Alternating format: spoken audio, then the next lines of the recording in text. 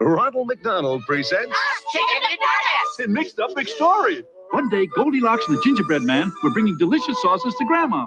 Wait a minute. Oh, it's the prince! You're in the wrong story. I am.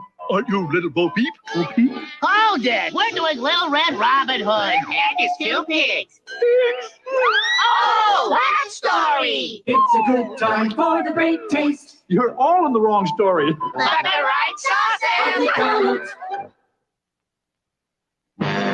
A lineup of fun starting out at 3 on Monday afternoons. It's Raj, Dwayne, and Rerun on What's Happening. Then, just around the bend, it's that unpredictable Gary Coleman and Different Strokes. And for high-flying action, it's the Dukes of Hazzard at 4. It's all happening weekday afternoons right here on BRC 6.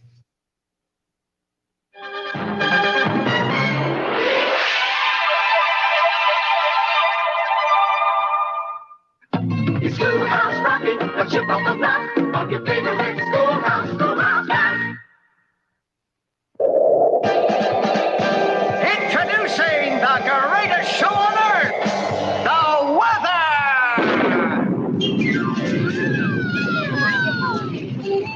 Welcome, everyone. It's the weather show. Bring your bathing suits. Don't forget your boots and coats. Folks, we guarantee the show that we perform is never dull. If there's a lull, it's just the calm before the storm. Watch it change from icy cold to toasty warm, and rearrange from sunny days to crazy storms. The curtains rise and we're so glad to have you here. Come see a new show daily in the atmosphere. Act one, the sun. The sun shines down on field and town, on forest, mountain, desert, sea, and snow. Some heat's absorbed, some bounces off. So here it's hot, while there it may be cold. The heated earth heats up the air, just like a big hot air balloon up it flows. Then cooler air sneaks in below. It's heated too, now look out folks, cause up it goes. Sinking air is called a high, which means it has high pressure. Low pressure air is on the rise, and as they move together, Achoo, the wind. those lows and highs, they sink and rise. The air begins to move and flow. It circulates at different rates, and that creates the winds that blow. The highs are nice, they bring fair skies. Aha, but a low will often bring you clouds or rain. And when they come, they form a fret, a changing of the weather in between. As the highs and lows push and shove, the weather front begins to move. And if a front moves into town, it means a storm just may come down. Act 3, the humidity. Because of heat, drops evaporate from lakes and rivers, puddles, even trees.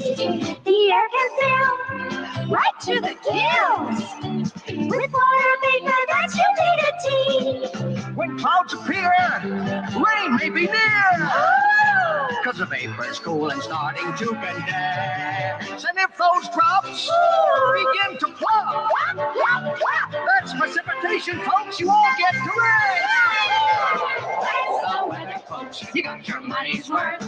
Hot or cold or soaking wet. Hey, what can you get? The weather shows the greatest show on earth. Yes, sir.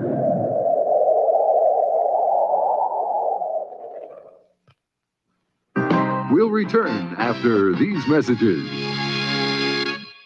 ABC's Schoolhouse Rock is brought to you by Kellogg's. Wake up, guys. We got work to do.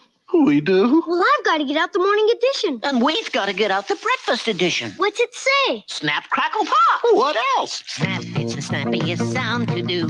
You gotta get cracking when crackle comes through. There's no stopping once pop is popping. Snap, crackle, pop, talking just to you. Sounds good. Kellogg's Rice Krispies, the talking part of this complete breakfast. Good work, guys. When it comes to breakfast, we deliver.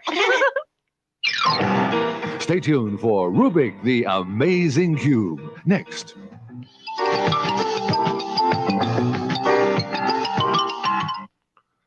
This is ABC. Great days for sailing. Ready, gang? When your daddy and you go to sail for the day, make sure the power lines are far away. When your daddy and you make the house look fine, don't raise ladders or antennas near power lines. Hey, if this lightning bug doesn't raise his antenna near power lines, no way! You gotta stay away from power lines. You gotta stay away from power lines.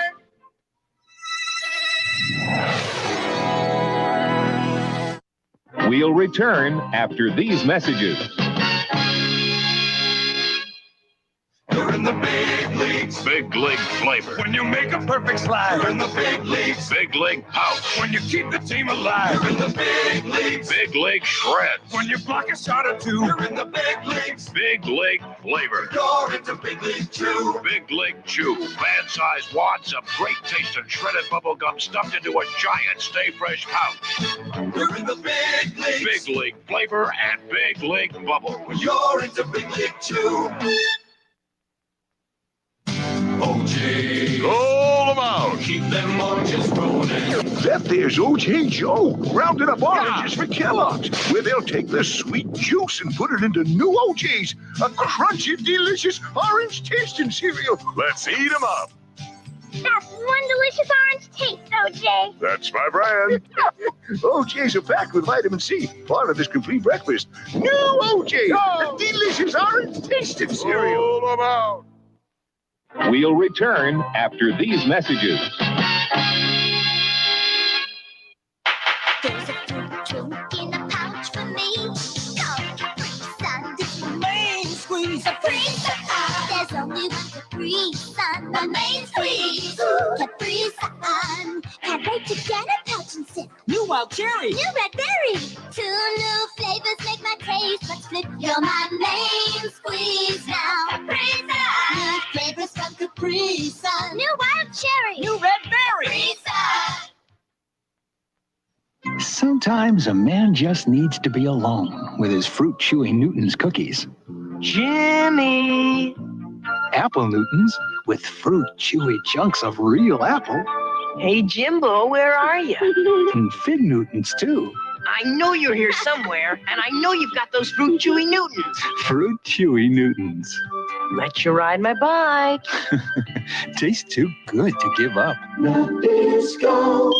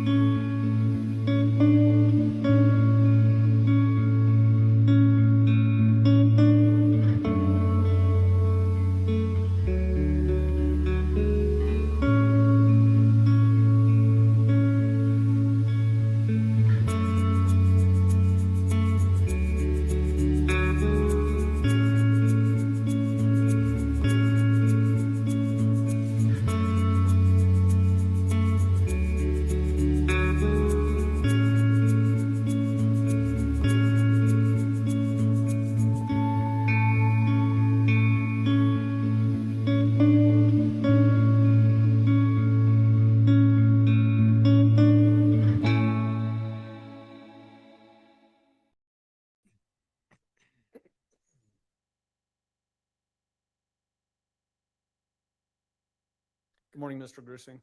Good morning. So we've had an opportunity to listen to all of the phone calls we've got, still one more to go. how, in your experience, as you're working this particular case, are you using the information you're gathering from these phone calls to develop what you talked about on Wednesday, this pattern of behavior for this particular defendant, to inform you of how you're going to interview her eventually? Yes, we were working as a team and talking with Al after each call to determine exactly what happened on that call. And then before we would make contact with Letitia the next day, we would compare what we learned that day to previous days to see maybe what our new strategy would be. Did the strategy change, like you're describing, from phone call to phone call or from day to day sometimes? Yes, and even in the middle of a phone call, it might change depending upon her answers. I noticed in the, I think it was the last phone call, there was a change where you start using the word, or Al does, at your direction, I think, start using the word murder as opposed to accident. That's correct. Why did that change happen? It seemed to us that Letitia was not accepting that this was an accident, even though we kept on posing that through Al. And since she was rejecting that, we encouraged Al to see what she would react to if we said, well, possibly this was a murder and possibly you were responsible. In that last call also, People's Exhibit 58, I want to ask you about third person. In your life experience, have you encountered people that have referred to themselves in a third person? At times, yes. Would that be both professionally and in just regular everyday life? Yes, most of it was outside of the FBI, actually. Can that be a hallmark of somebody that's self-absorbed? It can be, yes. Okay. Did you find Letitia Stout during these phone calls and even during your interview with her that we're going to get to later this morning to also be self-absorbed? Yes. Almost every call was centered around her and how she was feeling instead of us trying to get her to focus on Gannon. Okay. As it relates to those last two phone calls, 57 and 58, that we listened to on Wednesday afternoon, was there any other important information in those phone calls that you used to develop that pattern of behavior in your mind going forward? And obviously this is a very open-ended question, but I want to make sure that you have the opportunity to explain those issues. When Al posed to her about possible injuries to Gannon when he was talking with her about murder, she removed Gannon from the conversation and said, you're saying words like, did I murder someone and did I hit anyone over the head with a board? And she basically took Gannon out of the injuries that Al was accusing her of doing. We were trained to look for gaps in a story, like hours missing in a day, as well as illogical use of pronouns, and that jumped out at me. Why does that jump out at you? Because it was very personal what they were discussing of Gannon, and then when she's describing the possible that she would be responsible for hitting him in the head with a board or possibly murdering him, she takes Gannon out of the conversation. Okay. So basically depersonifying Gannon? Correct. Okay. This next phone call is the last one that we've admitted. It's People's Exhibit 59. It comes from February 21st, 1:44 p.m. It's 29 minutes long. At this point, Judge, I'd like to go ahead and publish that. It was previously admitted during Mr. Stauch's testimony. And then when this particular phone call is done, we'll bring Mr. Grusing back up. All right. Grusing, you can go ahead and step down.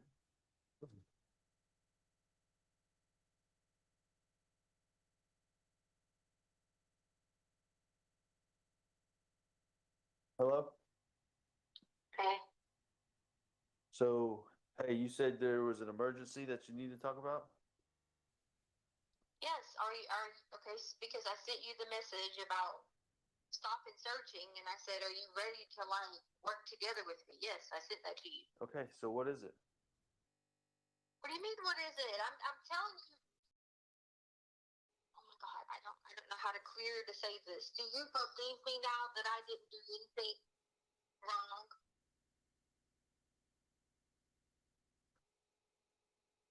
I mean, I'm just trying to get You made it seem like there was some urgent news that you had to tell me, and this is. And I sent you the link you were talking about with the landfill. That was old. Oh, so there wasn't really anything urgent and pressing that would help me find Gannon. I'm asking you, are you ready to work together with your wife to do it? Yeah, I'm telling you, I'm going off your list. Number one, Gannon. So let's focus on that. Okay. So you read my list. Why are people sending this about lies about airports and all this? And so I don't know. you can't have a straight goal in common. I don't know. I don't care about social media. Never have. Who cares what people are saying? I rode with my mom to the airport. Okay, where are you? Where am I? I told you I just stepped out of work on lunch break.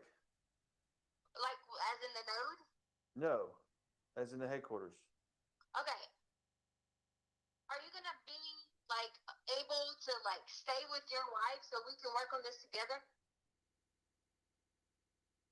I'm not making any promises. I need to know like now, like starting tomorrow. Well, you're not even here. If you're telling me starting tomorrow. With the dogs. I can't fly the dogs. Well, how did the dogs get to where you're at if they couldn't fly? I'm in a car with friends.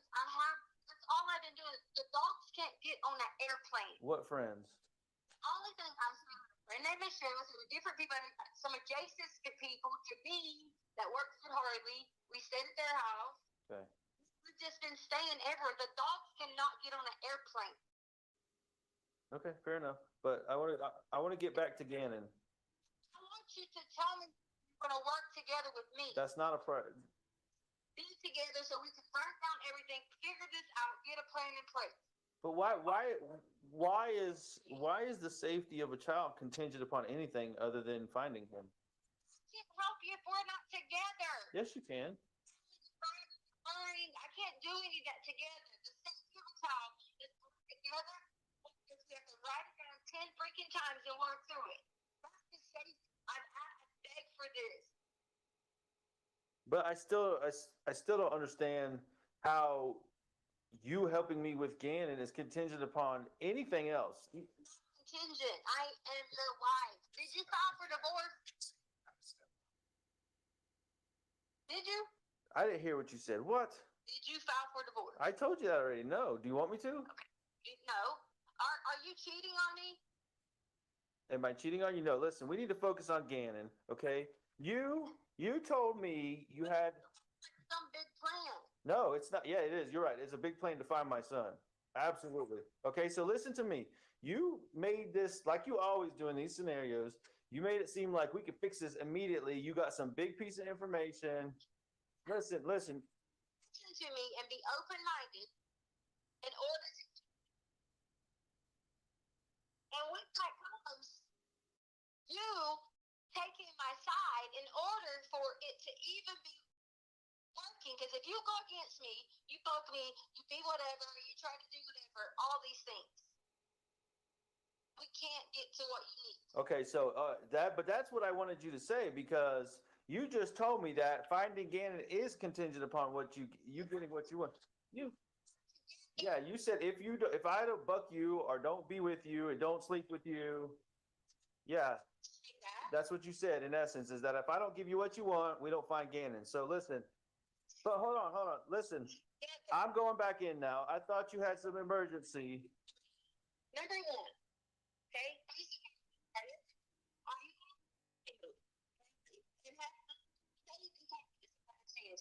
If you tell me information I need to know on Gannon, like who took Gannon or what happened to Gannon, then we talk about this other 7 parts of your list, okay? But number one is Gannon. Nothing happens for anybody in the rest of my life, period, until I get information about Gannon or find him. I thought you didn't have a car. Sounds like a car to me. I told you I dropped these old vehicle because I don't have a license. All right, go ahead. I'm sorry. Go ahead. All right, number one. I need you to tell me that you have confidence and believe in me. Okay? Number 1 on the list is Gannon, so. Okay, I believe in you and have confidence in you that you'll tell me the truth.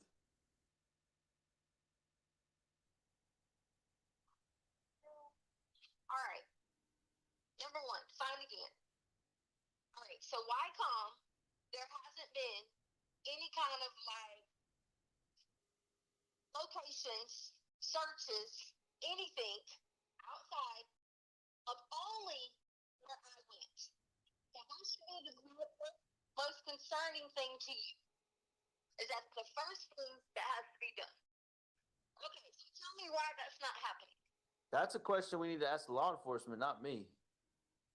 But that's not something that you have even thought of to ask, because I mean, you called me to ask about this landfill that was false that someone was messing around with your head in the dick. But this, your guy Lawrence haven't asked him this several times. I'm sure. Yes, I've asked him this. Why are you searching there? Well, we can't tell you anything. Okay, so then here. Okay, next question. That I went, okay, was searched.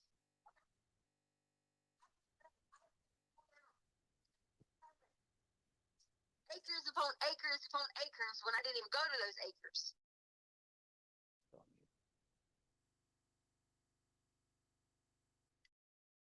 How do we find Gannon if none of those things, he was none of the places that I went? Does that not make you open up your eyes and say that I'm not involved, someone else is? Yeah, you're absolutely right. Like back to your first question, I believe in you, okay? But I believe you know that someone else involved and you know who. That's what I want. Okay. So, but see, then you keep sending me messages, emergency, we can fix this right now, but then you never tell me anything. Number two, that's the second thing. We know that, all right? Anything I haven't done. All right, so why come when I gave them the information that I gave them, why did they not look into it? Why did they not believe it? Why? What information about Quincy Brown? Anywhere. Are you talking about Quincy Brown? What information are you talking about? No, I did not. What information? Okay. You just said they don't tell you anything, right? That's what you're saying. Okay. Yeah, exactly. So, which means they would have gotten information from me. Okay. So what information was it? That I told them they have not covered any areas except only the areas that I drove. Okay, but what information are you talking about? Why won't you give me that information? I'm the father of the missing child, Tisha. But I've already told you one time, and when I told you it wasn't good enough. Well, tell me again. Tell me right now. I'm in believe Tisha mode. Okay, how long do you have? Like 5 to 7 minutes. Honestly, I gotta get back in. 5 to 7 minutes. Well, what do you need? Tell me what you need. An hour? 10 minutes? Are you on lunch? I mean, I'm not trying to mess you up at work. No, I'm working like 4-hour days. So I mean, I come out because I told you I'd come out around this time. Okay, but I got another hour or some of work, and then I'm leaving for the day. Because they're just trying, like I told you this morning, they're trying to phase me back in. So I don't want to be out here for 20, 30 minutes. Okay, so then what time can you sit down and talk with just you, not with you and all your other clan? Right now. So you got 30 minutes to give me right now. Listen, I'll make up some bullshit when I go back in there, but yeah, I'll give you 30 minutes right now. Walk me through it.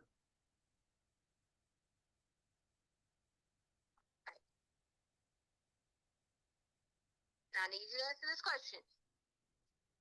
Why? How many of the videos, so it can all make sense to you, have you saw other than one video? Listen, this is not Albert answers a bunch of questions. You tell me. No, you tell me what I'm missing or haven't seen. That's what this is about. This is not you.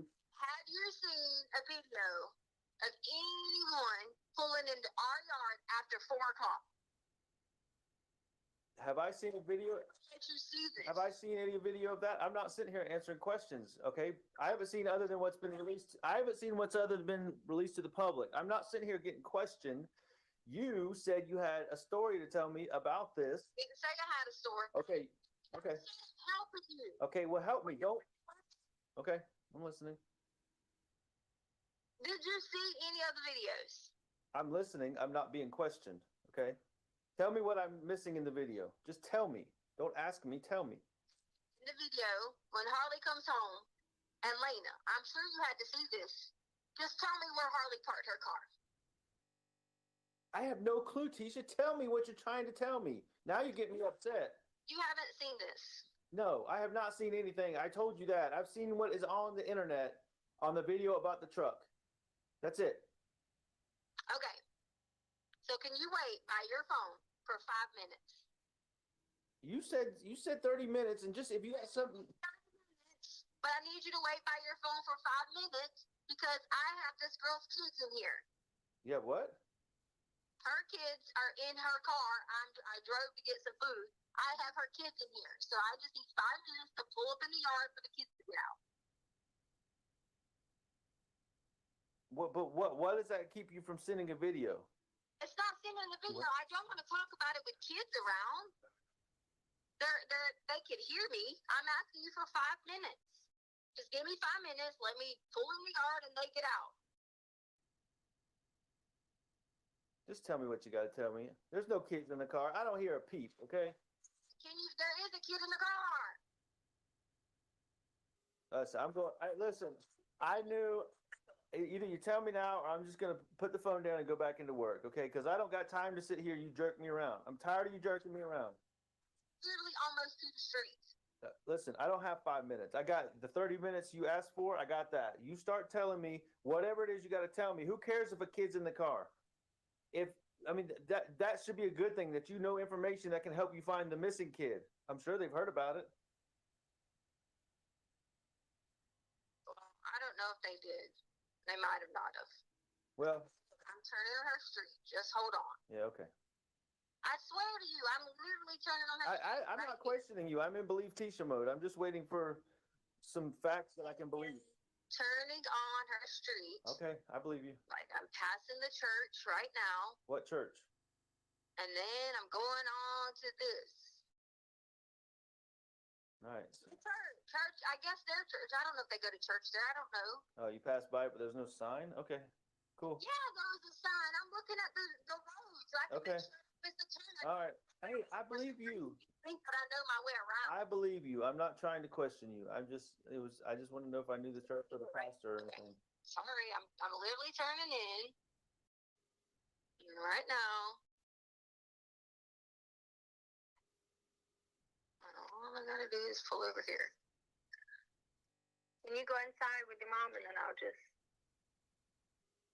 and I'll be in a minute to let the dogs out. Hold on.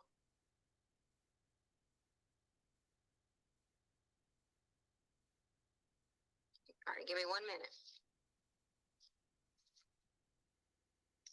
So, yeah, okay.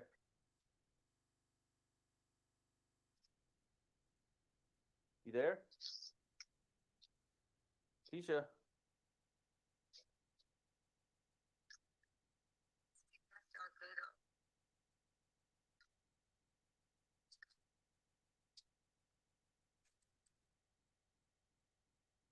Yep, I'm here.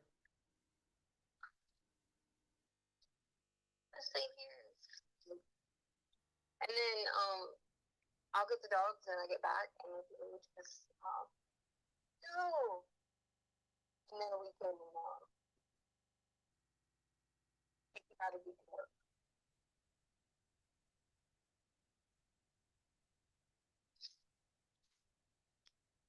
Okay. Literally leaving the door, she's getting out. Make sure you do that stuff for your mom. All right. Where did you put mine at? Right there? Okay. Thank you. See you in a little bit. Sorry, her daughter is like of age. Anyway, all right. What not all that is telling you is, I need you to believe Albert. I need you to believe that someone did take Gannon. I need you to believe that I've already given the police department the description. I've already did that. I need you to quit thinking that it's somebody just made up, because it's not. Obviously, I didn't do it. There's no way possible that I could have been hours and hours away in a certain window. I need you to help them re-look at that. I'm telling you, Gannon would have left our neighborhood anywhere between that time frame, and it wouldn't even be surprised if it weren't like the kid in North Carolina. What certain window are you talking about? The certain window I'm talking about between 3 and anywhere that evening, because here's why. There was a lot of people out and about in the neighborhood. Everywhere. So you weren't home during that certain window? Is that what you said? Do what? You said you weren't home during that certain window, or he could have left in that certain window?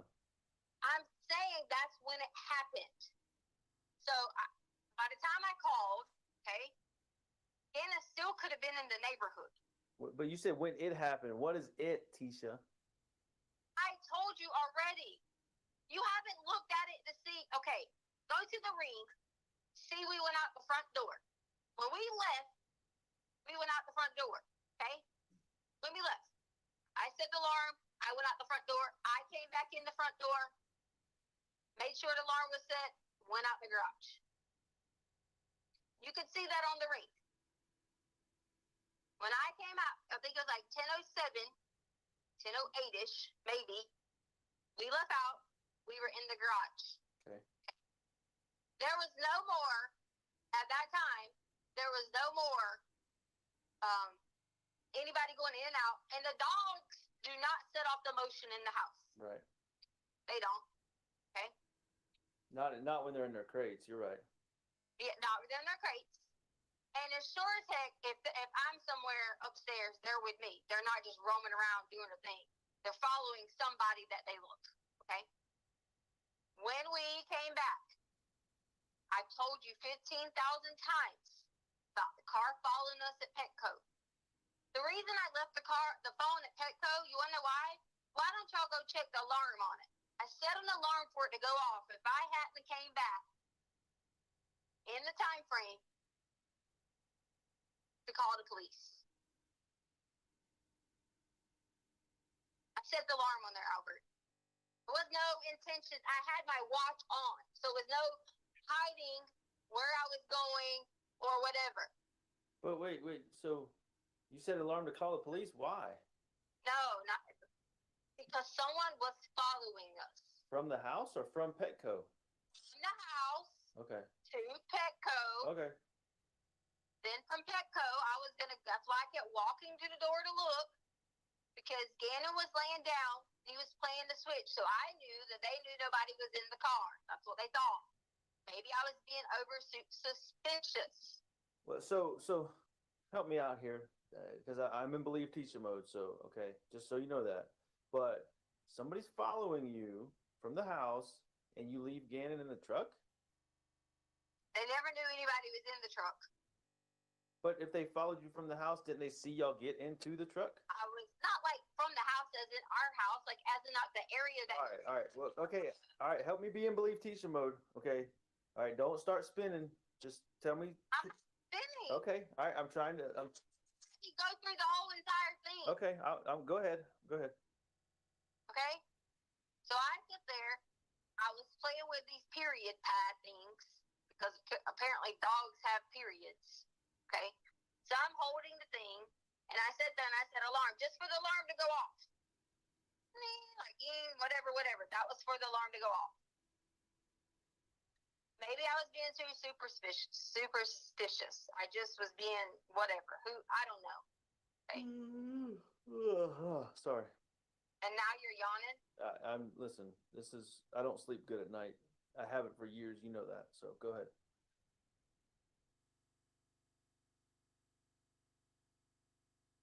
Albert, I was supposed to deliver papers.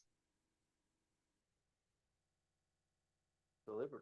So I couldn't do it, Albert. Deliver papers for what?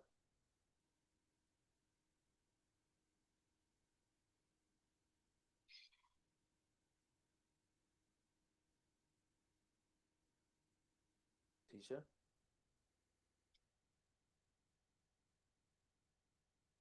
When I went in Nevada, there was this pregnant lady.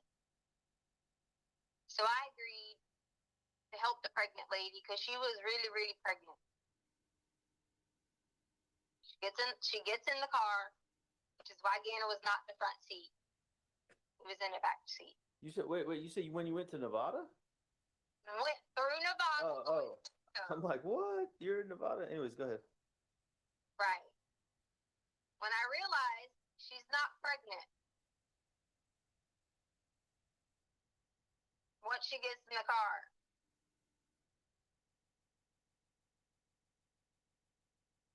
Was this the same lady that was following you? I don't know if they were following us. I just know there was a car following us. When I get off, I turn where Harley gets the eyelashes done because I thought I would lose them. Then I saw a pregnant lady. She looked legit like 8 months pregnant. What kind of car was following you? Because maybe they told you this 15 times. Oh, okay. It was a blue something, like a blue little car, like a Cooper or something like this. Okay, so like a blue, not red, right? Just a blue one. No, it was the red earlier in the day was nothing. It's already been checked out. Okay, all right. The reason I know that one's been checked out because I had somebody in Lorson Ranch do it. All right, I was just making sure. I make sure I keep these cars straight. So there's the blue one, not the red one. See, No, don't get upset. Don't get upset. I'm just trying to get it straight. I'm not picking holes in your story. I'm just making sure we're on the blue car. Okay. So now back to the pregnant lady that gets in the front seat. So the pregnant lady gets in the front seat, but she's not really pregnant.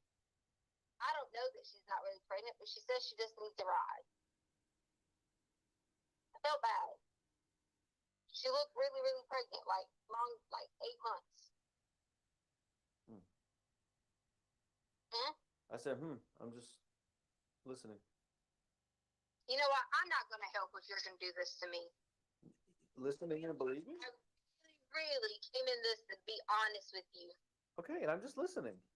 No, you aren't. You're being a dick by saying, That's being a dick to me. I don't know why you're saying that, but does the pregnant lady know what happened to G? Does she know where Gannon went? Can I finish? Yeah, absolutely. She wasn't really pregnant. She had about, I don't even know how much money inside of this thing that makes her look pregnant.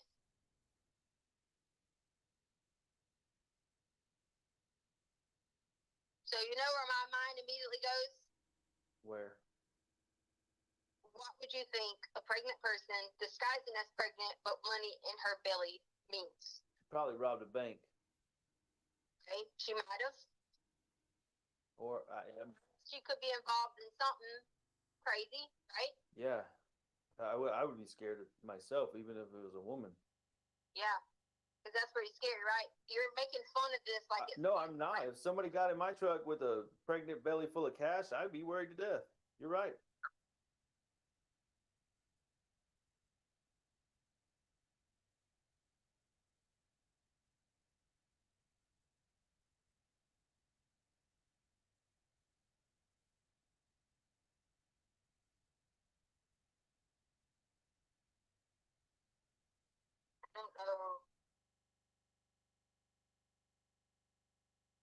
I don't know how else to help other than to know we were in the wrong place at the wrong time. Okay. Are you talking about Petco? Yes, because Petco, I just was supposed to walk in Petco, look around, be normal, go drop this lady off somewhere. Oh, so she told you to walk into Petco? Yes. Oh, okay. She forced me. Of course, I gotcha. Okay. Yeah. Did she have a weapon, like a gun or a knife or something that threaten you, or what? How do you think someone would force you? You're sensitive. No, you're a tough girl, so I'm just gonna take a lot. That's what I'm trying to say. If somebody, tough girl. Yeah. I don't think you'd be scared easy by somebody like that. So that's just what I'm saying. You probably start swinging unless you had a gun or a knife or something. This is a joke to you. No, I'm serious. I'm trying to. You finally are getting like legit, and I mean, it's a joke to you. I'm sorry you think that, but go ahead. I'm not, forget it, man. You're not wanting to stand by my side. You don't want to help. I'm right here standing by your side listening to the truth, okay? I'm in belief teacher mode, like I told you. Yeah, and then what you're going to do? Tell me I'm telling a lie and hang up? Are you telling a lie? No, that's what you're going to do. You're not going to believe it. I told you it was beyond your wildest imagination to know he was in the wrong place at the wrong time. He was in the wrong place, or y'all were in the wrong place? Okay. We was in the wrong place. Okay. All right.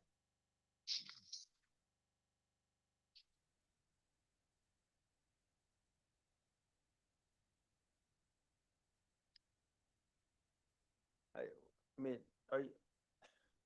are you telling me this? I don't know. You want me to believe you, but I feel like you're just telling me something to make me feel better about Gannon missing. Okay. So, I mean, because it was kind of like the Quincy Brown thing. I mean, now it's a pregnant lady with cash in her belly. Okay, I believe you. What's next? What happened next? Now you're making sense. No, I'm trying to make sense of all of it. Okay, you want me to believe you? I'm giving you the benefit of the doubt. Tell me the rest of the story. Albert, to sum it up, it's just being caught up in the wrong place at the wrong time with people who are money laundering, wanting me or whoever they can get to deliver paper to these Mexican restaurants, and you're supposed to get packages back from them. And I wouldn't do it. So that's why we were on County Line Road, because I was scared to death. I left.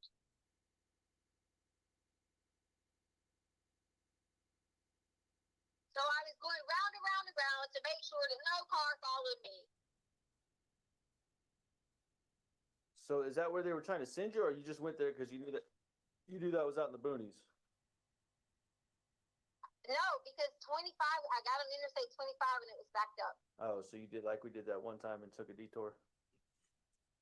With nothing to do with whatever. They've already searched the entire area. I'm innocent.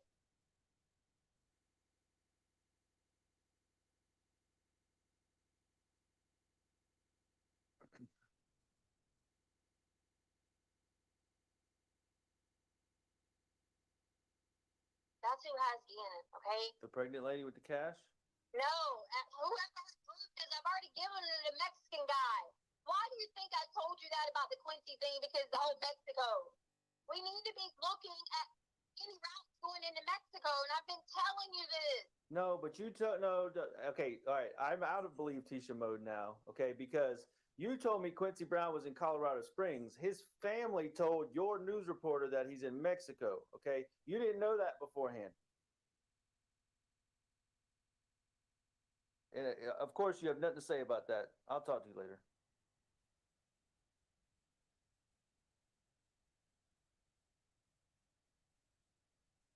Mr. Grusing, if you would, I assume that's who you want. Yes. Mr. Grusing, if you would resume your seat in the witness stand and remind you, sir, that you're still under oath. Mr. Allen? Thank you, Your Honor. Mr. Grusing, we talked about just prior to you, us actually listening to that last phone call about Letitia being very focused on herself as opposed to finding Gannon. Did there seem to be a focus on, from her standpoint, on making sure she was going to stay with Al? Yes. What's the significance of that in your mind as an investigator? She wanted finding Gannon to be contingent upon Al coming back into the marriage with her. Was it fairly consistent that she would precondition giving information on Mr. Stout promising to stay with her? Yes. Did that help with your building pattern of behavior preparing for her interview? It did.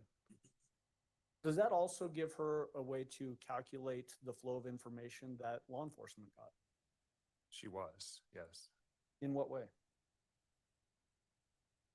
Well, and Al was doing a good job of deflecting questions. She was probing for what he knew, what he had seen. And as Al and our team knew from now, whatever facts we would give her would shift her story to meet those. Along those lines, was it clear based on these phone calls that she was very closely following the advancement of the investigation? Yes. And would she appear to, from your perspective, use the information that she would get from following the investigation and then explain away things that might be found in different areas?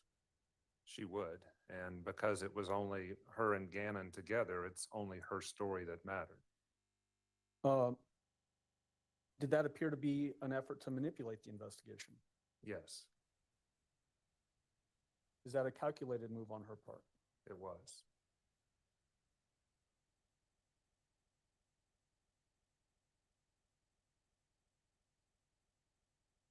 There was that one section in that last phone call where she is expressing concern with areas of searches. Is that showing that indication that she's following the investigation from afar? Yes, you're right. Was she still at this particular point trying to imply that she was in the Colorado Springs area? Yes. Did you know specifically where she was at this particular time? Yes, we knew she was in South Carolina.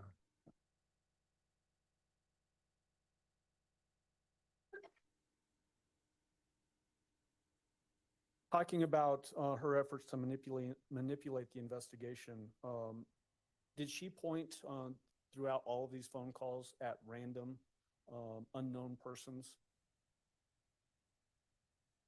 It's hard to say random. It seemed to be somewhat calculated. Random from your perspective as an investigator, calculated from her perspective, is that what you're suggesting? Yes. Okay.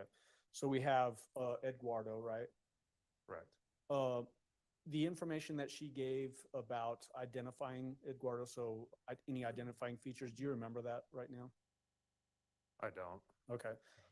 If it was basically a 5'8", thinner Hispanic male with pockmarked face, is that a very detailed or not very detailed description of somebody? Not if you have extensive interaction with him, which she told us in her story that she did. That was prior to me coming on, so I was reviewing that information. Okay. And then changing it later to say, well, maybe he was actually a black guy, like a Puerto Rican. Correct. And then developing into Quincy Brown. I believe next she went to Uncle Matt. I was going to get to Uncle Matt here in just a second. Do you remember as it develops into the Quincy Brown story? I do. Did that coincide with the same time that Most Wanted release was issued for Quincy Brown in Colorado Springs media? Yes. And then you mentioned Uncle Matt. Did she give any identifying features for an Uncle Matt? She did not. She laid the blame for Uncle Matt at Gannon, saying this was Gannon had been talking about Uncle Matt prior to Gannon's disappearance, and then Gannon was jumping on Uncle Matt, and then Gannon disappeared because of Uncle Matt.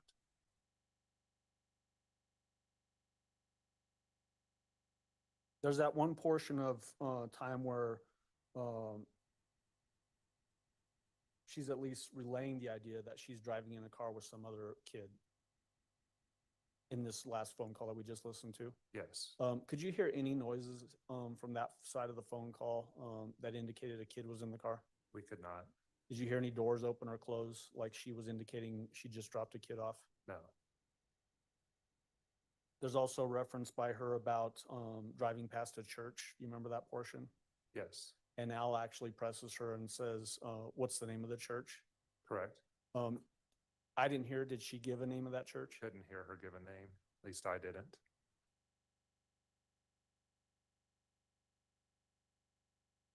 There was an interesting quote that she made in that particular call, and it was, I need you to believe someone took Gannon. What's the significance of that type of a statement from the defendant? Well, she was, again, the last one with him, and she's now tried 4 or 5 someones, and now she's not giving us an identification of this pregnant lady.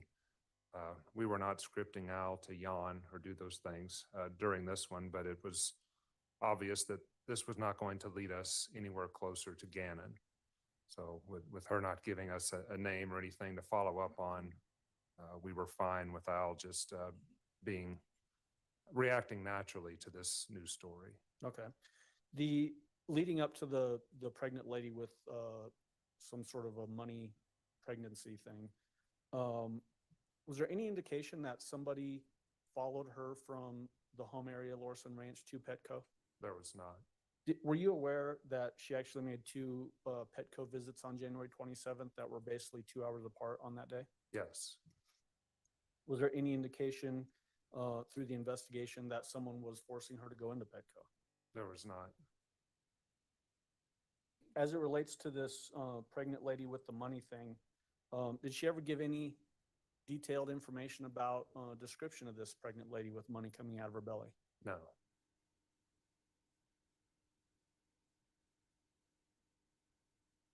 She mentioned money laundering in Mexican restaurants.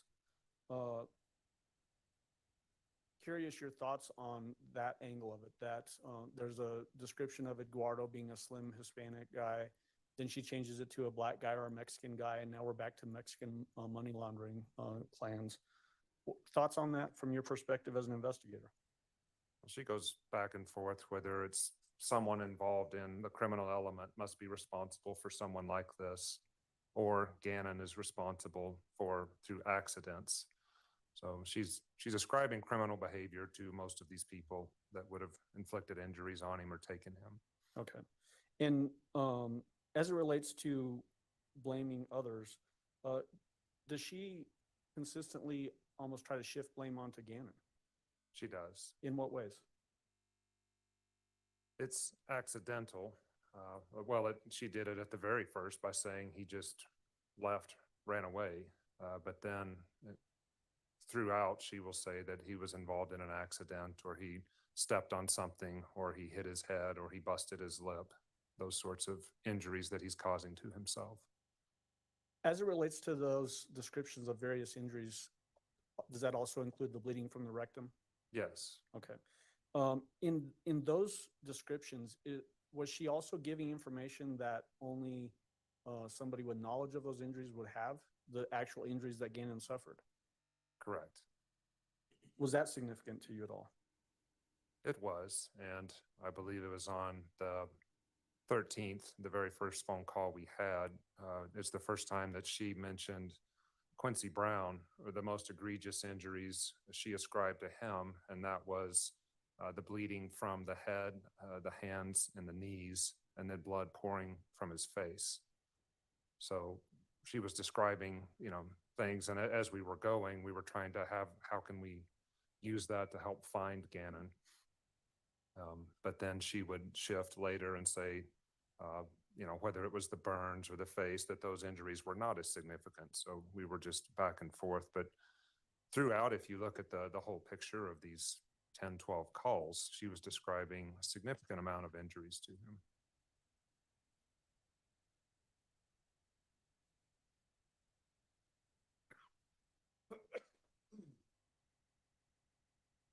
As we listen to all of these calls, and I think we've actually admitted 16 separate phone calls into evidence in this case, were there actually even more than that were conducted that were not admitted in this trial? Yes, I believe so. How did you use the information that you gathered in those particular phone calls that you participated in? How are you using that to build the pattern of behavior for this specific defendant? Well, our primary goal was to find Gannon at this point in the investigation, and information was coming in daily. We had a whole timeline across their break conference room that we would add new data to each day. So even with the story about the pregnant lady and the blue car and whatever else we're trying to compare, it will something new give us a clue to where Gannon is.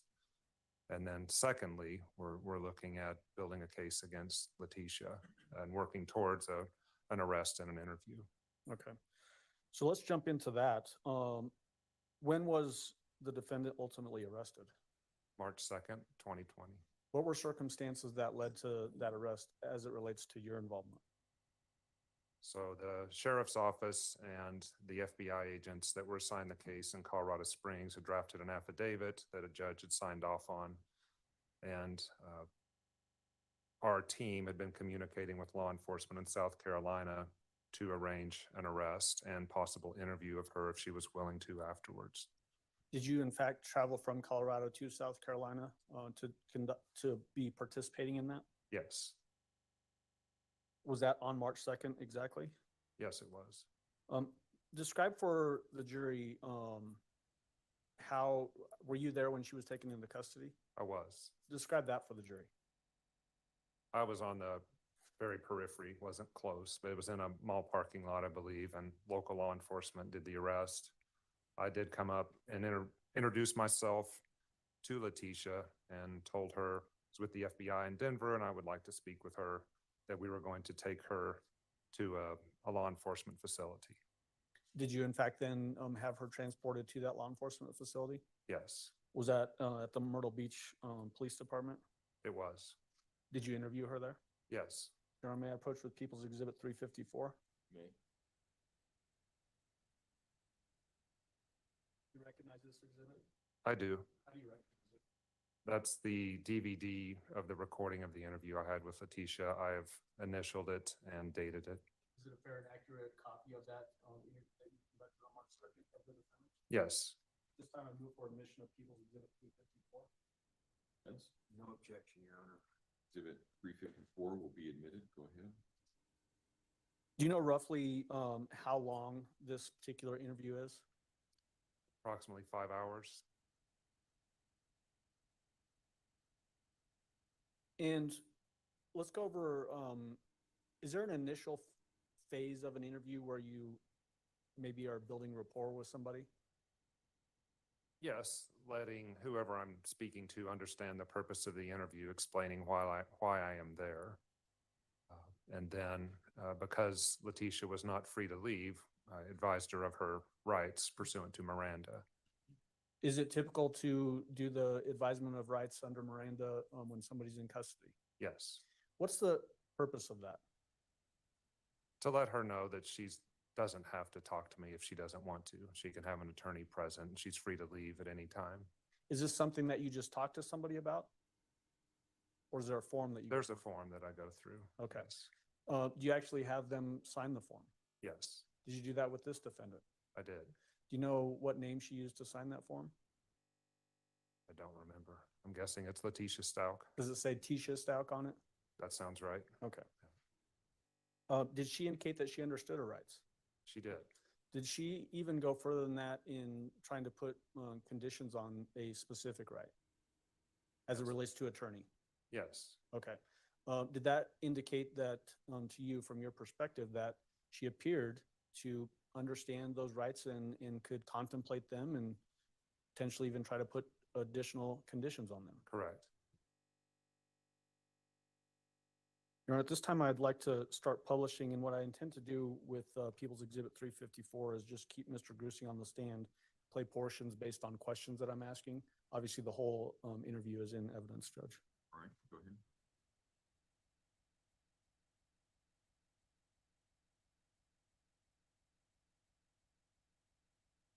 Okay. Yeah, yeah.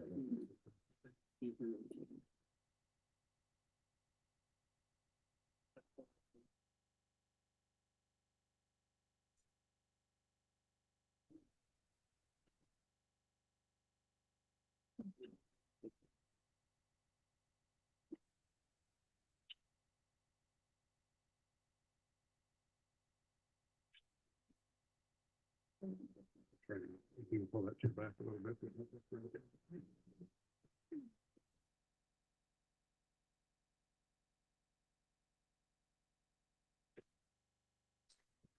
We are going to record this.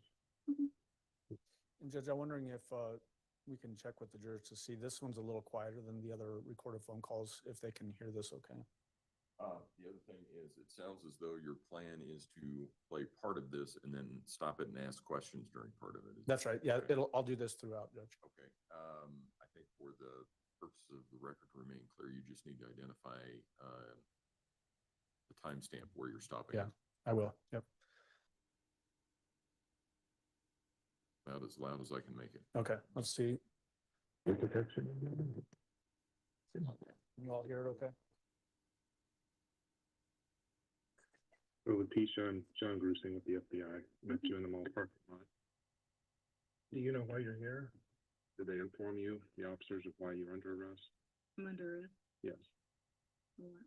for Gannon stops. A warrant was issued out of Colorado. Okay, but no, someone could have just called me. They seen I would. Yeah, and apologize for that. Because of the nature of the warrant, it being a murder warrant, there's, and that's what I'd like to talk with you about today. That's why we're not having a cast of thousands here and whatever, is we would like to get to the bottom of what happened there. I know that a lot of things have gone on with your life, a little bit of how this turns out. Okay, but because you were arrested, you're not free to leave. I need you to sign an advice of rights before we can talk. Well, I mean, so I'm getting charged with what now? So you were charged in, the judge in Colorado Springs signed off. So the way this case worked was El Paso County got the original case. They didn't have enough manpower to work it. Okay. So they called the FBI. Right. Part of for the FBI, an extension of the profiling unit, and I came in and assisted. And I've been helping for about the last 3 weeks. Okay. So our evidence response team, you've probably seen that on the news, have been doing some searches, et cetera. And then other FBI agents have been writing warrants. So a lot of warrants have been written. We've gone through the court. El Paso Sheriff's Office and FBI have worked together. And we found enough, you call it probable cause, for a warrant to be issued. So that's why you're here today. Okay, warrant for what though? It was for the murder. What murder? Gannon Stout. So Gannon is murdered. That's what the evidence shows. Okay. And I'm happy to share with you evidence, but we can't have a conversation unless you're advised of your rights. Okay, what am I right?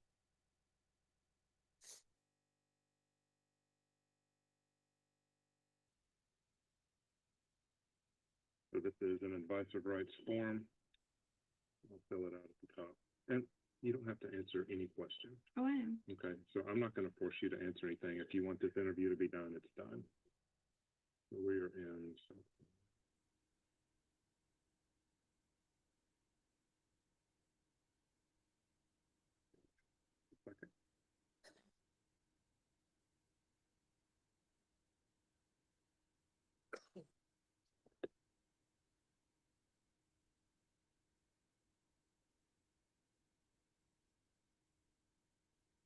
So I'd like you to initial these as we go through them. You have the right to remain silent. Anything you say can be used against you in court. You have the right to talk to a lawyer for advice before we ask you any questions. You have the right to have a lawyer with you during questioning. If you cannot afford a lawyer, one will be appointed for you before questioning if you wish. And if you decide to answer questions without a lawyer present, you have the right to stop answering at any time. I'm not going to force you to say anything. Okay, so I had already had reached an attorney, but all the information. So it's up to you. I'm not going to force you to say. I mean, if you don't I want can talk to you, but I mean, the last time I asked for an attorney talking to them, I wasn't allowed that after I asked. that's not how this is going to go. This would be And a I believe you have more conversation. integrity being FBI that you would do that. Got a family to protect, Okay, so I'm not so going to violate any You laws. don't mind doing that at all. If But you- at any point, I would like to call my attorney if Yes, I felt ma'am. like, is that okay? That is okay. Okay, so can I write that in somewhere or? Well, that's this one right here. If you decide to answer any questions from a lawyer present, you have the right to stop at any time. So, and if you need food, water, whatever else, I don't. this is not, we're not going to have people with guns standing outside trying to intimidate you. I want this to be your statements in Okay. our conversation.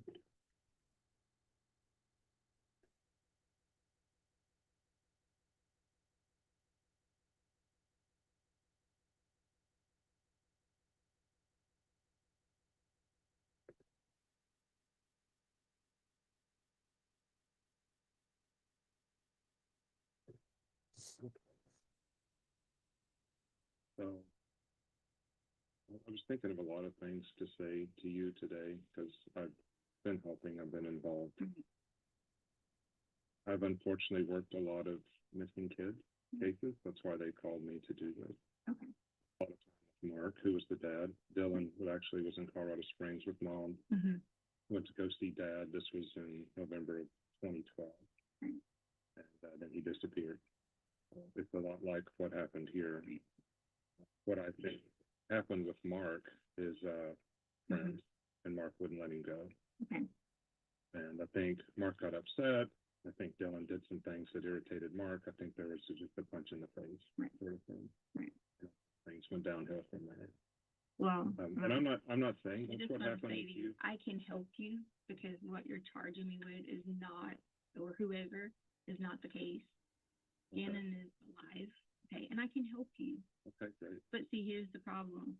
When I reached out to people about getting help, I said, hey, I need someone who's going to help me to help you guys. I couldn't get that from anyone at all. We're happy to help you. Okay. So I understand you might say you have like whatever evidence that you might say you have, but that's not a case. Did not hurt my child. Okay. Need more assistance besides FBI. You're probably going to need some CBA. Probably need a lot of help. I'm happy to get whatever help. Okay. How do you know? But I live? can't help you unless people are willing to help me. And I did offer every opportunity to sit down and talk with not only my husband, but with Landon to try to come up with the best thing. I really did. And I've been begging every single day, please, please, please don't say this. Okay. You, I know you're expert in your field, okay? I know you may say you have whatever evidence you have, but it's just not true, okay? Not. It's not true that Gannon's dead. I'm not going to sit here and say 100%. I can tell you that there's really things that wouldn't have occurred that I can help you guys with to know that. And it leads back to some things, just being in the wrong place at the wrong time. That's the truth. Okay. That is the very truth. And every day that went by, I had to do nothing but not only protect myself, but protect my family in this, protect other people in this. And that's just what it's been. So I think our biggest problem is what happened at the house then. At the house? Yes. Well, there's nothing that would have happened at the house that has anything to do with what I'm talking about at all. That has nothing to do with anything. Because you guys have like clearly put out this information about Gannon not coming home and then this and that and the other. And I get, like I said, you're expert. People are pretty expert. But it's just not the truth. It's not the truth.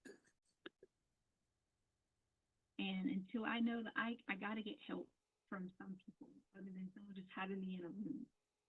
You've got to get help to do that. I got to get help to give everyone what they need because I'm going to need my mom protected, okay, my brother and sister protected, and most importantly, I'm going to need Harley protected. And on that same note, I'm also going to need other people in Colorado protected. And see, people say FBI can offer that protection. We can. How? If it involves an 11-year-old, if it involves finding an 11-year-old, then we can. And it means that we can have new identities. It does. I've had to do that before. We call it an informant, but we can do it for. Wow. Who else would you try? I don't know, like, sir. I don't know. There's nothing that happened at any house. Nothing that happened at any house that would have hurt, harmed, murdered, done anything to anyone. Okay? Wrong place, wrong time. You were in the wrong place, or Gannon was? I was. What about Gannon? We all were in the wrong place. Even my family was in the wrong place at the wrong time. Even Lena, even Harley. Okay? There's all of us in the wrong place at the wrong time. It's a cartel conspiracy. So, but I got to just like you have trust issues, let me tell you where I am. Okay. So with the FBI, when a child goes missing, if they're underage, right, then we can get involved, and it can be even a kidnapping. So if Gannon is moved from one point to another without his, will, then it's a child kidnapping. Right. And so that's what we're working with that. And with me as a federal employee, with me working a federal case, because right now it's filed with the district attorney, right, but the U.S. attorney could file it as well. Does that make sense? What do you mean? The U.S. attorney is the federal prosecutors. Gotcha. Right now, it's on the state. When you're talking to me, we are recording this for your integrity in mind. Right. But if you'd rather not say something, I mean, if I would rather you just say I don't want to answer it instead of telling me something that's not true. Okay. Because there's something called false statements, which is it's U.S. Code 1001, to where if you lie to us during an investigation, that can be a year of prison time. So that's why I said on this last one, if you want to not answer a question, I'm not going to push you. Okay. Okay. So with these people, taking Gannon or whatever else, if it's not true, just say I'd rather not answer that. Okay, because we're different than your local detectives and whatever else. It's not a felony to lie to them. Okay. Okay. So my goal, though, is to find Gannon. Right. This guy's awesome. If you need protection, if there truly is someone out there, we can provide that. That's not me. Happen though, I will need you to explain what happened from that night. Which night? The night that he disappeared. So I've stopped it at 12 minutes, Judge. Just as a pause. In the beginning portion of that, Mr. Grusing, when you're advising her that she's been charged with murder, it appears that she acts like she's confused. What was your impression of that? Yeah, so eventually she asked me, so Gannon's been murdered, but yeah, she appeared to be confused as to why she was there and what investigation might have been going on at the time. She makes a statement, you could have just called me. Yes. Was that basically indicating that could have just called her and she would have come in and talked? Yeah, and that's something I've heard multiple times over my career. Why didn't you just call me instead of I have to be arrested for this? Were you aware that very early on in this investigation, she was resisting calls from Detective Bethel to come in and give an interview? I was.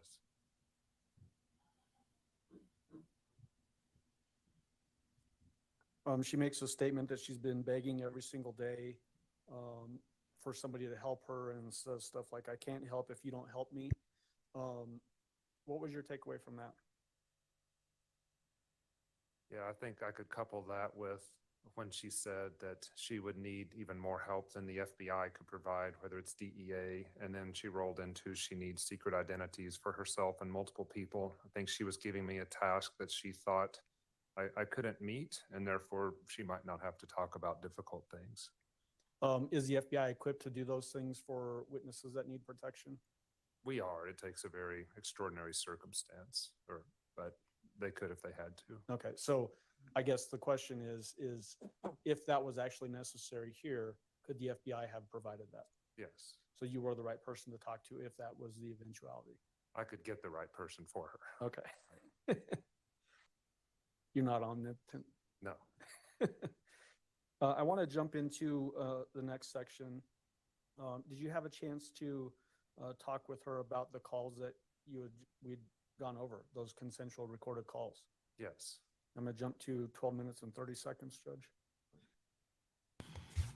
Find a mess on the screen. There it is. 103.5 WSHE, Miami, Fort Lauderdale, and the Palm Beaches. She's only rock and roll.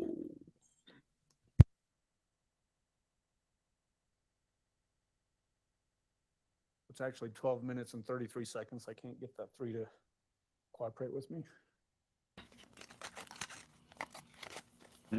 You mean like talking to him? Oh, okay. So let me just explain that to you. And you might think that's like super, like. I'm not going to judge you here. Whatever.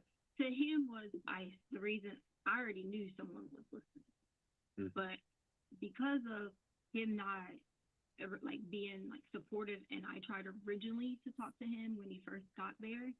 That was the only reason I said those things. Was just because I was out of anger and out of like hurt and not being able to have like it was nothing to do with like I'm sitting here going to tell you these things. That was just anger, stupidity. Pause that 13 minutes and 11 seconds.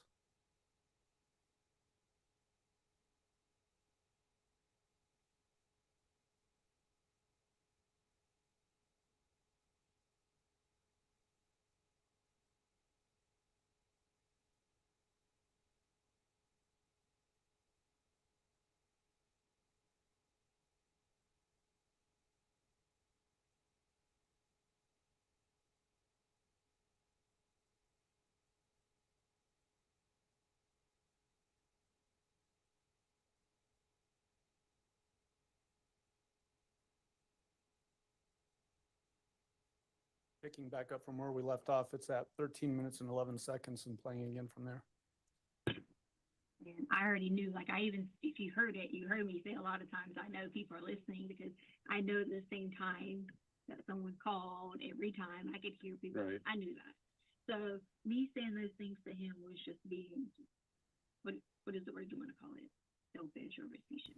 Or a liar. I was hurt by him not wanting to work together to figure this out, because I did have, like, originally initial different thoughts on certain things, and that was me trying to like basically read him and try to figure the situation out. So I understand that you Perfectly natural when you're trying to find a missing 11-year-old. because that totally that was not me trying to be. Right. That was just being stupid to him. So I have a question. So, and it's paused right now at 13 minutes and 59 seconds. Mr. Grusing, what were your impressions of her saying that she's giving all this misleading information in those phone calls because she's just angry? Yeah, I don't think there's much more to comment besides that.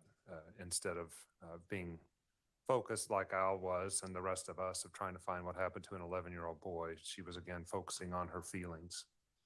Does it also, though, show potentially that it's very calculated, that she's doing things in response to what's happening in the investigation? Yes, that's correct. Okay. This guy's one of the best witnesses so Let's far, play for from sure. Here until 15 minutes and 42 seconds. In this particular section, do you remember asking her about mental health and sound mind and those types of things? Yes. Okay. So we'll play starting here and go to 15 minutes and 42 seconds. In regards to that, were you of sound mind? I mean, did you have, are you undergoing any treatment for anxiety or any depression or anything like that right now? I mean, like, you mean, like, I've had anxiety since I was like 16, 17-ish. Like, as far as like undergoing like any kind of special treatment, you know, like sometimes I might have to take like a rest. Right. But I didn't see like counselors or anything for any depression. And then plus two, like right now with medical records, I'm 8 weeks pregnant, so I can't take any kind of like I mean, I wish I could, because then it would help a lot with anxiety. But right. I can't. Okay. But so you were of sound mind when you were talking to Al. You were upset with him and upset with the situation of him not being by your side through this whole thing. Right. But then at the same time, like, I have to sit back and think, you know, in a person's brain, you hear 100 different things. You do do whatever. I just wanted him to know, because he knows, like, I've been taking care of our kids like for so long. Like, I'm not here to bash either one of them. They had a lot of different separate situations going on that I've always taken care of the kids.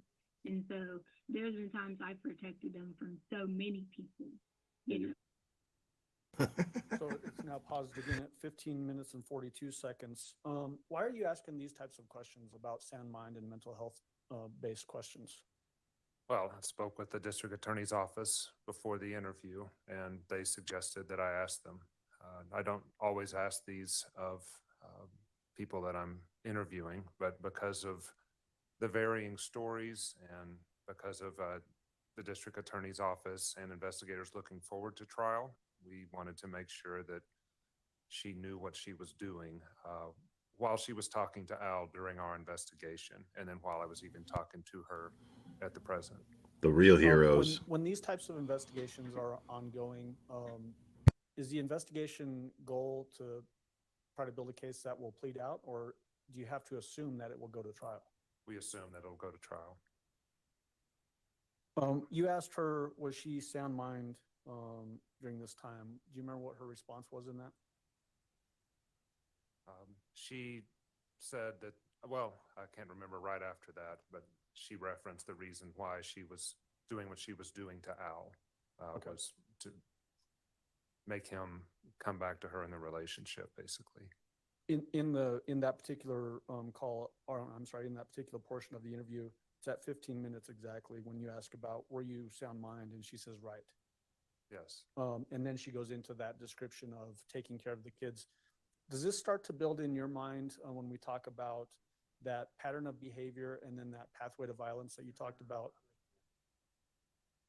I haven't gotten to the question yet. I was going to say, man, let's get all the way to the end of the question first, and then we'll see whether it's leading or not. Does that information that she's giving you there build into that grievance portion of that pathway to violence? Yes. In what way? She was articulating that in her mind, she felt like she was a good mother and she was a good caretaker for Gannon, and that she had over the phone calls expressed multiple grievances. And we actually addressed that later on in the interview when we go through her phone searches. We go into more of the grievance portion later, but just that she brought up her being the caretaker initially is something that we addressed later on in the interview. Yeah.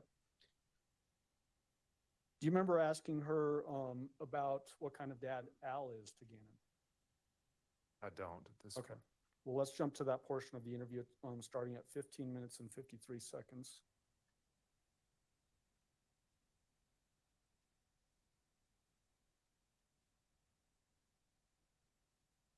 I'm actually going to jump to 15 minutes and 49 seconds, and we'll play it to 17 minutes and 10 seconds. Like I've had to step in and protect them a lot, so many times. What kind of dad would you say Al was to Gannon or is to Gannon? Oh, he's a good dad. Like, I mean, as far as like being like there for him and like, how can I say it? Like, if he says, "Hey, I want to go do something," Albert works a lot, so he's tired and his hours are like kind of, up in the air here and there. But for the most part, he like is always trying to make sure he puts, like the kids, military first, and always will be, and that's the mindset. And then did you go into the marriage knowing that? Okay. That military was first? Well, I grew up like knowing that my stepdad was here. Actually, that's why I was looking at that guy's name. But my stepdad was here. I lived on. So, like, I maybe didn't understand it from parent perspective. I mean, I'm sorry, spouse perspective, like my mom's perspective. Right. But I did understand it from like a child perspective. But the thing about it was, is Albert didn't have to like go be deployed or anything like that. It was mostly like work through the night type thing. So it was like we were blessed in that way of not having have to see him go overseas or something like that. Right. So when you're asking her about how Al is to Gannon as a father, she references that she grew up as a military child as well. Correct. She mentions her stepdad. At any point, either during the phone calls or up to this point in the interview, did she ever mention any abuse by stepdad? She did not. In that last section that we heard where you're asking her about being in sound mind, she mentioned having anxiety and taking lorazepam. Did she mention anything during that section of this interview about having any severe mental health disorders or diseases? No. Did she ever mention being in treatment for extended periods of time for any mental health issues? No. Did she ever mention losing consciousness and not showing up someplace else that she didn't recognize? No. Did you go over family history with her during this interview? Yes. So let's watch that next, and it's essentially 17 minutes and 12 seconds to 21 minutes and 20 seconds. And you guys have been married 6 years, 5 years? 5 years. 5 years. And you came to the marriage with Harley. Right. And then Elena's the youngest. Right. And then we had like maybe I think 4 or 5 went to like kind of midterm miscarriages because we always tried to like have kids, and I don't know, like something must have happened like when I get to a certain point, like, what more kids. Right. But yeah. Do you think Al was faithful to you? Was he cheating on you? I don't like. We never had like any conversation until like, of course, now, like recently. But But like prior to that, we never had like buses, or it might be something like Albert's type of person. When he got work, he just liked to come home. He wasn't like, oh, I'm gonna go do this with people. He just that was the good part because he wasn't, like, not saying you can't. Like I'm sure you might say if a football game's on, watch it with your friends. Right. But usually, for the most part, we do it together, do something together. But it was never really like having our own people that we did things with. So we never like had issues of anything like that. Most of the time, the issues that we always had was I never wanted the kids to ever come back here. A lot of times, they would celebrate and we would get. But he would always say, "Well, I have to. I'm obligated." So you don't think he was cheating on you prior to this whole thing going on with him? Or did you suspect? That Albert was cheating on me? No, there's been times in the past where I saw that he's talked to other women, like on messages and things like that. But then he's also like, outside my phone in the past, he would have saw that he's always apologized for, like. Were you guys considering divorce or no? You and Albert? I didn't know anything about any kind of divorce. Like I know, like we use the term loosely, because there was a lot of stress having to deal with, situation with Brandon. It was a lot of stress because like we fought so hard and so long to get kids to like a safe, situation. So it was very hard to like, you've read someone and they're so emotionally like upset about the kids not being with us and we not being able to protect them that it was kind of hard. It took a lot, toll throughout that time frame of like Alaska, I'm sure time in Alaska.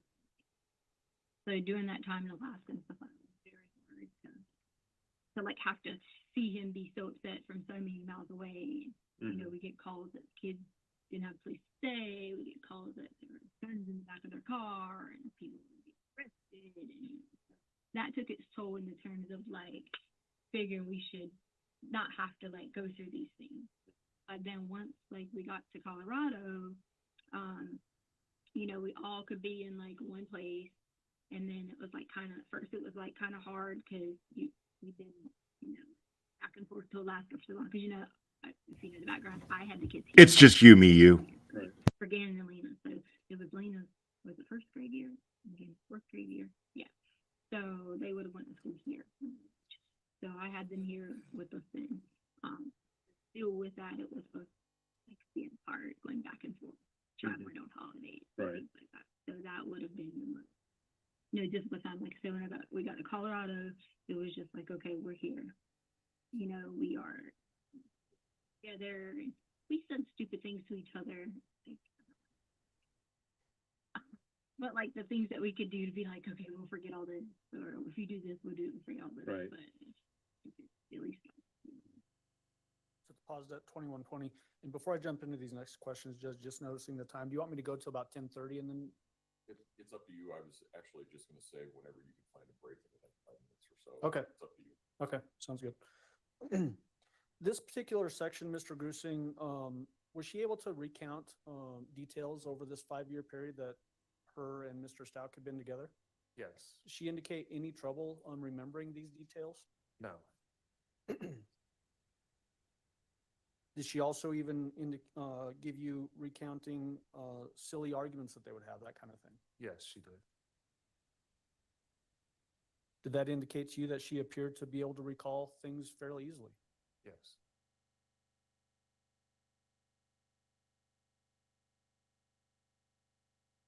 Do you remember talking with her about where she starts talking about people are being upset and she uses the words hard part? This is the hard part. Yes. Okay, let's go ahead and watch that section. And this is from 23:45 to 25:51.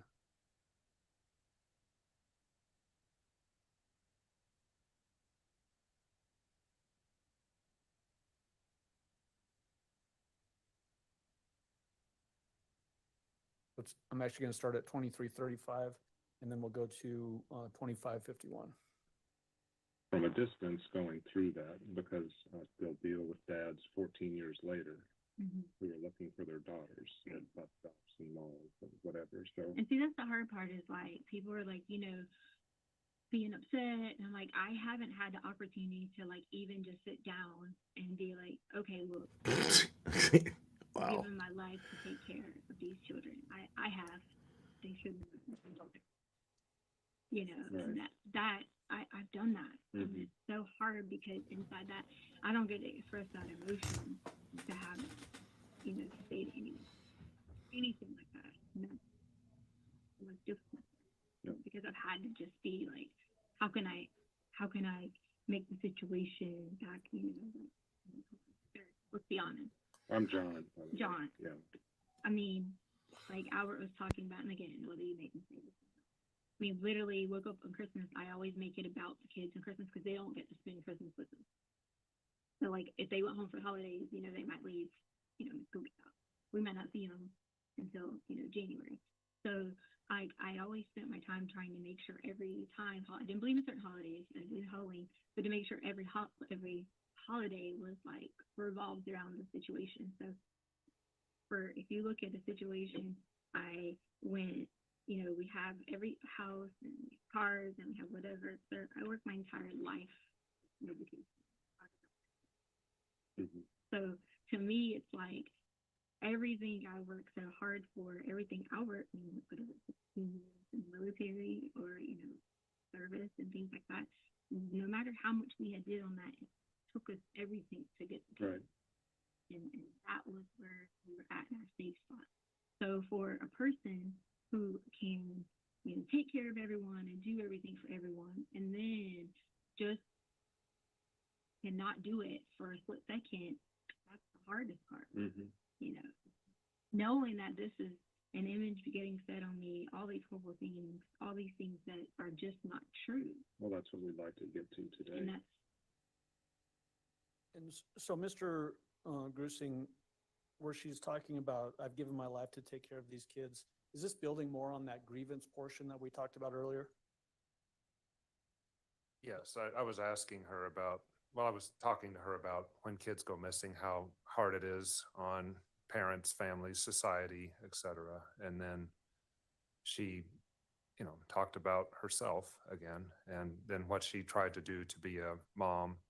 And yeah, I would see that as, and then she went from there to holidays, you know, so she wasn't going where I would like her to go to see the gravity of us looking for an 11-year-old child.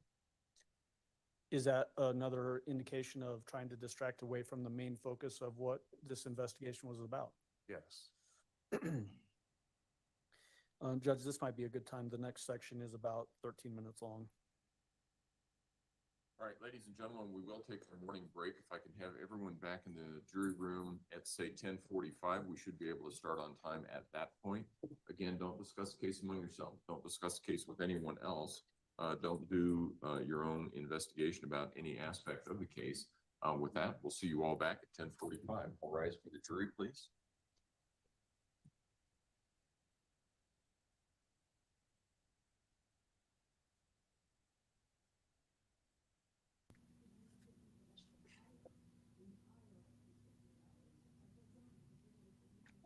.5 WSHE, Miami, Fort Lauderdale, and the Palm Beaches.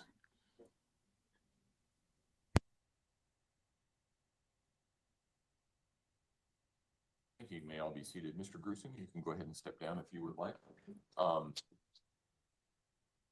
just want to alert council, I think this afternoon, at some time we can either do it before we start the afternoon session or towards the end of the day. I would like to go through, because I think we're fair amount into the evidence. I want to go through and compare admitted evidence exhibits, make sure that we all have the same ones. And then that way, if there's something that is amiss, you can think about it over the weekend and we can figure out some sort of solution. But with that, we'll see everybody at 10:45. Okay, thanks. All rise.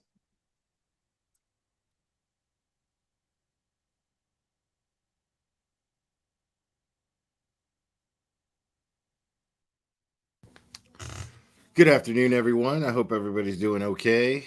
Uh, yeah, I know. I'm a troll. I get it. You guys are just in the crossfire when I troll Cherry. It's nothing personal. Um, so this FBI agent, I think I first of all, I love that he's all business. He's like your textbook, like cliche FBI agent.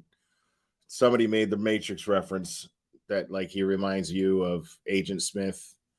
Uh except he's not a heartless evil prick. Um he he definitely is, like I said, all business. So I'm of the opinion that he's possibly the strongest witness that the prosecution has right now. Um, I absolutely love it. But yeah, I'm with you guys. I'm waiting for him to be like, Mr. Anderson. But the he's definitely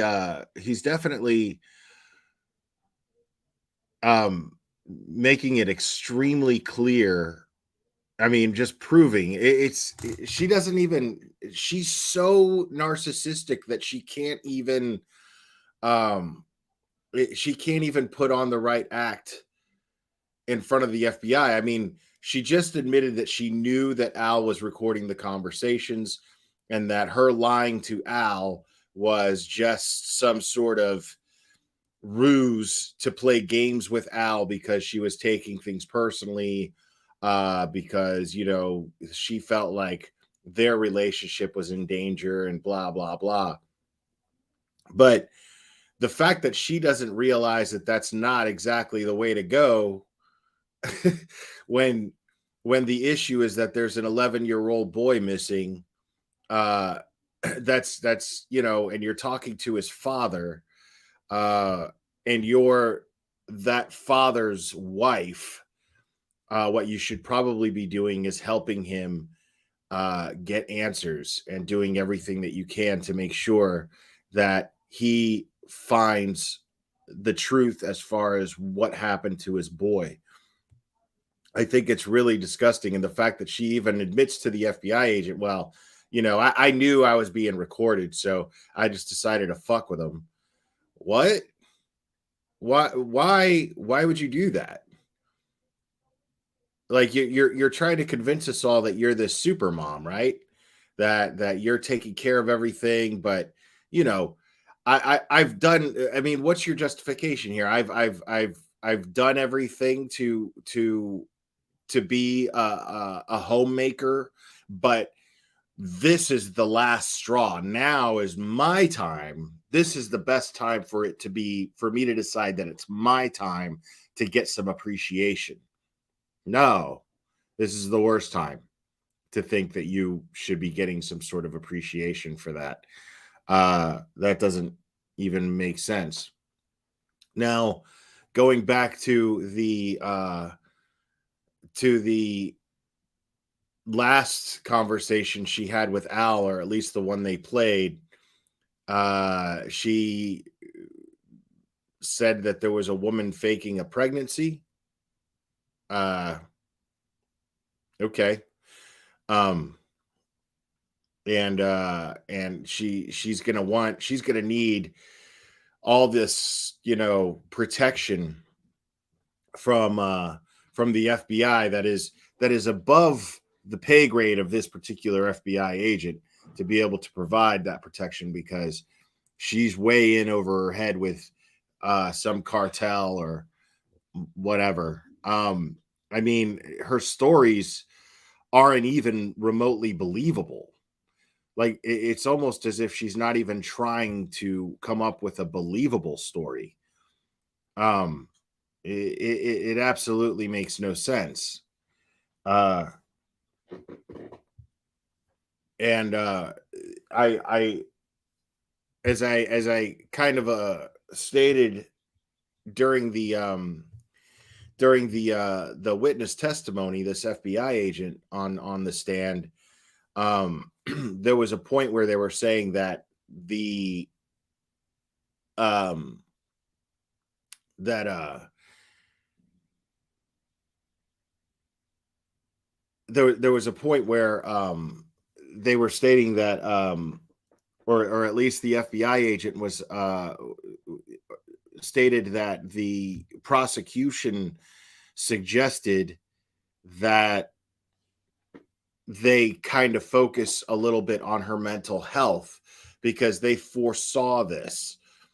They were like, she's going to try to claim insanity, so let's get her to talk about her mental health issues, because if she's the one claiming insanity, then she, a test, or a not a testimony, but an interview with her where it's on record where she says that she doesn't have any of these diagnoses, then they could knock that out of the way. They could shoot that down at the exact place where we are right now, which is trial, which is a courtroom.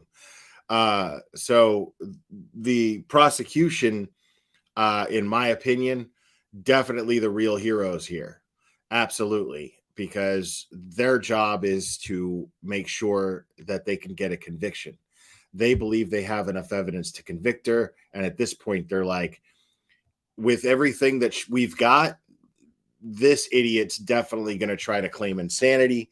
And we're just going to shoot that down before it even becomes an issue. And that's exactly what they just did. So now this FBI agent is just letting her dig her own hole a little bit deeper. And yeah.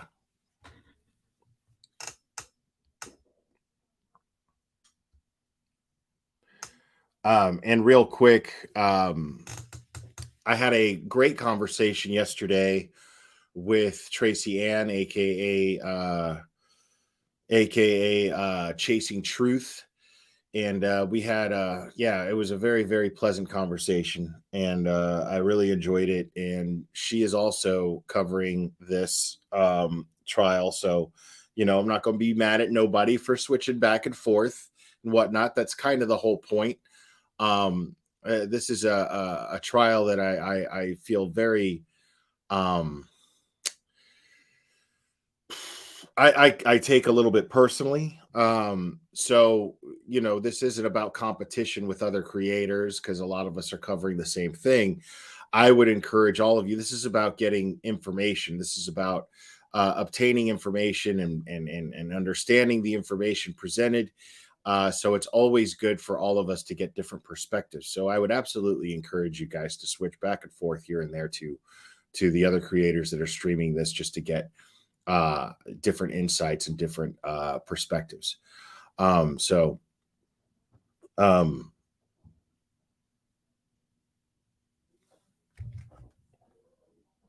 Yeah, do that, Cherry. Please do that.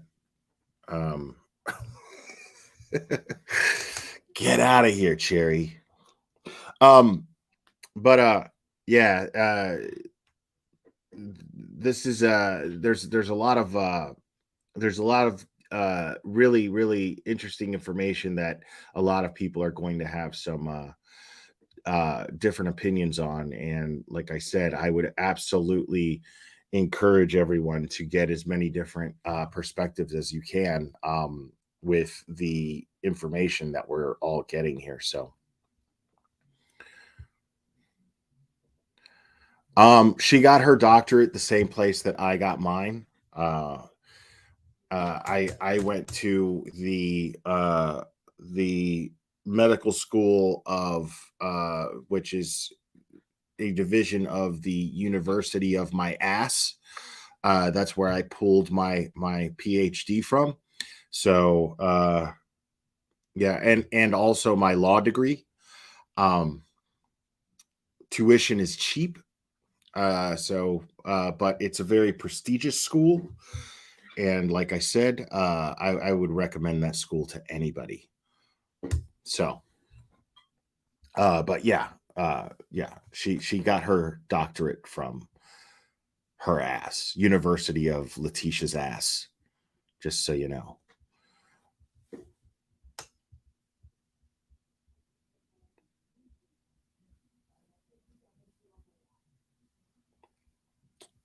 And we've got about 10 more minutes before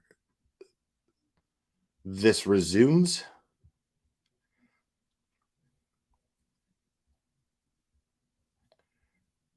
And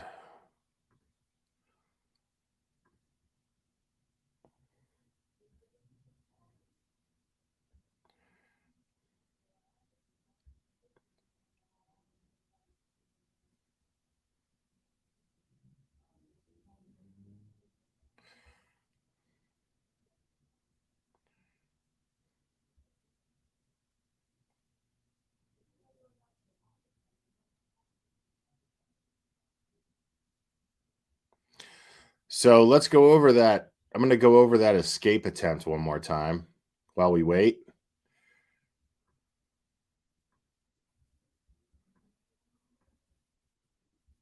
In People's Exhibit 338, just to give some context. The first clip is a view of Letitia along with Deputy James in the back seat of the van. They're sitting in captain's seats. And during that portion of the video, you can see Letitia moving around slightly. And that's because her hands are handcuffed to a belly band around her waist. And she is manipulating her hands out of the handcuffs. And she obtains a Monster Energy can and she strikes Deputy James in the face with that full unopened can of Monster Energy drink and then struggles with Deputy James. I myself have noted several pre-contact cues where she is glancing at Deputy James' waist area where her gun was kept. And then ultimately, whenever I come back to assist Deputy James once the vehicle is stopped, she also glances at my waist where my gun is kept. I took that to be a threat that she was attempting to obtain one of our weapons. So let's have some context. Where did this occur in that travel from South Carolina to Colorado? This is in Kansas on Interstate 70. What approximate speed were you all traveling when this occurred? About 75 miles an hour. What was the reaction to this action by the defendant to who was driving? Deputy Riley was. What was his reaction to that happening in the backseat of the van? We immediately start giving commands to Letitia to stop. And as we're doing that, Deputy Riley pulled over to the shoulder of the interstate. Thankfully, there was an area clear for us to pull over and he slammed on the brakes, which put her into the back seat of my seat. Was that a highly dangerous situation that was unfolding? Absolutely, yes. What made it highly dangerous? Ms. Stout was already suspected of murder, and she assaulted a deputy who was armed and attempted to obtain her firearm. What about the fact that you're on the highway and that action or reaction by Detective Riley had to occur? Did that also enhance the dangerousness of it? Yes, he wasn't able to exit the vehicle to immediately help us because of traffic that was traveling so quickly next to us. All right, let's go ahead and play that. That's crazy. You got to like sit and wait. And I believe so it's you don't 21 get minutes nailed if by you're a okay to stay up for by a this. car going So how many 75 more miles guests per was it? hour. Okay, you can go ahead and step down. Thank you. So while you're being attacked by a vicious, dangerous, narcissistic sociopath who's trying to get somebody's gun, you got to like wait because you're on a highway and the traffic going by right by your door is going 75 miles per hour. And you got to just like wait. It's scary as hell.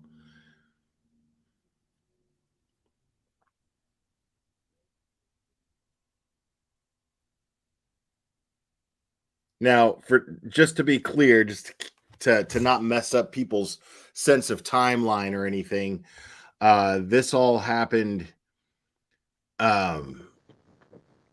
This all happened. What we're looking at after her arrest, and she was arrested in South Carolina, and she's being extradited back to Colorado. So this is the trip during the extradition back to Colorado. I mean, you could see her right there, just kind of like she's struggling and she's slipping out of her handcuffs. She's trying to be all incognito about it. Boom! Hits her with the monster can. Stop. She keeps threatening. Stop. And She keeps on threatening me. and I find it interesting that keeps on. it's in her nature to try to justify her actions. She keeps on. Threatening me. I will for you. She keeps put your arm down. Put your arm down. She keeps threatening me the whole time. Tisha, give me your arm. I will to you. Tisha, give me. Tisha, give me your I arm. will to you, but not to her. Cooperate with me. Cooperate with me. I will with you, but not with her. Cooperate with me. I will with you, not with her.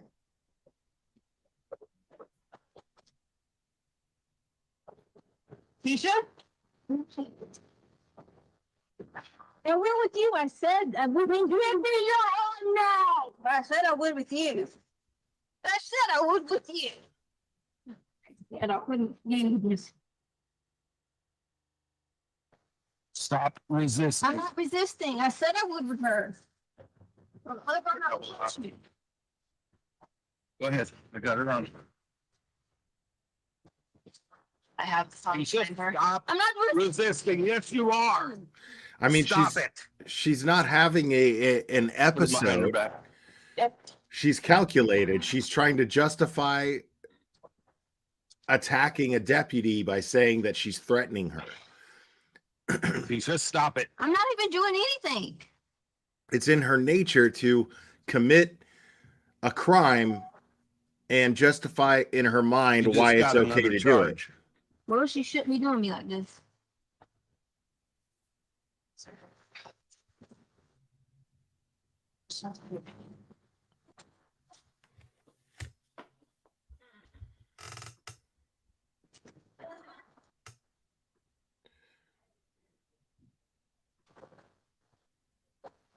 Stand up. Stop trying to turn. I'm not trying to turn. You can stay that way the rest of the trip. Please know what we want to do. We're going to the nearest detention facility. No. Everybody knows. Oh, could you please untighten it from my hands? Not right now, Tisha. Yes, it's all my arms. Yeah, like why should these cops have Lean to put forward. up with this shit? Lean forward so I can adjust it. Stop manipulating the saw. Eating you.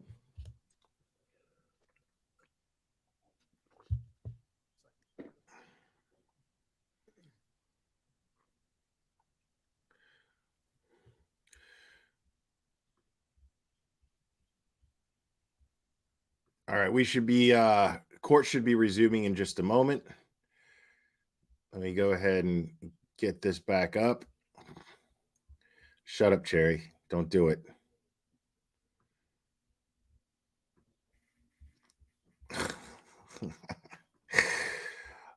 Yeah, we're just constantly seeing evidence of her because again, it's not up to the prosecution. The prosecution's job is just to confuse the jury. Or I'm sorry, the defense's job is to confuse the jury. The prosecution's job is to keep things on task, and they've been doing a really good job of disproving the defense.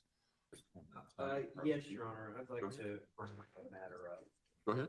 With respect to the agent now. Agent Gruesing. Yes. Okay. But he's testified that he's essentially an FBI profiler. That You know, he's got a lot of experience with that. He's been an agent for a long time. He's mentioned lots of cases. He compares. A very experienced FBI profiler. Your Honor, under People v. Stewart,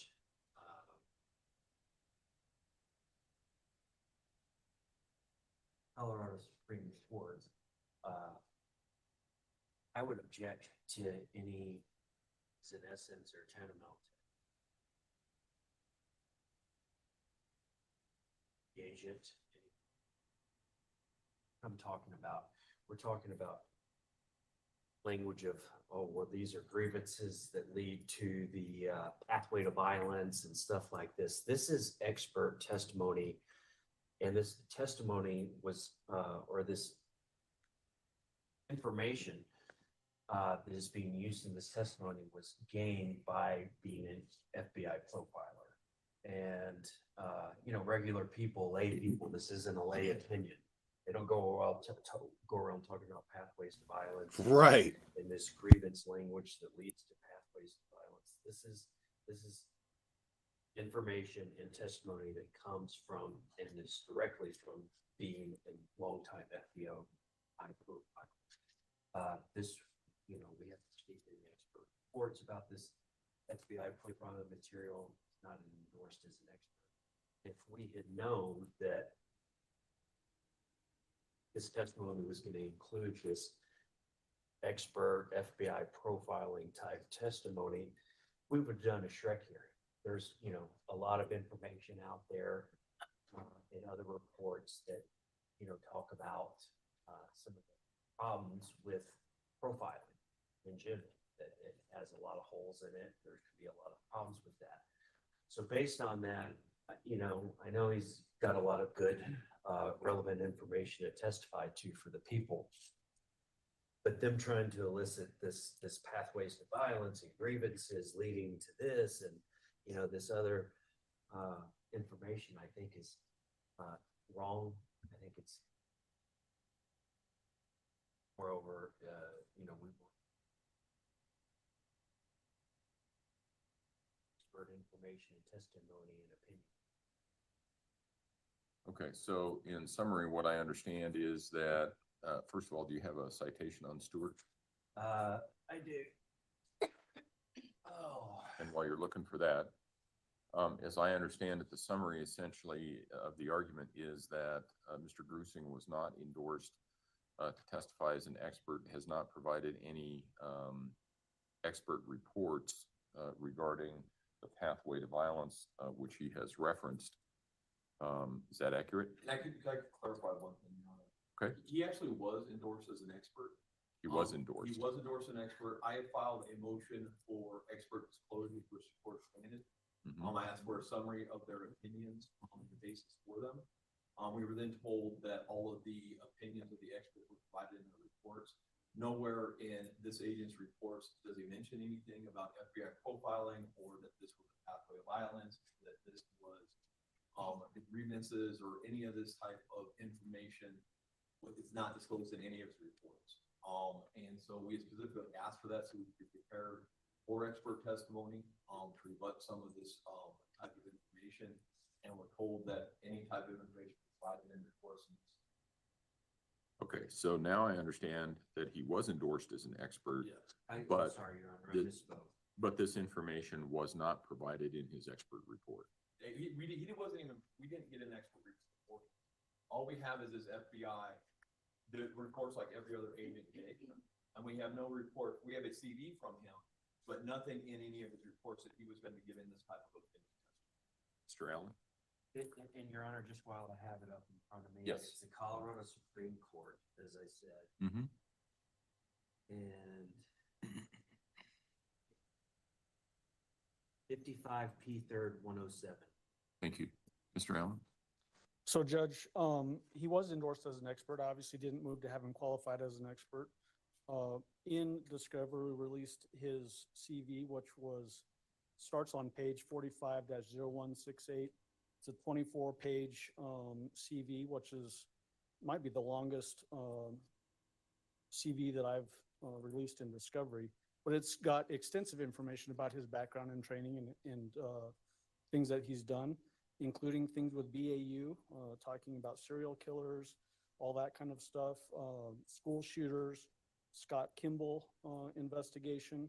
And the basis of his testimony has been, and my intention is to continue to have him testify as to his experience and training and how he is using that in this interview to gain information from this defendant to continue on with this particular interview. That's been the entire basis of these types of questions. And a grievance is just really somebody feeling like they have a grievance.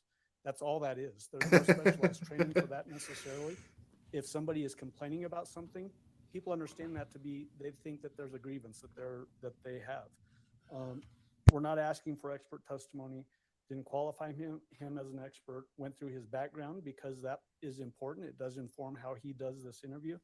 And I would ask the court to, well, one, I'm not sure exactly what the objection is from defense because we've had both attorneys talking about it. And it's been different statements from both of the defense attorneys. So just allow us to continue to go through his direct examination. They're not even on the same page, the defense, is what he's saying. His opinion based on his training and experience is banned by people who sue. To the degree that they want to qualify him as an expert, we have a violation of the court's order regarding experts. All right. Is Agent Grusick, he is back there. Okay, Yeah, good. Here's how I see this. I did enter an order that required that if the witness were going to provide expert testimony, Thank you, that a Okie Crime report News. regarding that expert's testimony needed to be provided so that it could be disclosed. I understand that Mr. Grusick has been endorsed as an expert. He's not been offered as an expert at this point in time, but he's been endorsed as an expert. It's not clear to me. It appears to me that Agent Grusick did offer some, or he's mentioned in the reports, or he has some reports, but apparently does not have or did not disclose the opinions that the defense is requesting. What I would order is I think that Agent Grusick needs to stay away from the phrase pathway to violence. I think he can testify as to why he was directing the interrogation in certain manners. I think the issue of him saying, well, I wanted to keep her talking, I don't really know that that's any different than anybody else, frankly, that's testified here. Right. I was telling her this because I was hoping that I would get her talking. At one point, I think it was in the video. I don't think it was independent testimony from Agent Grusick, so I think it was in the video. At one point, he mentioned something about the Dylan Redwine case, but I think that was in the video, and he was trying to get the defendant talking about that and trying to explain his experience. I think all of those are appropriate.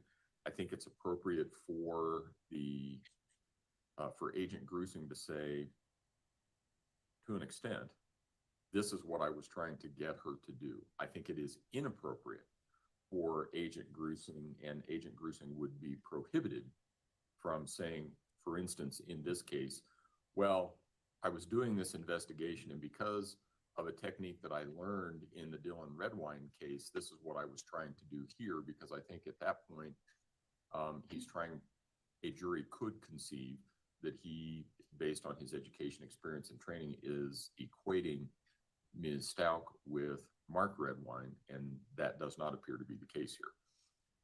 So I think that there are things that he can talk about.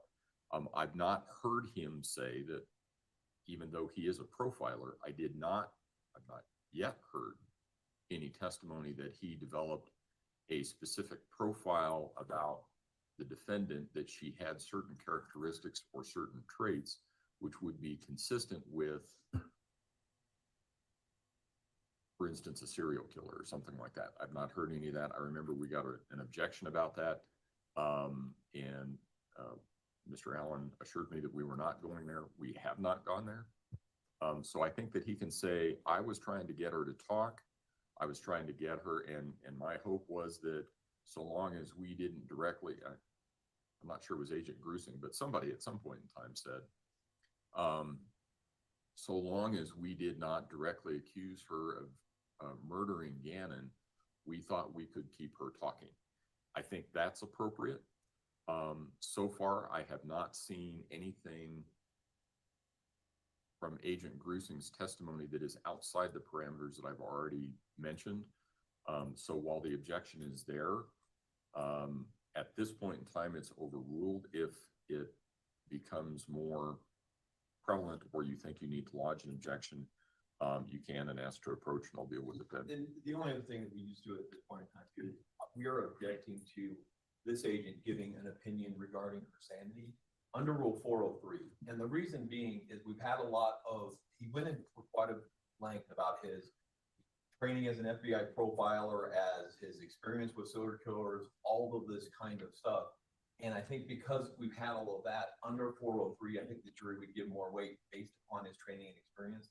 And I don't think under 403 that's cured even by saying in your lay opinion, because I don't know how you take out 20 plus years of FBI profiling to give a lay opinion on this. We've had a plethora of lay witnesses testify that it's her sanity. This witness, because of the background that was given at the beginning of his testimony, I just think under 403, I'd ask the court to go ahead. I'm going to require, Mr. Allen, that you not ask that question until we get to the end of the testimony, and then we can take it up then. I want to see what other foundation is laid at that point in time. Regarding his contacts with Ms. Stout, it appears it's primarily this video. Well, no, that's not accurate, Judge. If we're saying contacts, we've got a plethora of recorded phone calls. Plethora. 16 of them, but there's even more than that we didn't decide to admit. As you know, there's some that are over an hour long. There's some that are shorter in length.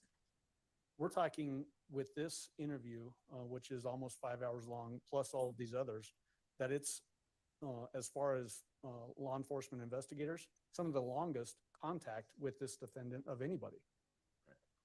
I want to wait until I get to the end of Yeah. direct, and before you ask that question, ask to approach, and then we'll see where we are there. I think I understand the issue from the defense is not so much contact as it is because of this witness's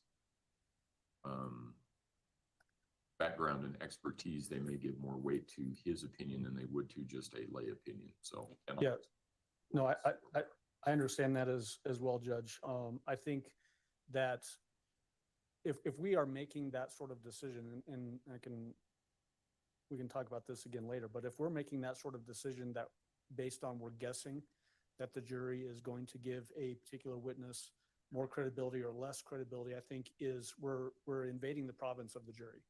They get to understand and make those decisions in private in their deliberations, and we should not invade that. And I think case law is very clear about that. One last thing, Judge, just so that the record's clear on the prior cases, examples that Mr. Grusing gives during the pendency of this interview and that sort of thing. You notice I haven't asked any questions about serial killers or anything like that, trying to draw parallels. I'm not even asking about prior cases, even though it's prevalent in this particular interview. If there were concerns from the defense about those issues and topics coming up in this interview's been out in discovery for, years. This is the first time we're hearing about it in the midst of trial, in the midst of testimony from Mr. Grusing. And I just think it's improper to do it now under these conditions when there was plenty of opportunity to do it prior to, with the caveat that obviously I'm not drawing special attention to these issues. It's just going to continue to flow in this interview. I'm not objecting. The fact that he mentioned red wine in the interview is not the source of my objection. It appears to me that he's inferring some traits as far as a serial killer, saying like the grievances lead to the pathway to violence, lead to somebody committing these type of horrible acts. That's the kind of opinion testimony that we're objecting. That I'm noticing she had these grievances, and that would then be a motive for her to commit this type of violent act based upon the training and exam. And it's not all the way there, but we're getting to me, it's getting pretty close when we're talking grievances lead to path to violence. And that's specific one, and we were unaware of it until this point in time. I'm not, the stuff in the interview technique, that's fine. And the stuff I need to keep her talking, that's fine. It's the stuff that's, I've noticed this, I've seen this in other people, and it seems like he was leading up to this type of thing. That's the specific thing that we're. Okay. All right. I think we've all made the argument. I've given us a pathway forward, and that's where we will go. Agent Grusing, do you have any questions about the parameters that I expect? I do not, Your Honor. Okay. All right. Are we ready to bring in the jury? Yes, Your Honor. Defense, anything else? Okay. Let's go ahead and bring. Do you want Mr. Grusing back on the stand? Yes, please. Agent, if you, Special Agent Grusing, or I'm sorry, it's now Mr. Grusing, if you would. Only resume- Mr. Grusing. If you would resume your feet on the witness stand. I remind you that you're still under oath.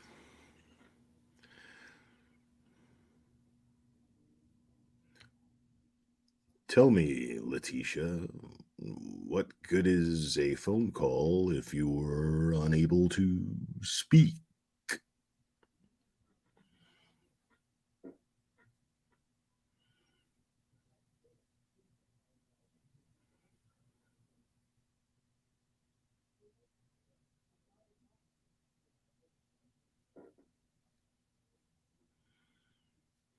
All rise for the jury, please.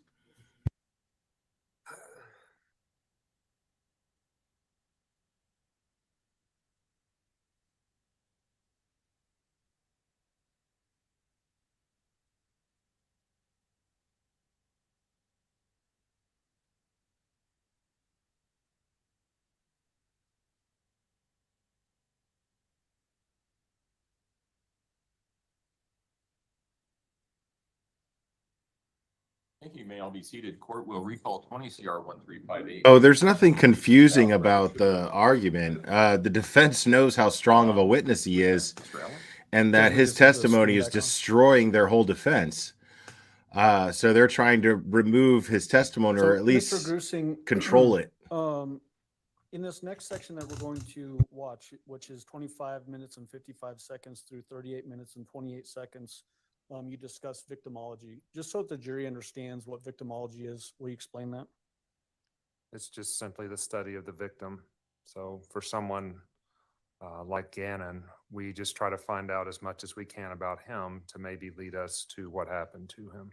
Okay. We'll start that now at 25:55. Mr. Anderson. But first, let's go to Gannon, because what we do is called victimology. Have you heard of that before? So victimology is we find out as much as we can about Gannon, the victim.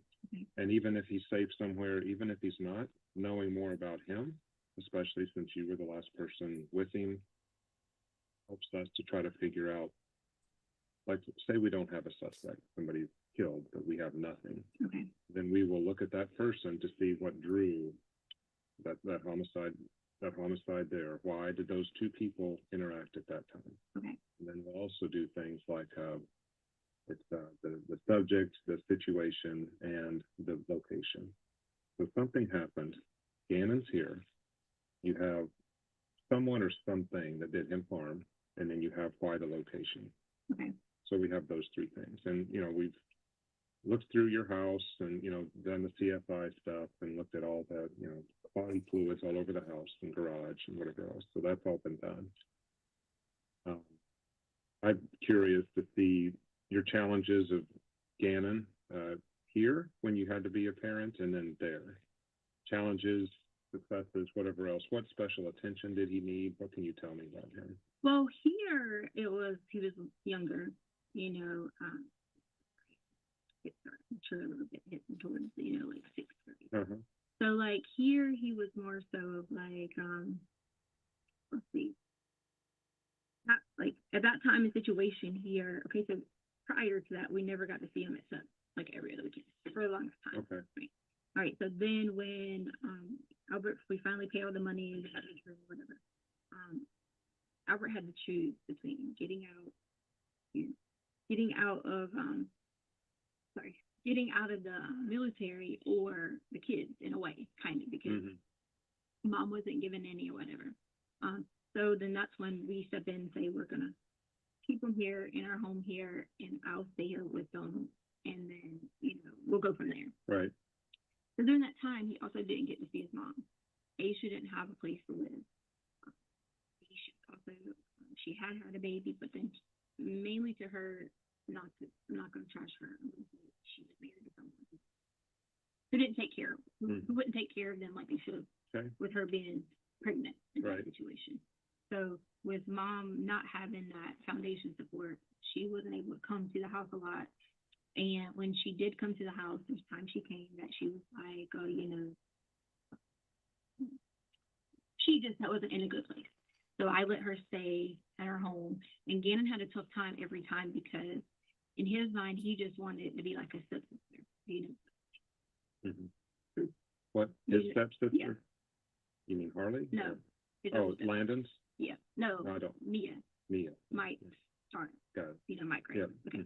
So he wanted it to be like Mike Starner, which was they go to dad's house for a week. Right. You know, so Got it. that was Gannon's mindset when he was here. Grandparents, amazing people, which is Landon's family. Amazing people, grandma, I think I make up, Nana and Poppy. Great people. They would always come get them on weekends and things like that, so that I'd have time to, like, you know, do whatever I needed to do, or if I wanted to go shopping or go hang out with people, whatever. So we had all that, you know, going on here. And the missing piece was, you know, Yep. Gannon would do his schoolwork, very smart. I think he made all A's here in fourth grade. I'm pretty sure he made all A's here. So made all A's here, didn't have like an issue at all. What would he like when he got home from school? Because Albert's out, you're having to take care of him. Well, to be honest with you, I got him from after school, which was about like 5:30ish. So by the time we did homework, and all those things, it was almost time to like get ready for bed. Are you doing his homework with him? Is he doing it on his own? What? See, the difference between schools, and I'm not trying to talk about Colorado if you're from Colorado, the difference between Colorado and South Carolina schools was South Carolina did a lot more with history and those type of things. For Colorado, so he did struggle with history, so we had to sit at the table a lot of times and like really work on like he was a mathematics. So like his dad. Gannon is just like his dad. He is so mathematically inclined, you know, like an engineer type brain. So when it came to history and reading science stuff, unless it was something he liked, he didn't like. So we spent hours sometimes, you know, working on those things. But with knowing the curriculum, it was easy because I already knew. And so by the time we did that, it was time for him to go to bed. You know, yada, yada, yada. So that was. That's here. So, yeah. Then what about in Colorado? How is that different? Well, when we get to Colorado, of course, I start them in school, which would have been August. Okay. So I start them in school. It was a big help because Gannon is at this point a little bit more mature. He knows he'd stay with us. Because see, I took him to Alaska and homeschooled him before we got to Colorado. I homeschooled him for those 2 months. And then we transitioned into Colorado. Actually, it wasn't August. I'm sorry, I told you the story. It was that January that we got here because I homeschooled him November, December, not of this past time, but of the year before. Okay. All right. So January 2019.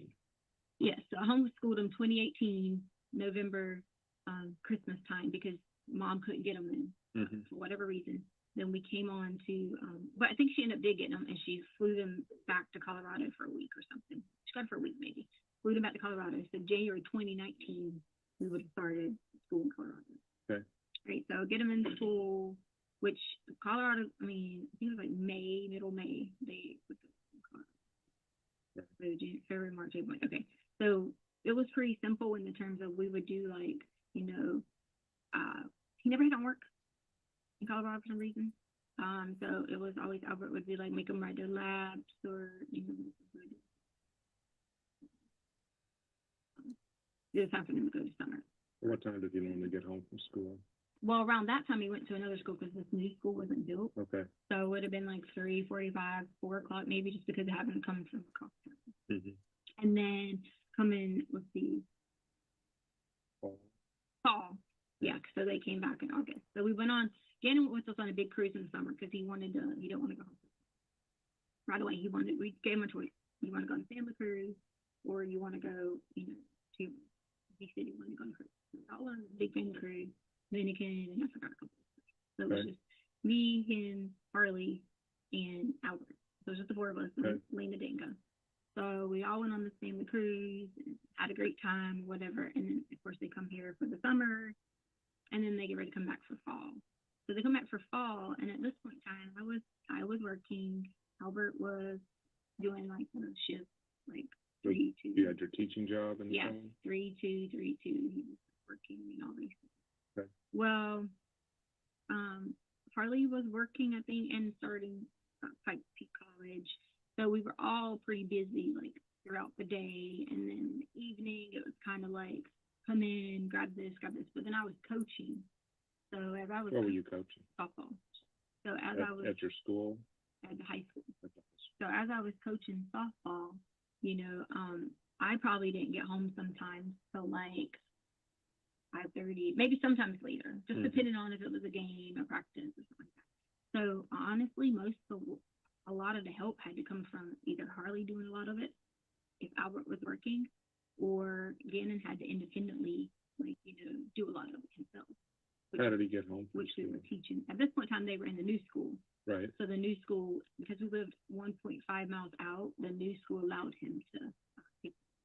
If not, they had the rest of the way they had it. Okay. So coaching was over. Probably around. It's weird because they do softball. So coaching was over maybe around. So whatever. Gannon started having a hard time because he was wanting to go home for Thanksgiving. When I tell you Gannon, he loves his Nana. Like that's his. If it was up to him, he'll just. I'll be at Nana's house all the time because he loves Nana. So he wanted to go because he has 2 little boy cousins. If you know, Gannon has 4 sisters, and he doesn't have any brothers. Mm-hmm. So he, in his way, those 2 little boys are like his brothers. Okay. So if he goes to Nana's house, he can spend a lot of time with his little cousins. And then they can all just hang out. He didn't get to go for Thanksgiving. Albert had to work. So I don't really cook. It was always like eating out whenever it's my turn. So I just said, hey, listen, we'll go out to dinner. We did all this Thanksgiving, tried to make it up the best that I could because I'm not his mom, but he wanted to be there with the family, because the holidays and that's what he always used to. And then of course Christmas came around. And same thing kind of happened at Christmas, but then we worked it out and I figured out a plan to get him home for Christmas. They went to Nana's for Christmas? Spend time with the family, yeah. Because Mom never had a house. So Albert said it's okay if they go and then they have to get me a house. And that was our biggest worry. Have you ever been here before today? Mm-hmm. Okay, so if you look on the boulevard and things like that, there's a lot of not the best places, and that was where they were staying at one point. When they would come, and so that was why they were like, no. Right. Okay. Yeah. So then, is Gannon responsible for taking his own? He has ADHD medicine, right? Does he do that on his own? Do you help him with that? Most of the time, how it worked is I got all lunchboxes ready, set them on. We've been in the house with the stove that's in the corner by the refrigerator. We would set lunchboxes out, snacks, and let them pick. And he always picked before Lena because he just knew that he could get it. If he beat her up, he could pick the snacks he wanted. Mm-hmm. So he would pick the snacks that he wanted, and I would lay his. If Albert wasn't getting them up, I would lay his ADHD medicine, 5 amps, 20 milligrams. I would lay his 5 amps on. And so what form is it? Is it just tablet? Or? Yeah. Okay. Yeah. So I would lay it on the counter, and he would know, come in and take it. How does he take it? Is it with water? Yeah. He doesn't even use water half the time. Okay. Right. He's been taking it since he was 5. Okay. So. Is there any other that he's on or no? Like Adderall or anything else? No, I don't know. I think when he was 5, they tried one medicine, but the 5 amps worked. That was it. That was the one. Any of the other kids on medication? Mm-mm. Hardly. Mm-mm. No. No. What about you or Al? I don't know anything other than what I told you about lorazepam. But see, the thing about lorazepam was they might give it to me and I might not get it again. 30 tablets, but it was only for panic attacks or things like that. As far as Albert, I know he has the gout, so I know I'm sure it's nothing that. But nothing that he could Gannon could mix up medications with or whatever. Take I don't- somebody else's meds or anything. Not that I'm worried. Now there's stuff in the counter from like probably old stuff or like, probably had her wisdom teeth taken out. I think Albert did, but I'm pretty sure he might have been smart enough to get rid of that stuff. I'm not sure. Mm-hmm. But none of us had like any anything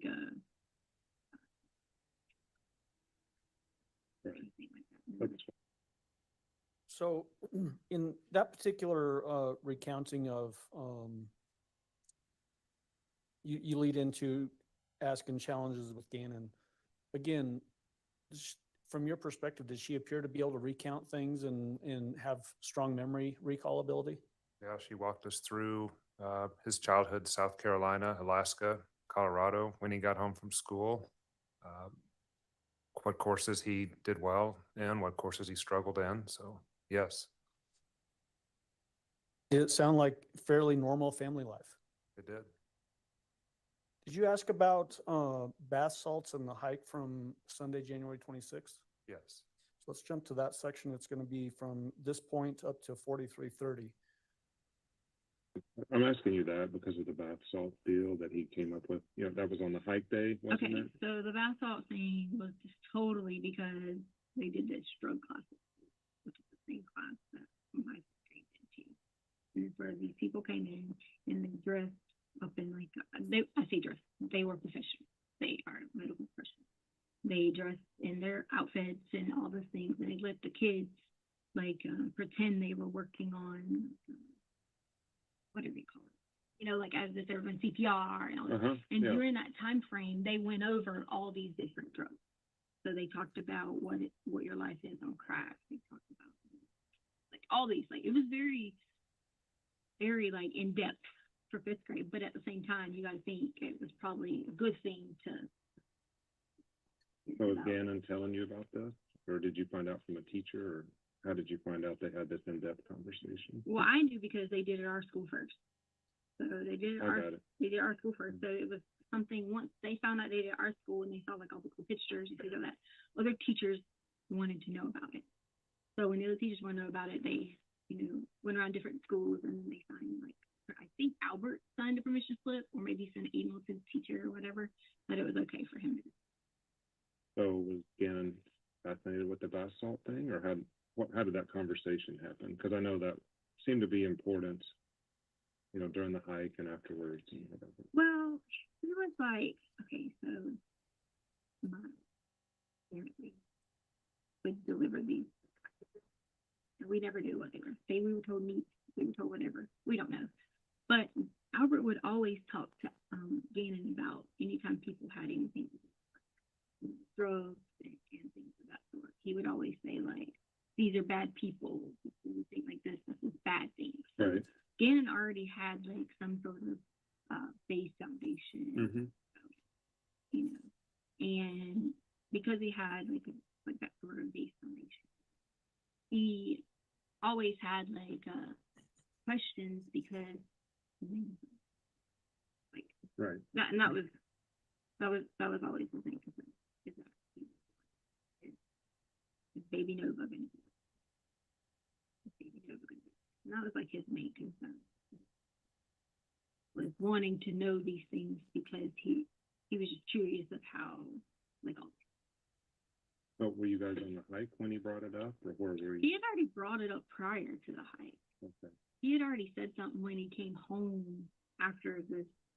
Was it a concern for you? Tell me what he said and how your conversation went. Honestly, sir, I don't remember. I just remember he was telling us about the different things that they were talking about.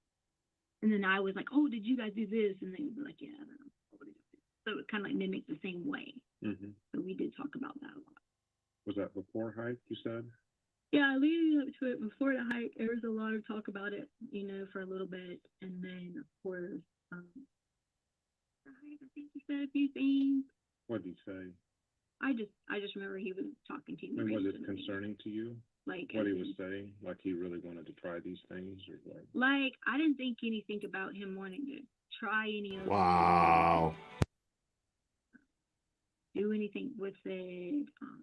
Know that he said something about it, and I gave him a bath bomb. When he said something, what did he say? he just asked me about, in general, about if we had basketball. Because to be honest with you, he had already pooped how many times? So he said that after he pooped on the hike? He pooped a couple of times on the hike. Yeah. Like, when I say poop, I don't mean like. Just a little bit to where it's Right, right, uncomfortable right. and whatever. Right. And so it was the whole thing about basketball was just, I think he just wanted to like relax because he ended up taking 2 baths. So Now, I do think you, he wanted to. and this, I don't want to be weird, but are you giving him baths? Is he taking them? No. Gannon goes by himself, and he's very like helpful, independent. Like I've taught him so many independent skills where he can go in there and just now he'll forget to like bring his clothes up or simple things like that. Okay. So he takes 2 baths that night, or 1 bath that night, 1 the next morning, or? I think when we got home, we took one. Me and Lena went to go get food. And then I think he had used the bathroom again. I think me and Lena got back. And then she took one somehow. So, Mr. Grusing, in that portion of the interview, we're talking about the hike and bath salts. Again, did she appear to have ability to recall those details as well? Yes. Is that markedly different than when you're talking about trying to get details as to what happened to Gannon? Yes. In what way? She's comfortable talking, and as you mentioned, she's giving details, and she can clearly remember what was going on, just even from her comfort in talking to me. And this is from what she's describing here is from the hike that occurred on the afternoon of January 26th of 2020. Yes. Did you ask her about what does it look like if her and Gannon argue? Yes. So let's jump to that section. We're going to jump to just a little bit ahead, 44 minutes and 45 seconds.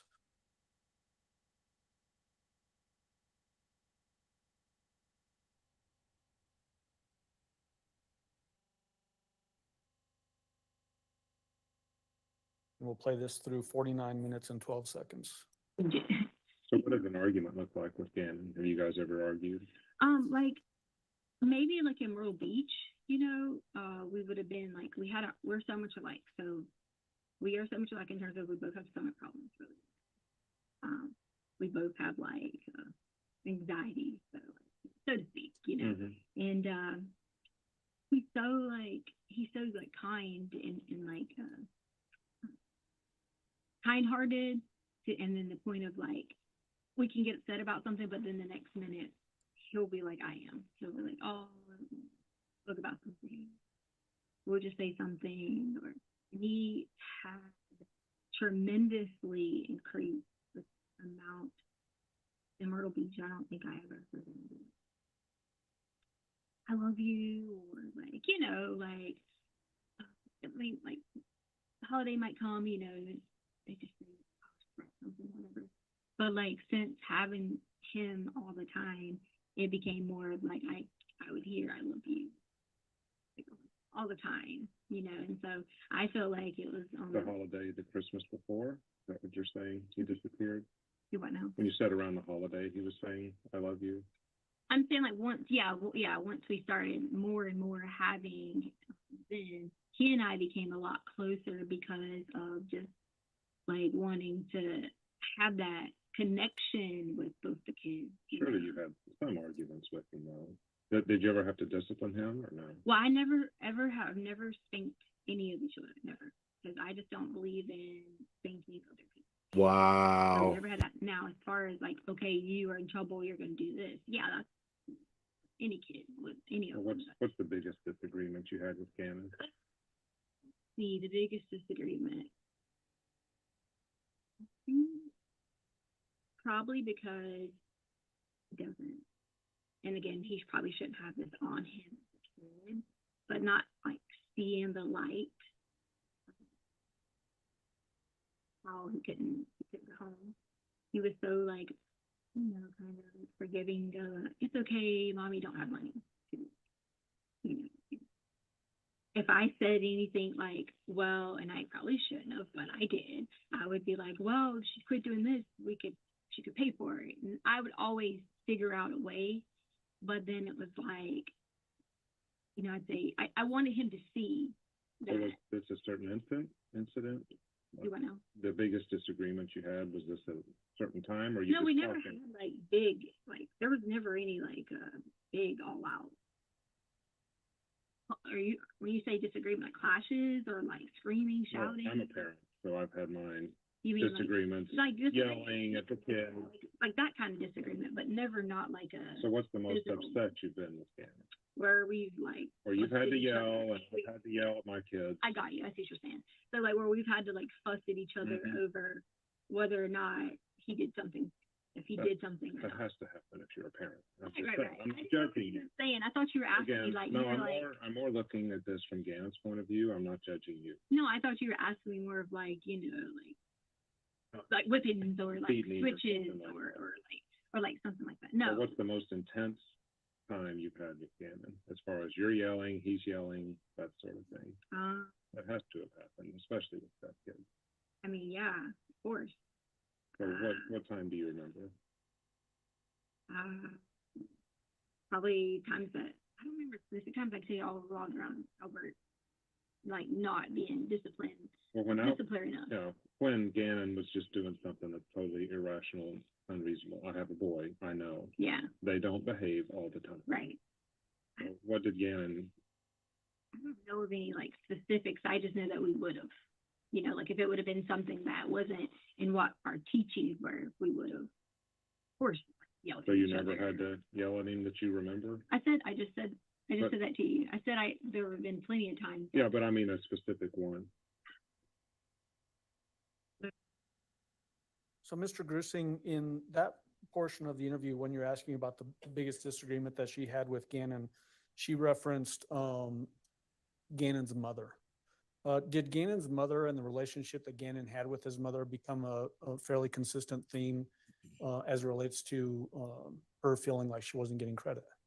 She mentioned that a couple of times, yes. Okay. And in that particular one, she mentioned that he's very forgiving to his mom, and she being the defendant, wanted Gannon to see that his mom wasn't doing the right things. Yes. Almost seeming to want to discredit Gannon's own mother. Correct. In Gannon's eyes. Yes. Okay. Did you ask, or did she eventually give a description of Gannon being in a very upset rage and having some sort of a knife or box cutter? She did. All right, let's jump to that section, and we're jumping ahead about a minute, so 50 minutes and 10 seconds.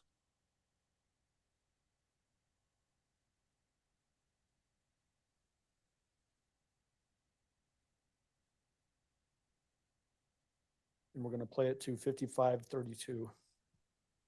Gannon wouldn't like yell back. Gannon would not like yell back and be like, like confrontational. So Gannon would not like.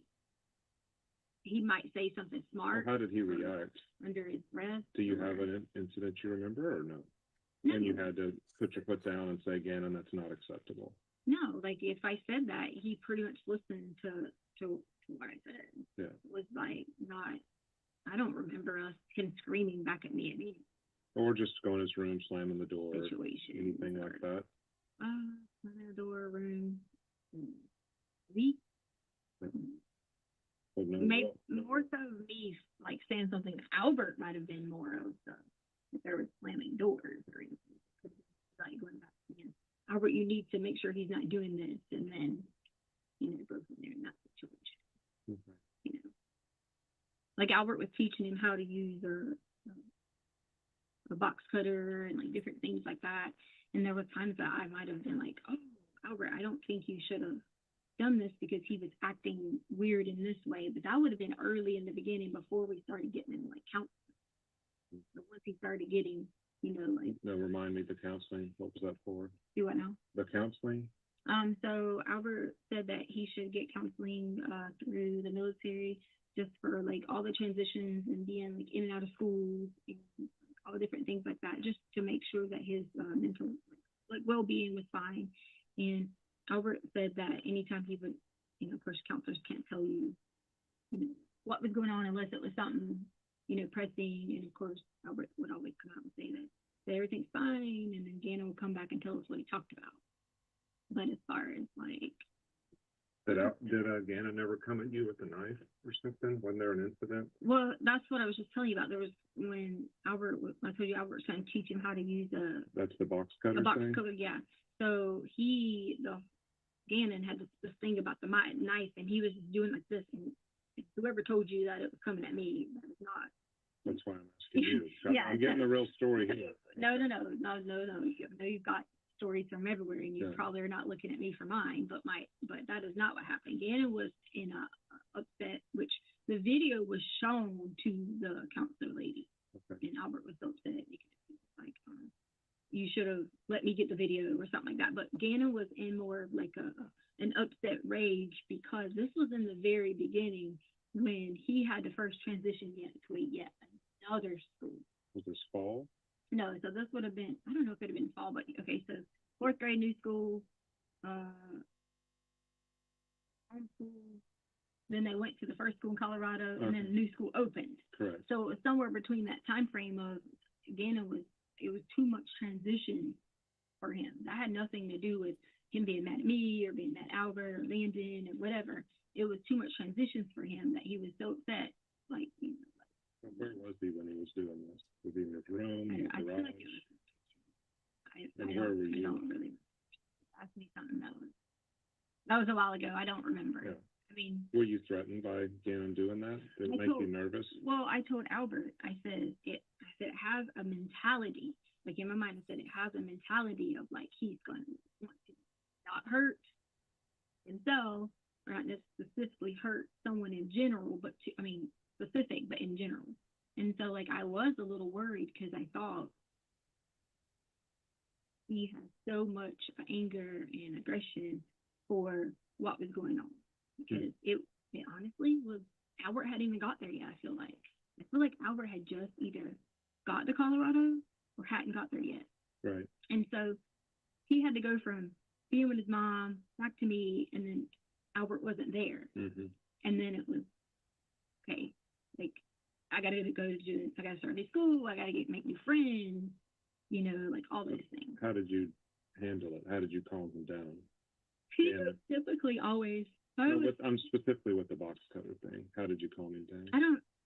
I don't know if it was a knife he had then. I was just saying, like, he had been using a box cutter, so that's how I was teaching him.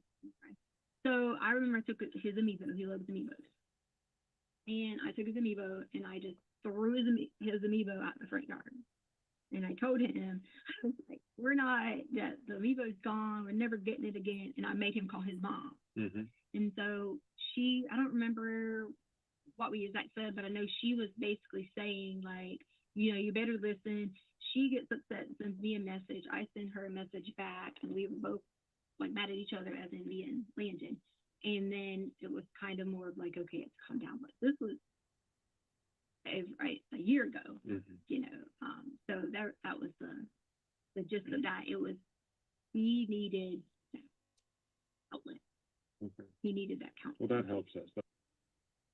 So pausing you at 55 minutes and 32 seconds. Again, she's showing a good ability to recall different events that have occurred during her time with Gannon. She is. She says that there's some video of some knife or box cutter incident. Did you ever see such a video? I did not. Do you know if one even actually existed? No.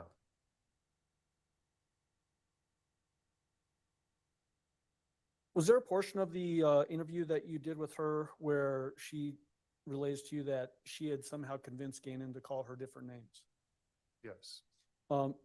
The way that she's talking about that with you, did that seem like that was a calculated move on her part, meaning that she's trying to convince Gannon to do this? Yes. Okay. Let's jump to that. That's going to start at 57 minutes and 15 seconds.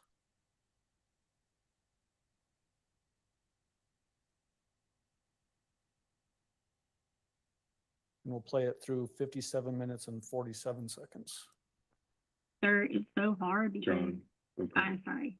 I'm old, but don't call me. John, it's so hard because if I get up in the morning and Gannon would even say, "You want me to take the dogs out so you can have 10 more minutes of sleep?" And I convinced him into changing my name. I had to go on board of like calling me a different name. I didn't ever like my original name, so I had to go on board of calling me a different name. So the helpfulness. So as it relates to those that different names that she's referring to, the reason that she gives in the interview was because she didn't like her original name. That's right. Did she ever talk about that in any other time, either on those phone calls that you were a part of, or even during this interview about how she would go as a different person or different name? Not that I was a part of, no. Did this appear to be the way she's describing it, a voluntary act on her behalf to get Gannon to call her a different name because she didn't like her original name? Yes. Did you ask her about the candle incident and the fire in the basement and keeping Gannon home? I did. Why'd you ask about that?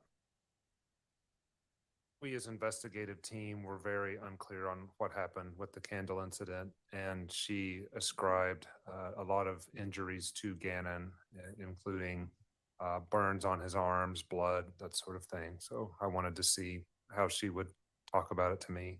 Okay. So we'll jump to that section next, and we're going to jump to 1 hour and 1 minute and 20 seconds and play through 1 hour, 26 minutes and 58 seconds.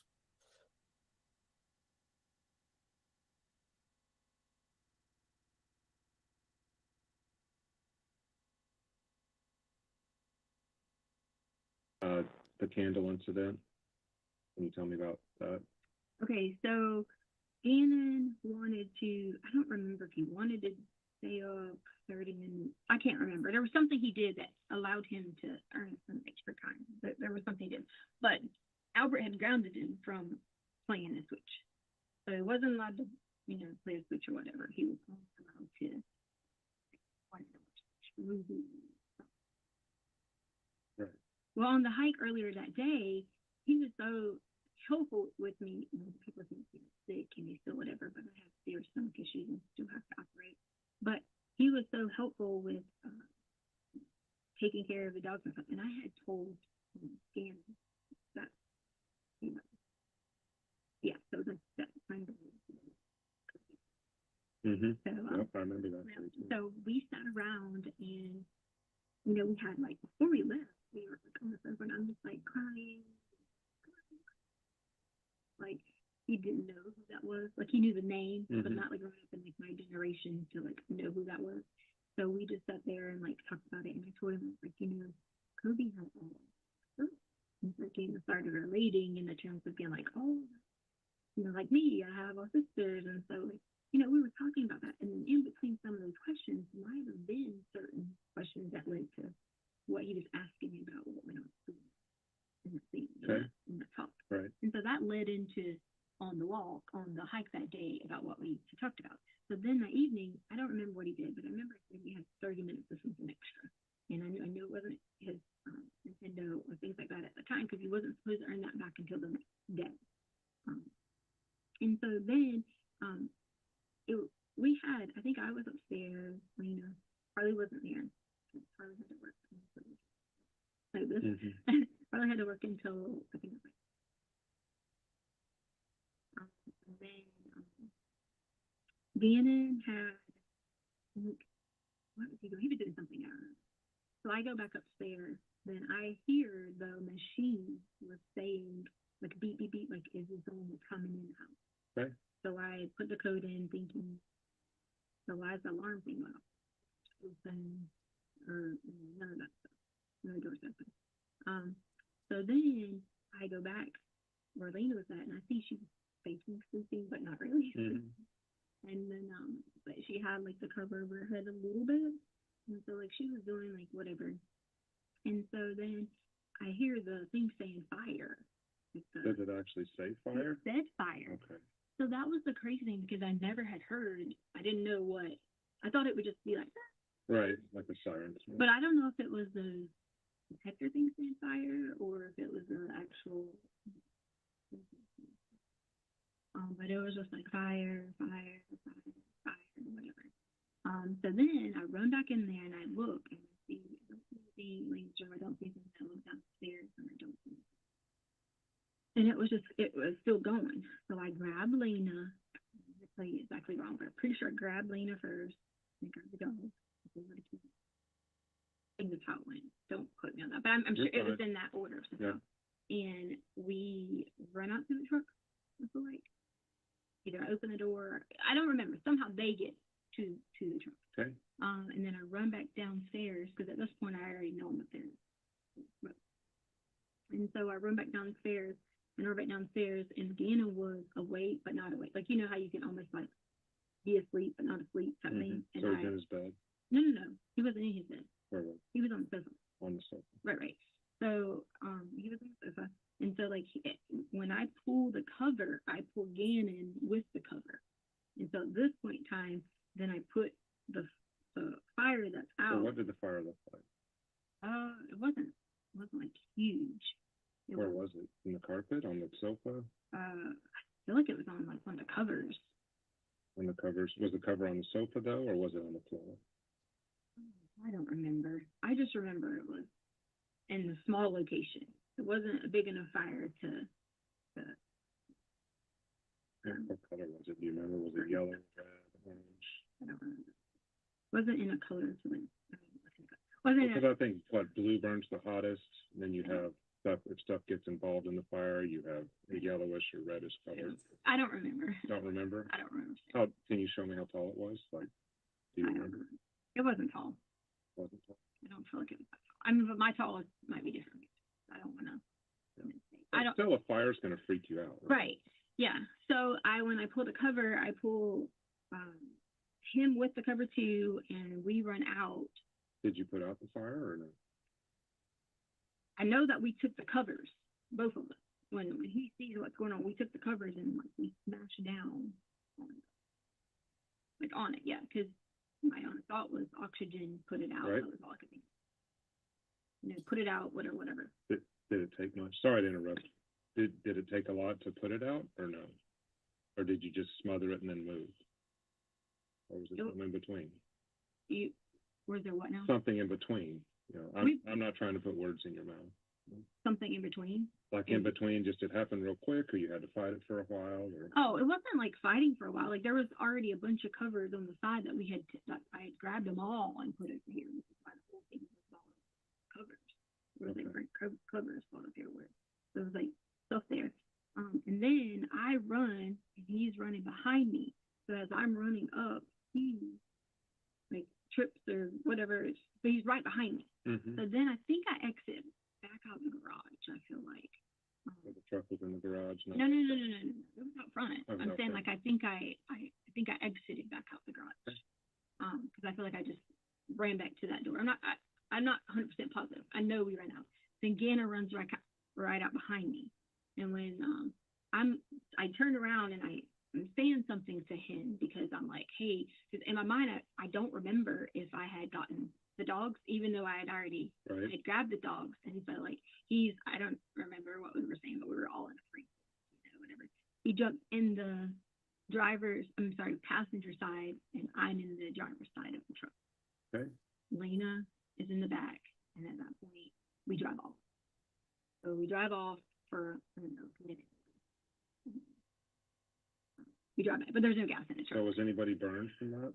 So Gannon had you or Gannon? Gannon had little burns on his arms from that, and then but at the time, Gannon always lays with like his either anywhere or like something like that. So at the time when we ran out, I feel like did he have a shirt? I don't remember if he grabbed a shirt or grabbed another cover. But I knew that he had some burns on his arm, but I know they weren't bad, like burns that were bad. They were just like you can feel or whatever. Were they discolored then? Was it skin reddish, pinkish? What was it? Or did you see it then? Or no, it was not till later that I really like paid attention and should have been like, okay, well, because I did later on on it. But so yeah, so like his arms, and then we get in the truck or whatever. So then we come back. And so I'm, of course, and like, I text Harley, I text Albert, what had happened. And I said, this is what happened. Tell Harley, this is what happened. Don't panic when you come home. Because the house, at this point in time, we get back in, smells like nothing but smoke. Mm-hmm. And so nothing but smoke at this point in time. It's just like, I couldn't get the smoke out. Even opening up the like windows and all these things, I couldn't get the smoke out. So that was So like what happened with these covers that you used to put out the flame? well, the covers were either left there. I remember getting the stuff, some of the stuff, and putting outside in the trash can, which I even showed the people when they got there that I put in the trash can. Do you guys have singular trash cans for each house there, or do you have a dumpster, or what? Really, like it's a big trash. It's just a big brown trash. One of the wheel ones you wheel out and Yeah. put by the curb. Okay. Yeah, so it was just one of those. It was no one was like whatever, but we did want Albert. So like come home, not necessarily come home and meet for that, but we maybe like had updated a little bit to Albert because we were like thinking, like sad and whatever,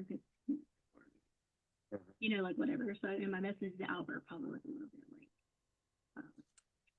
a little more over exaggeration. Just When you say we, did you talk with the kids about let's get Albert home? No.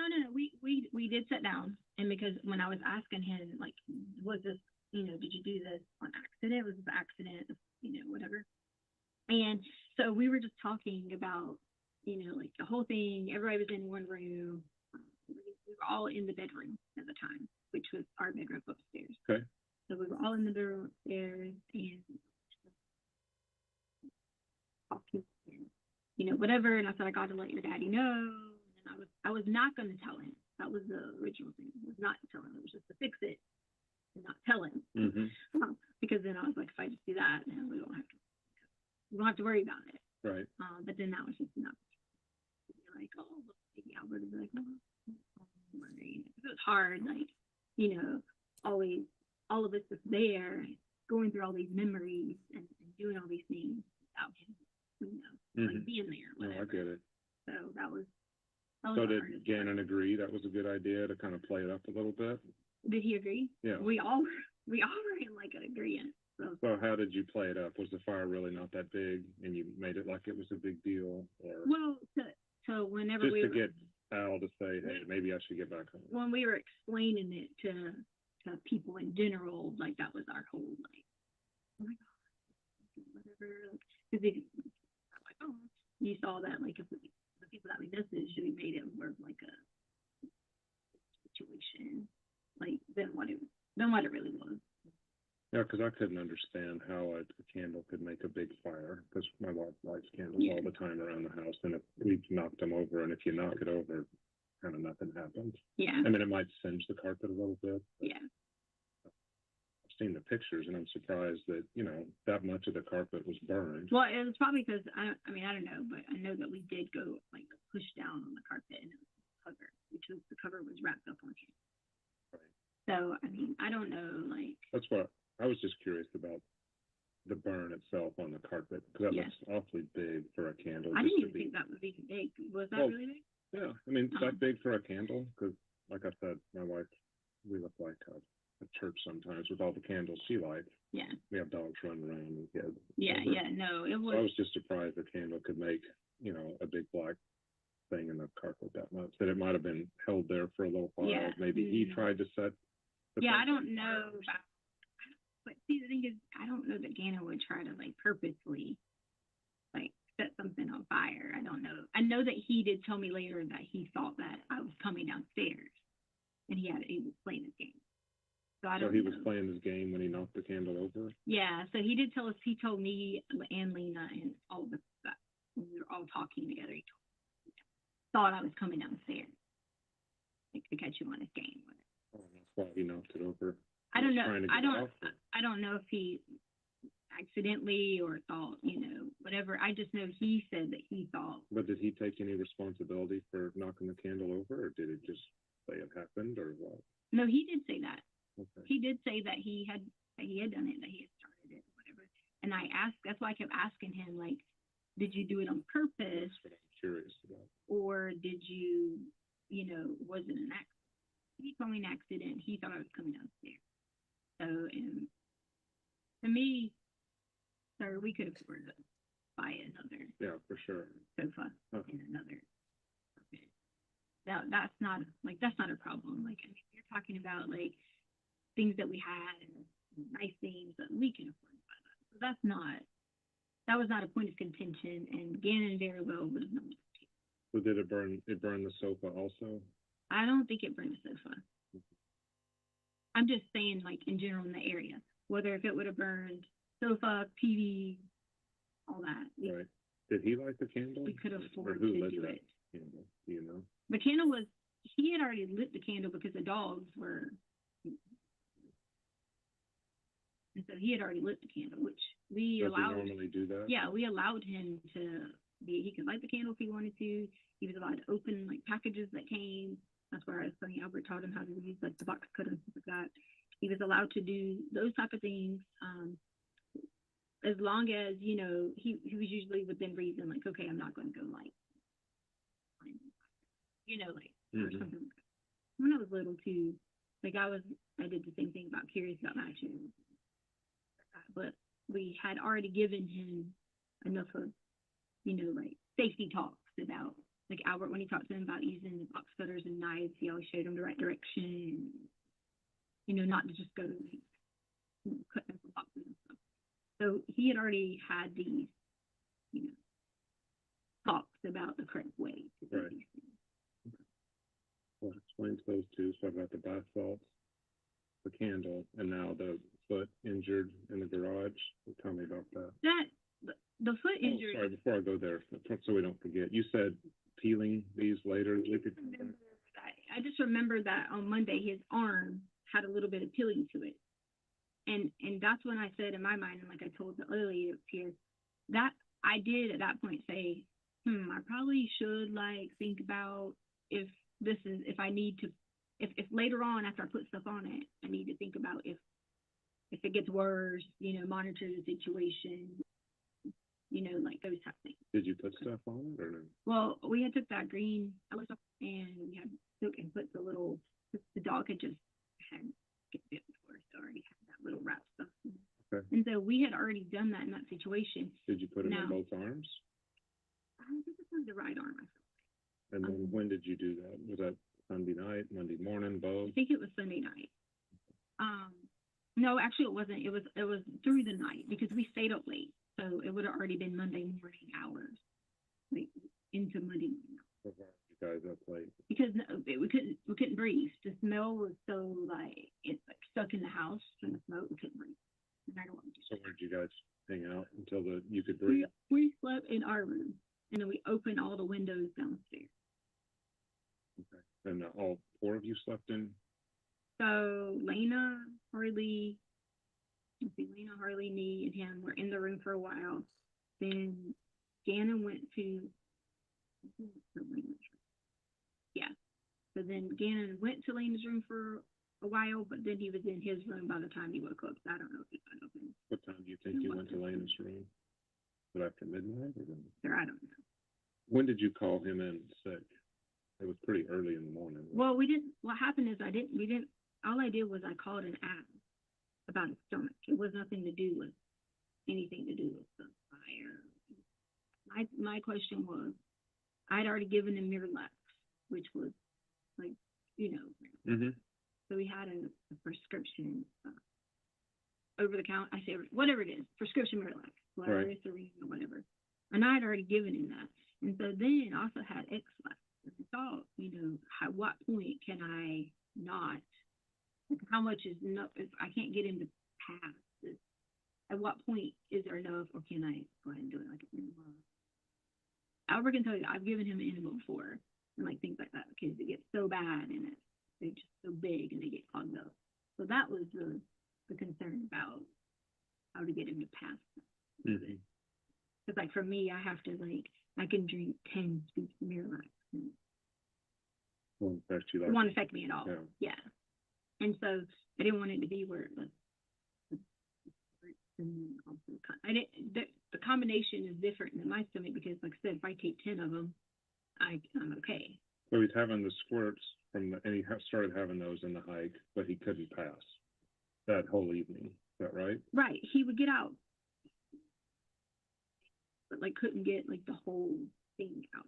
And that was sometimes if he finally, and then when he finally It had to be gets painful, one out. wasn't it? Or, For me, I lay in the bathroom and I'm in pain. Yeah. Like whenever. was he telling you he was in pain? Well, he sits on the toilet. His common thing is that he'll sit on the toilet and just sit there and sit there and sit there. So as long as he's got something to focus with, again, his pain tolerance is very like high when it comes to just sitting there focusing. Mm-hmm. So I mean, So he spent a lot of time in the bathroom that evening, just sitting there. yeah, off and on the bathroom. We got kids meals, but he came out and ate his kids meals. Better, so I assumed. McDonald's or what? No, we Carl's Jr. Carl's Jr. Yeah.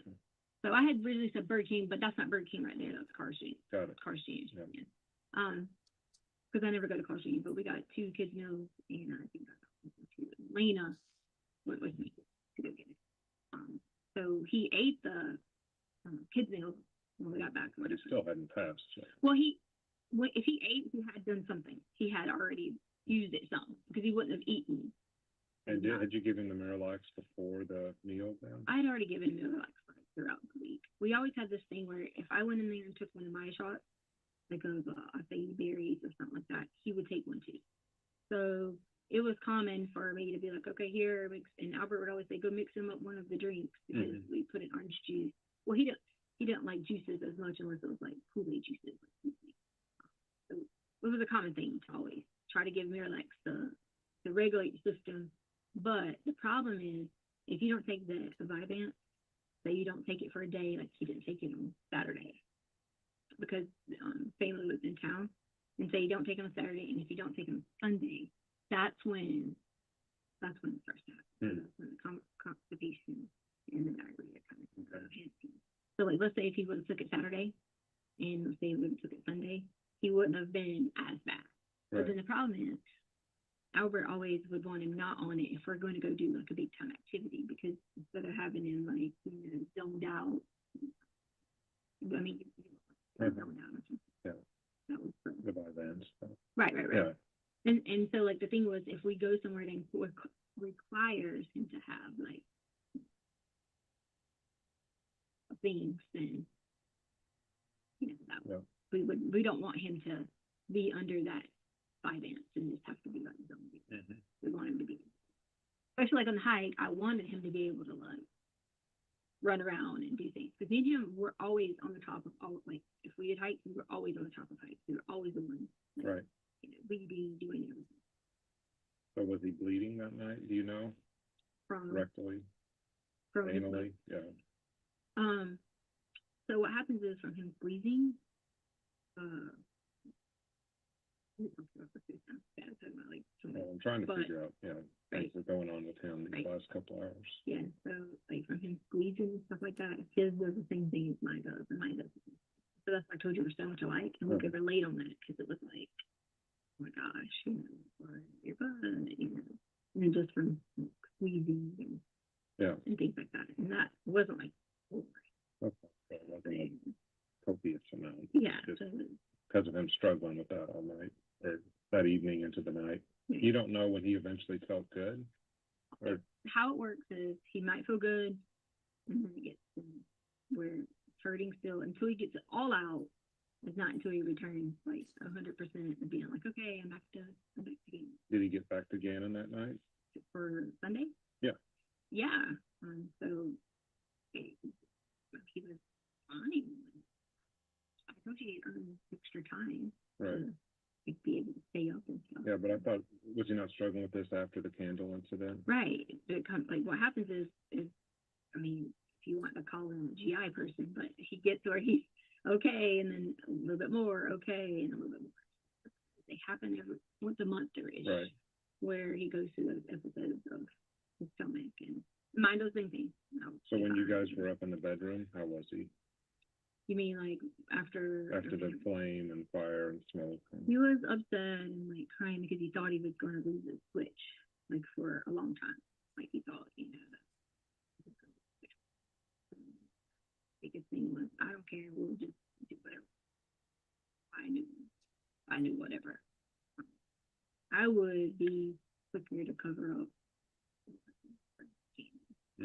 because we just related on the same page, more so than Lena, because Lena was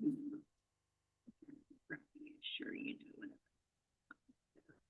Gannon could be more of like, he can talk and say. Right. So I'd be more inclined.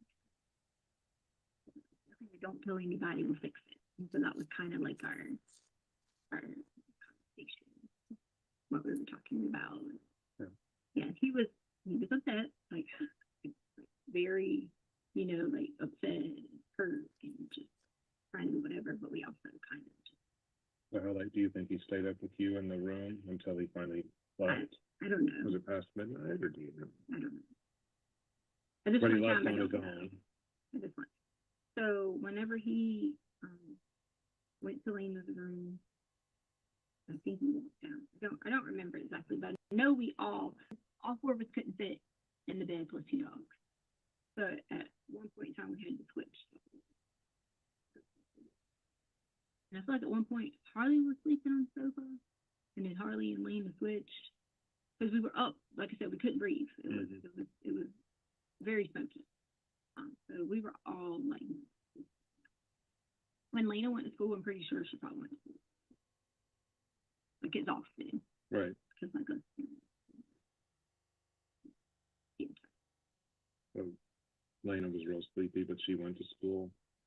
yeah, like what I'm saying is when she woke up, she probably was like really, really like felt like she could have used a couple more hours. So why did you call Gannon in sick and not her? Well, she wasn't struggling with stomach problems. So he still had him in the morning. Then. Right.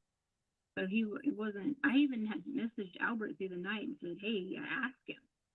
Like I asked him, is it okay if Gannon things out? And so that was, yeah. but he didn't respond because he was on a different time zone. So you called in sick though too for your work. Judge, that's at 1:26:58, which was where I intended to stop, and this is probably a good time for lunch. Yes, it is. All right. Mr. Gruesing, you can go ahead and step down.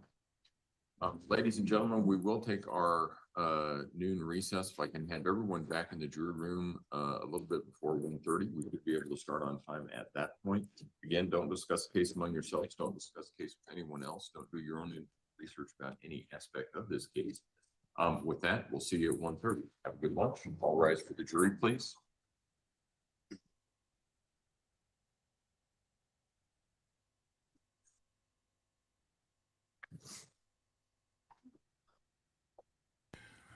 .5 WSHE, Miami, Fort Lauderdale, and the Palm Beaches. She's only rock and roll.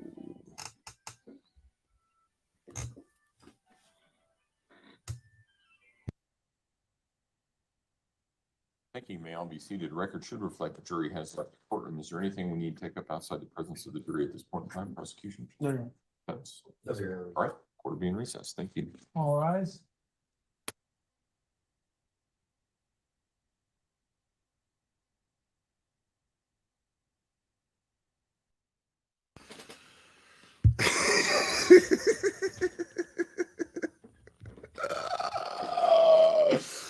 Oh my God. You guys are so much fun. Yeah, I had to do that. I'm not gonna lie. That interview was infuriating me. Like it was making me so mad. Just the fact that she would use these ailments that Gannon was struggling with, which I believe is one of the things that she lost her patience with him about. She was trying to act like it was something that they had in common, that she could relate to him about, and she can that it was a form of bonding for the two of them, like a point of bonding for them both. It's not okay at all. You know, I don't believe anything about this candle being tipped over. I don't believe anything about that. I do believe that the house was smoky. I do believe, based on Harley's testimony, I think that she lit this fire in the house and tried to put it out, and she was trying to create some sort of I think that she absolutely premeditated this whole thing. I know there's people that are like, well, no, she didn't premeditate it, blah blah blah. Yeah, I think that I think that either she planned on doing something on the hike and realized that Lena was a factor that she didn't count on. Yes, I have seen that. The factor that I think that Lena was a factor that she didn't count on.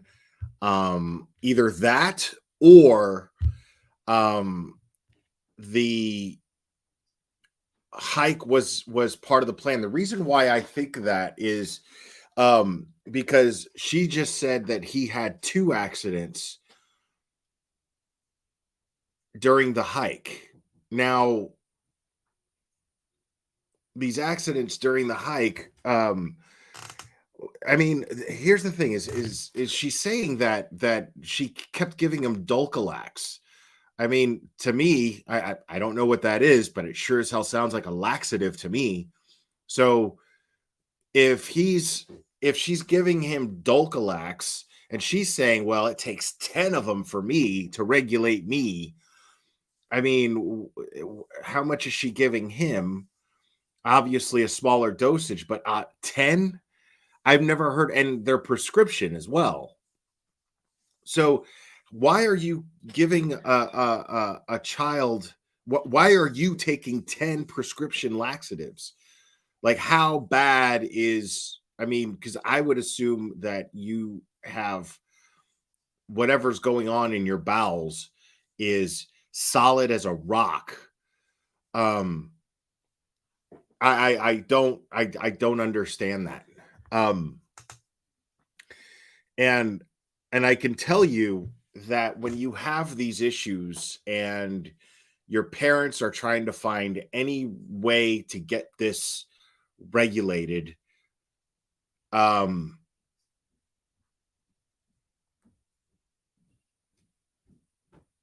it's just the treatment is traumatizing. I can tell you this from experience. Just the treatment as a kid can be traumatizing for something like this, because it not only involves having to take laxatives, it also, right, exactly, Deets on the streets, exactly. It makes no sense. Not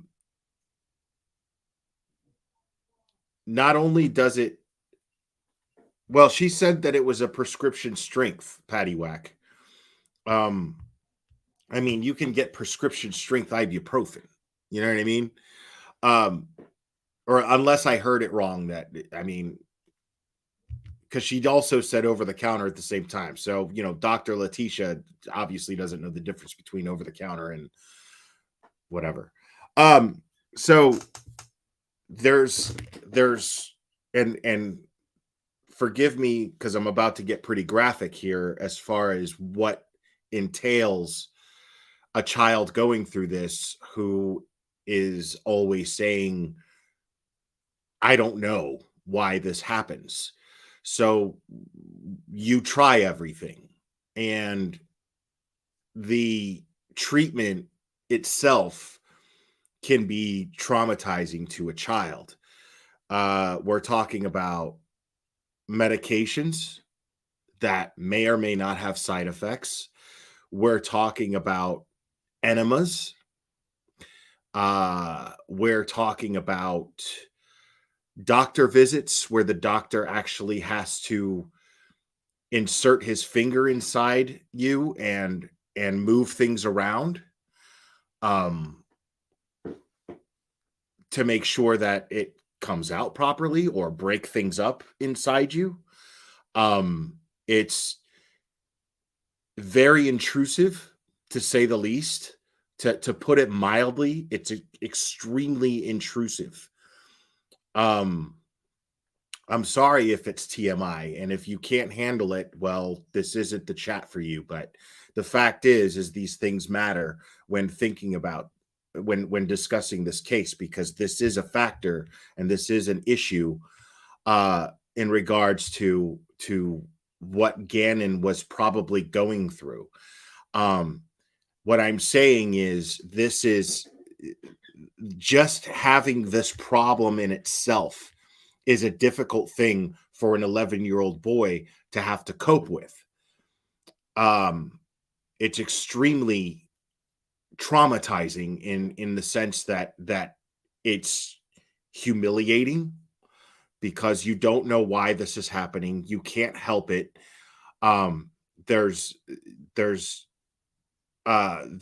pain involved when you finally do have bowel movements. Therefore, you make a conscious effort to not have bowel movements at all. So you hold it, which backs things up, which makes things very difficult, and in turn makes things painful on not just your stomach, but the exit area. There's a lot that comes with being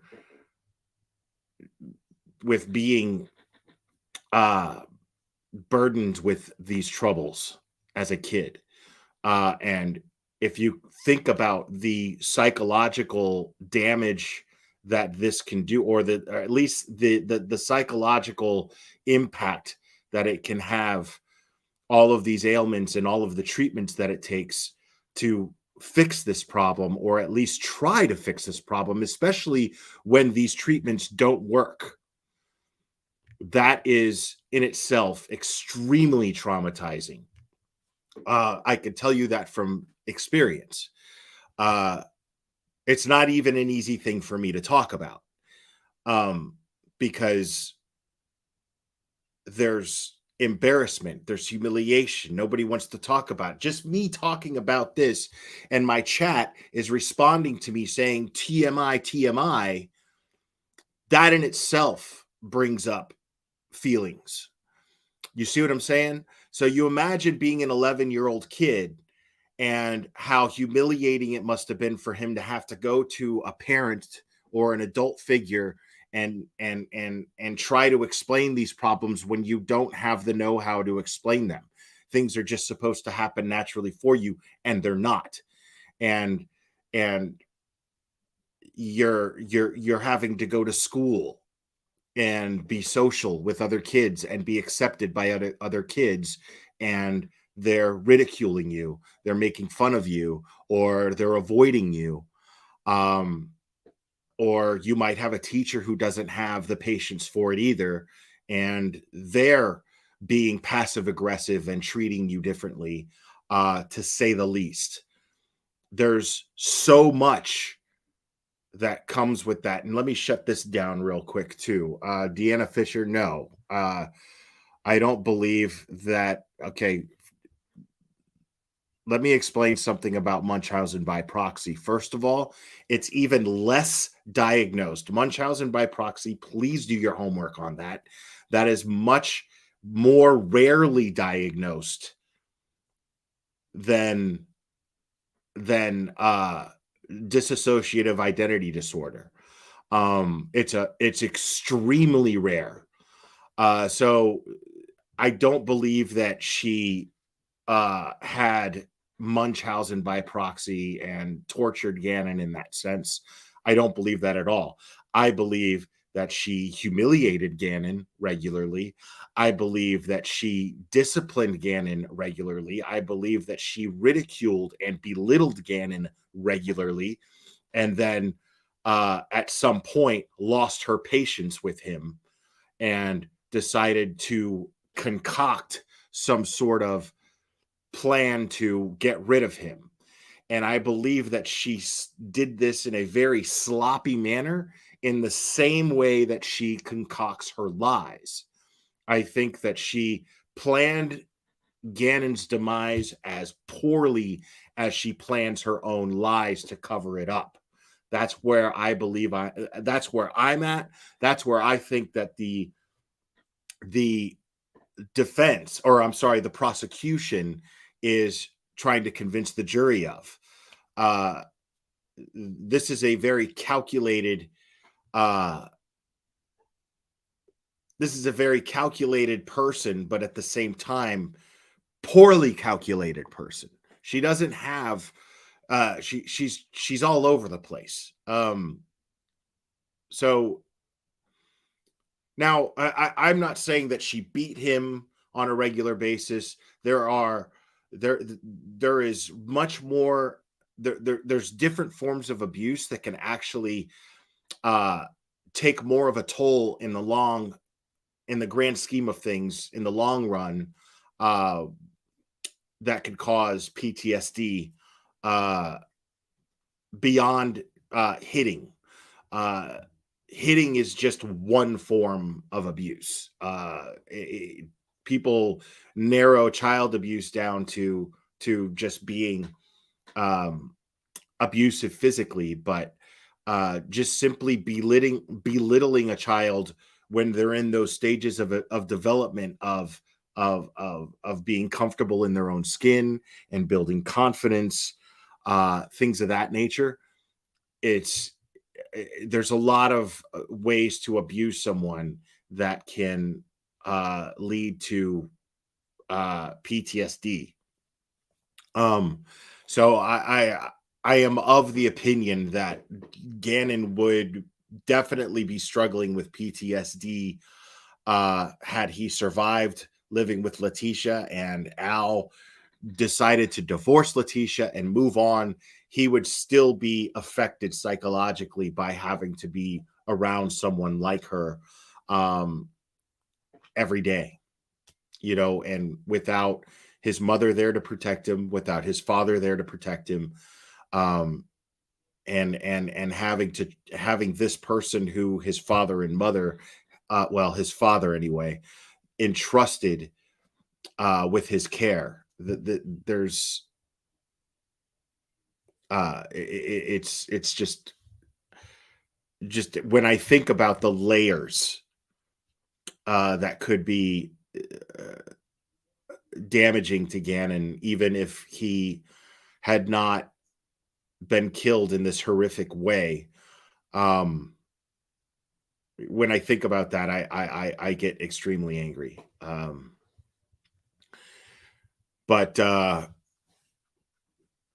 I'm going to go ahead and take lunch myself and take a little breather from this myself. I would recommend anybody else to do so as well. As usual, I'm going to leave this stream running and let you guys talk amongst yourselves and hang out in the chat all you want. And it's good to see everybody who's just joining. I realize that people are jumping over here because other channels have shut down their live streams and all that, and you're probably counting on a little more entertainment and a little more insight, and I appreciate that. But I got to eat too. So I appreciate everybody being here. And again, a big shout out to Tracy and Chasing Truth for joining me yesterday and covering this case the way that she has been. So like I said, I do recommend people switching back and forth and getting different insight and different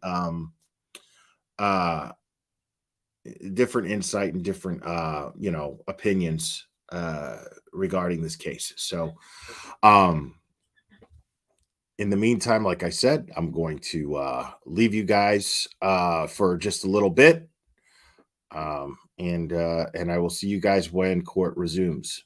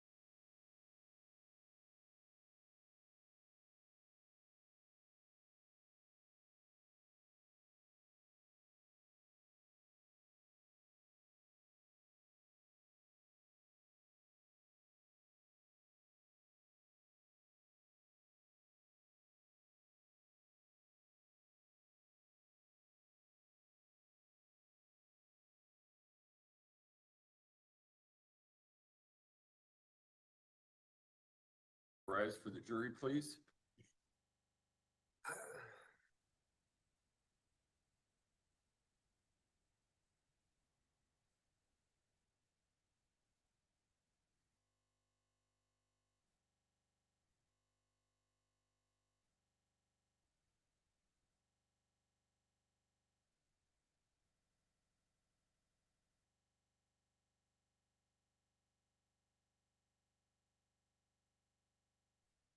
Thank you. You may all be seated. Court will recall 20 CR 1358, People versus Letitia Staff. Record should reflect. With that, Mr. Allen. Judge, we just need the screen back on. Right. So, Mr. Grusing, in this next section that we're going to watch, which is 25 minutes and 55 seconds through 38 minutes and 28 seconds, you discuss victimology. Just so that the jury understands what victimology is, will you explain that? It's just simply the study of the victim. So for someone like Gannon, we just try to find out as much as we can about him to maybe lead us to what happened to him. Okay. We'll start that now at 25:55. But first, let's go to Gannon, because what we do is called victimology. Mhm. Have you heard of that before? Sure.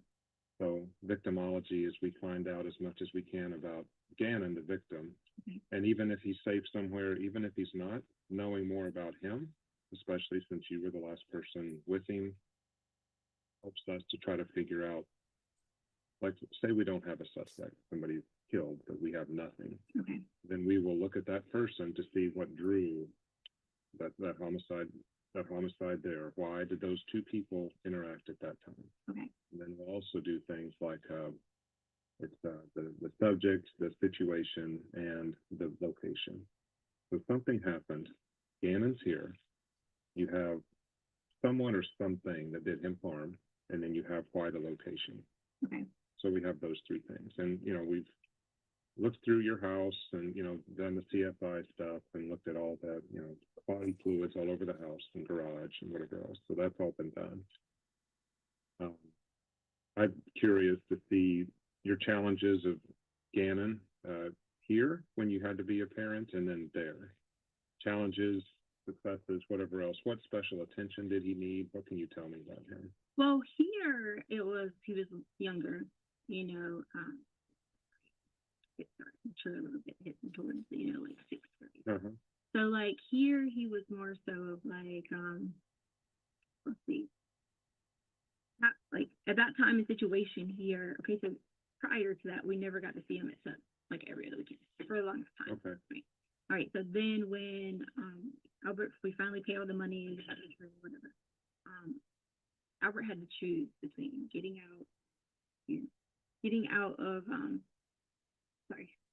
of the military or the kids in a way, kind of, because mom wasn't given any or whatever. So then that's when we step in and say, we're going to keep them here in our home here, and I'll stay here with them. And then, we'll go from there. Right.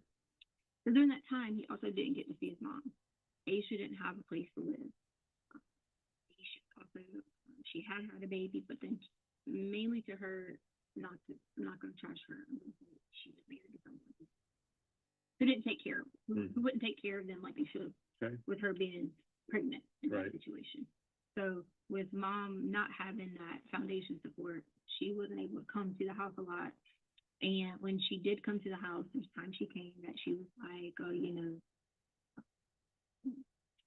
she just wasn't in a good place. So I let her stay at her home. And Gannon had a tough time every time because in his mind, he just wanted it to be like a stepsister. What, his stepsister? Yeah. You mean Harley? No. Oh, Landon's? Yeah. No, I don't. Mia. Mike Starter. Got it. Mike, right? Yeah. Okay. So he wanted it to be like Mike Starter, which was they go to his dad's house for a week. Right. He said Got it. that was Gannon's mindset when he was here. Grandparents, amazing people, which is Landon's family. Amazing people, Grandma, I think Nana and Poppy. Great people. They would always come get him on weekends and things like that, so that I'd have time to do whatever I needed to do, or if I wanted to go shopping or go hang out with people, So we had all that, going on here. The missing piece was, Albert had, the record check. Yep. Gannon would do his schoolwork, very smart. I think he made all A's here in 4th grade. I'm pretty sure he made all A's here. So made all A's here, didn't have like an issue at all. What was he like when he got home from school? Because Albert's out, you're having to take care of him. Well, to be honest with you, I got him from after school, which was about like 5:30ish. So by the time we did homework, and all those things, it was almost time to like get ready for bed. Are you doing his homework with him? Is he doing it on Right. his own? What? See, the difference between schools, and I'm not trying to talk about Colorado if you're from Colorado, the difference between Colorado and South Carolina schools was South Carolina did a lot more with like history and those type of things. For Colorado, it's all like reading. Mhm. So he did struggle with history, so we had to sit at the table a lot of times and like really work on like he was a mathematician. So like you said, Gannon is just like you said. He is so mathematically inclined, like an engineer type brain. So when it came to history and Right. reading science stuff, unless it was something he liked, he didn't like. So we spent hours sometimes, working on those things. But with knowing the curriculum, it was easy because I already knew. And so by the time we did that, it was time for him to go to bed. Yada yada yada. So that was. That's here. So, yeah. And what about in Colorado? How So, is that different? well, when we get to Colorado, of course, I start them in school, which would have been August. Okay. So I start them in school. It was a big help because Gannon is at this point a little bit more mature. He knows he'd stay with us. Because see, I took him to Alaska and homeschooled him before we got to Colorado. I homeschooled him for those 2 months. And then we transitioned into Colorado. Actually, it wasn't August. I'm sorry, I told you the story. It was that January that we got here because I homeschooled him November, December, not of this past time, but of the year Got it. before. Okay. All right. So January 2019. Yes, so I homeschooled him 2018, November, Christmas time because mom couldn't get him then for whatever reason. Then we came on to, but I think she ended up getting him and she flew them back to Colorado for a week or something. She got him for a week maybe. Flew them back to Colorado. So January 2019, we would have started school in Colorado. Okay. Right, so get them in school, which Colorado, I think it was like middle May, they would go in Colorado. So January, February, March, April, May. Okay. So it was pretty simple in the terms of we would do like, he never had homework in Colorado for some reason. So it was always Albert would be like make them write their labs or it was time for them to go to summer. What time did he normally get home from school? Well, around that time he went to another school because this new school wasn't built. Okay. So it would have been like 3:45, 4 o'clock maybe, just because of having to come from across town. Mm-hmm. And then come in, let's see, fall. Yeah, so they came back in August. So we went on. Gannon went with us on a big cruise in the summer because he didn't want to go home. Right away, we gave him a choice. You want to go on a family cruise, or you want to go, to. He said he wanted to go on a cruise. So I went on a big family cruise, Dominican, and I forgot a couple. So it was just me, him, Harley, and Albert. So it was just the 4 of us. And Lena didn't go. So we all went on this family cruise, and had a great time, whatever. And then of course they come here for the summer, and then they get ready to come back for fall. So they come back for fall, and at this point in time, I was working. Albert was doing like the shift, like 3 2. You had your teaching job and yeah, 3 2 3 2. He was working and all these things. Okay. Well, Harley was working, I think, and starting Pike Peak College. So we were all pretty busy, like throughout the day, and then in the evening it was kind of like come in, grab this. But then I was coaching. So as I was, what were you coaching? Softball. So as I was at your school, at the high school. So as I was coaching softball, I probably didn't get home sometimes till like 5:30, maybe sometimes later, just depending on if it was a game or practice or something like that. So honestly, a lot of the help had to come from either Harley doing a lot of it, if Albert was working, or Gannon had to independently, do a lot of it himself. How did he get home? Which we were teaching. At this point in time, they were in the new school. Right. So the new school, because we lived 1.5 miles out, the new school allowed him to take. If not, they had the rest of the way they had it. Okay. So coaching was over, probably around, it's weird because they do softball for him. So coaching was over maybe around October. You know, Gannon started having a hard time because he was wanting to go home for Thanksgiving. Or when I tell you Gannon, he loves his Nana. Like that's his. If it was up to him, he'll just Live with Nana. he'll be at Nana's house all the time because he loves Nana. So he like wanted to go because he has two little boy cousins. If you know, Gannon has 4 sisters, and he doesn't have any brothers. Mm-hmm. So he, in his way, those 2 little boys are like his brothers. Okay. So if he goes to Nana's house, you know, he can spend a lot of time with his little cousins. And then they can all just hang out. He didn't get to go for Thanksgiving. Albert had to work.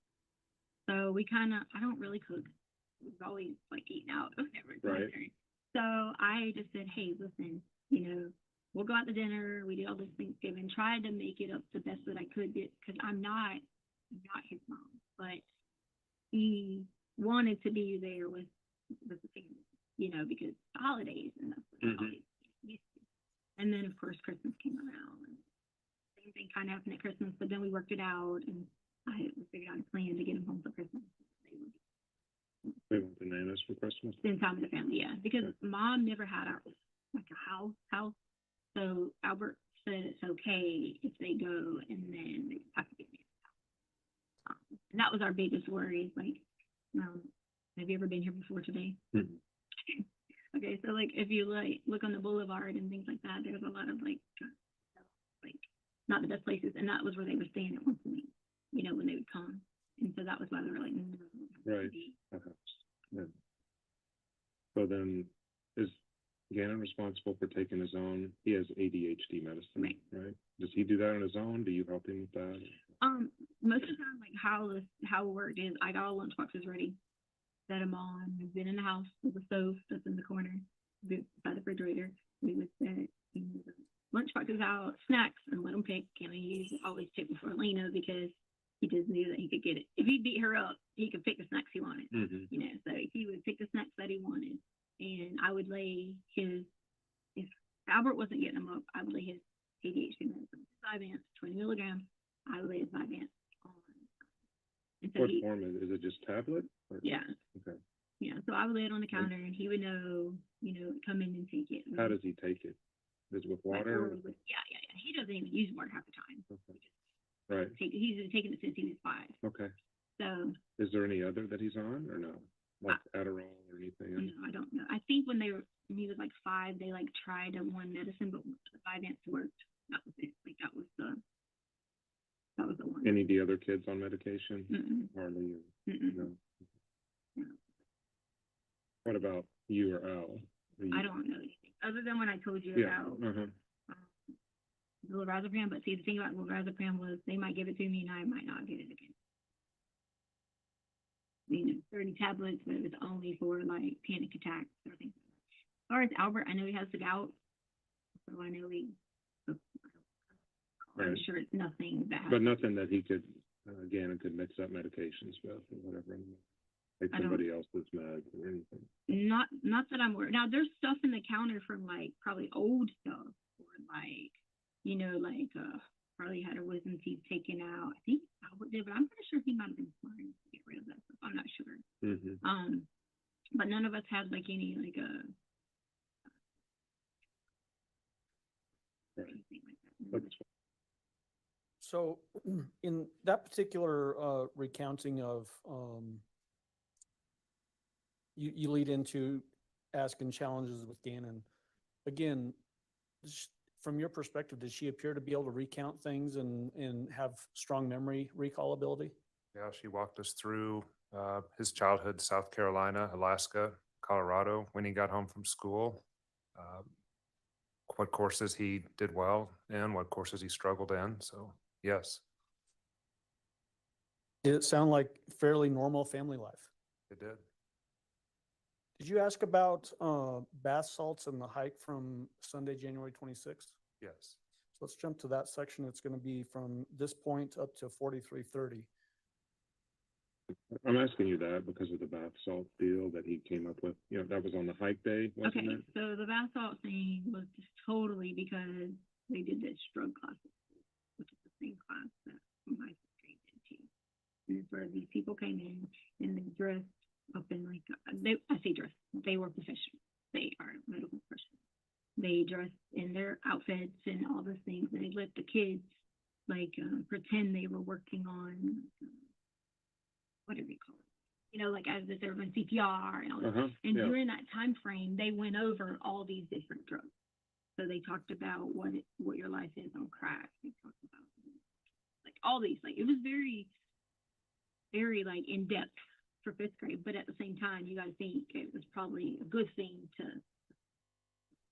So was Gannon telling you about this, or did you find out from a teacher, or how did you find out they had this in-depth conversation? Well, I knew because they did it at our school first. So they did it our school first. So it was something, once they found out they did it at our school and they saw like all the cool pictures and things like that, other teachers wanted to know about it.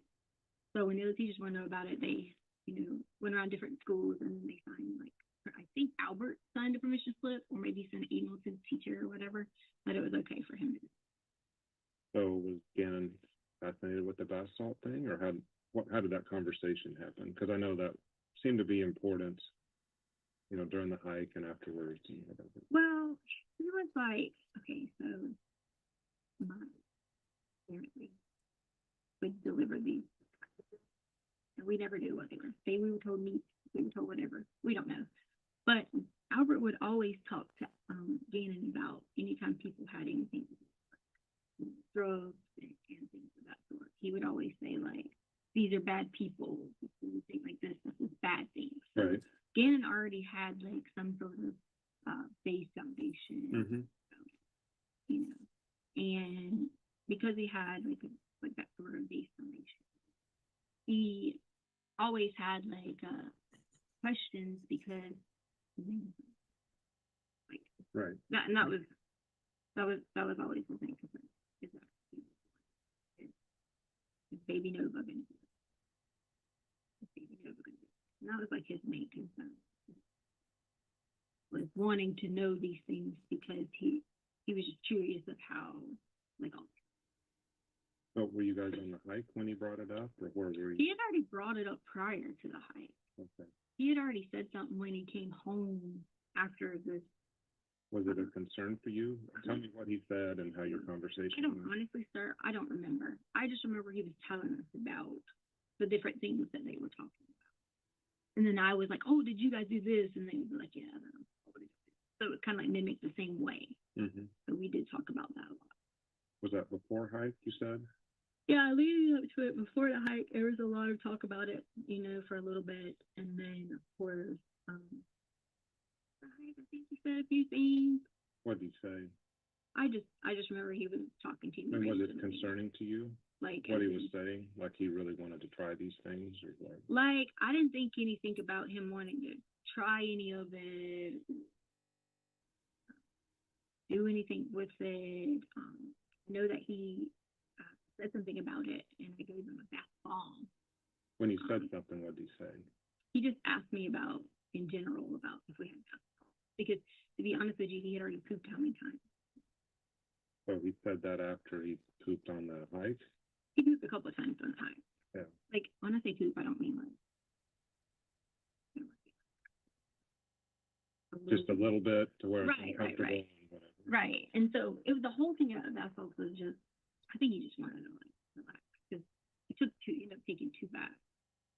So now, I think he wanted to. And this, I don't want to be weird, but are you giving him baths? Is he taking it? No. And then it goes by himself, and he's very like helpful, independent. Like I've taught him so many independent skills where he can go in there and just now he'll forget to like bring his clothes up or you know, the simple things like that. But okay. So he takes 2 baths that night, or 1 bath that night, 1 the next morning, or? I think when we got home, we took 1. Me and Lena went to go get food. And then I think he had used the bathroom again. I think me and Lena got back. And then she took 1 somehow. So, Mr. Grissing, in that portion of the interview, we're talking about the hike and bath salts. Again, did she appear to have ability to recall those details as well? Yes. Is that markedly different than when you're talking about trying to get details as to what happened to Gannon? Yes. In what way? She's comfortable talking, and as you mentioned, she's giving details, and she can clearly remember what was going on, just even from her comfort in talking to me.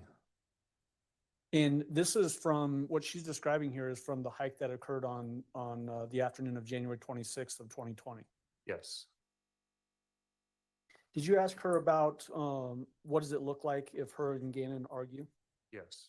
So let's jump to that section. We're going to jump to just a little bit ahead, 44 minutes and 45 seconds.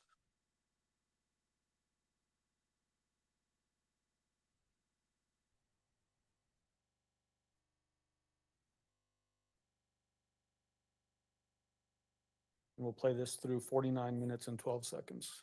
So what does an argument look like with Gannon? Have you guys ever argued? Like maybe like in Myrtle Beach, you know, we would have been like, we're so much alike. So we are so much alike in terms of we both have stomach problems, really. We both have like anxiety, so to speak, you know. And he's so kind and like kind-hearted, and then the point of like we can get upset about something, but then the next minute he'll be like I am. So we're like, oh, look about something. We'll just say something, or he has tremendously increased the amount in Myrtle Beach. I don't think I ever heard him do it. I love you, or like, you know, like I mean, like the holiday might come, you know, they just say something, whatever. But like since having him all the time, it became more of like I would hear I love you all the time, you know. And so I feel like it was The holiday, the Christmas before? Is that what you're saying? He disappeared? You what now? When you said around the holiday, he was saying, I love you. I'm saying like once we started more and more having, then he and I became a lot closer because of just like wanting to have that connection with both the kids. Surely you had some arguments with him though. Did you ever have to discipline him or no? Well, I never spanked any of the children, never, because I just don't believe in spanking other people's kids. So never had that. Now, as far as like, okay, you are in trouble, you're going to do this. Yeah, that's any kid with any of them. What's the biggest disagreement you had with Gannon? The biggest disagreement.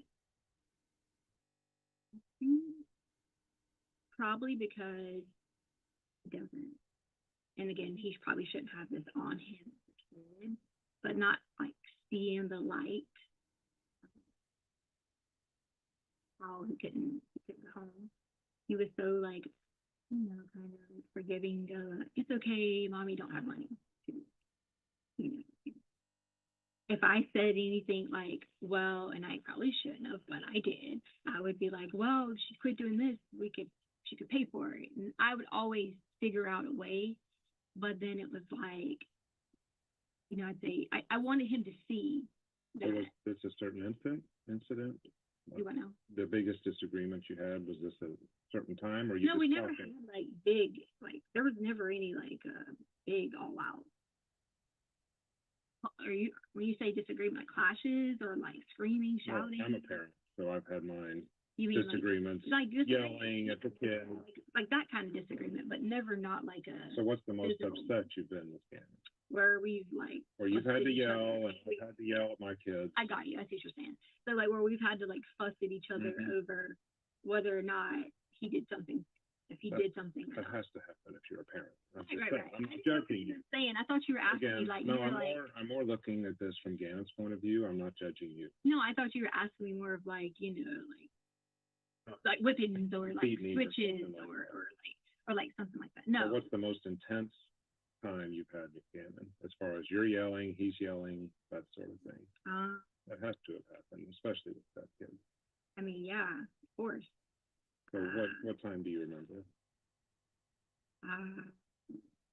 Probably times that I don't remember specific times. I say all around Albert, like not being disciplined. Well, when disciplinary enough. You know, when Gannon was just doing something that's totally irrational and unreasonable. I have a boy, I know. Yeah, They don't behave all the time. right. So what did Gannon, I don't know of any like specifics. I just know that we would have, you know, like if it would have been something that wasn't in what our teachings were, we would have, of course, yelled. so at you each never other. had to yell at him that you remember? I just said But- that to you. I said there have been plenty of times. Yeah, but I mean a specific one. So, Mr. Grissing, in that portion of the interview, when you're asking about the biggest disagreement that she had with Gannon, she referenced Gannon's mother. Did Gannon's mother and the relationship that Gannon had with his mother become a fairly consistent theme as it relates to her feeling like she wasn't getting credit? She mentioned that a couple of times, yes. Okay. And in that particular one, she mentioned that he's very forgiving to his mom, and she being the defendant, wanted Gannon to see that his mom wasn't doing the right things, Yes, almost seeming to want to discredit Gannon's own mother correct. in Gannon's eyes. Yes. Okay. Did you ask, or did she eventually give a description of Gannon being in a very upset rage and having some sort of a knife or box cutter? She did. All right, let's jump to that section, and we're jumping ahead about a minute, so 50 minutes and 10 seconds.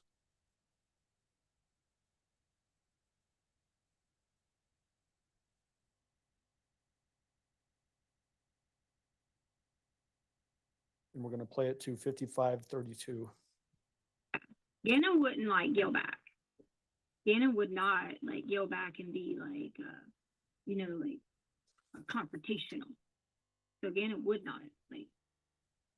He might say something Well, smart how did he react? under his breath. Do you have an incident you remember or no?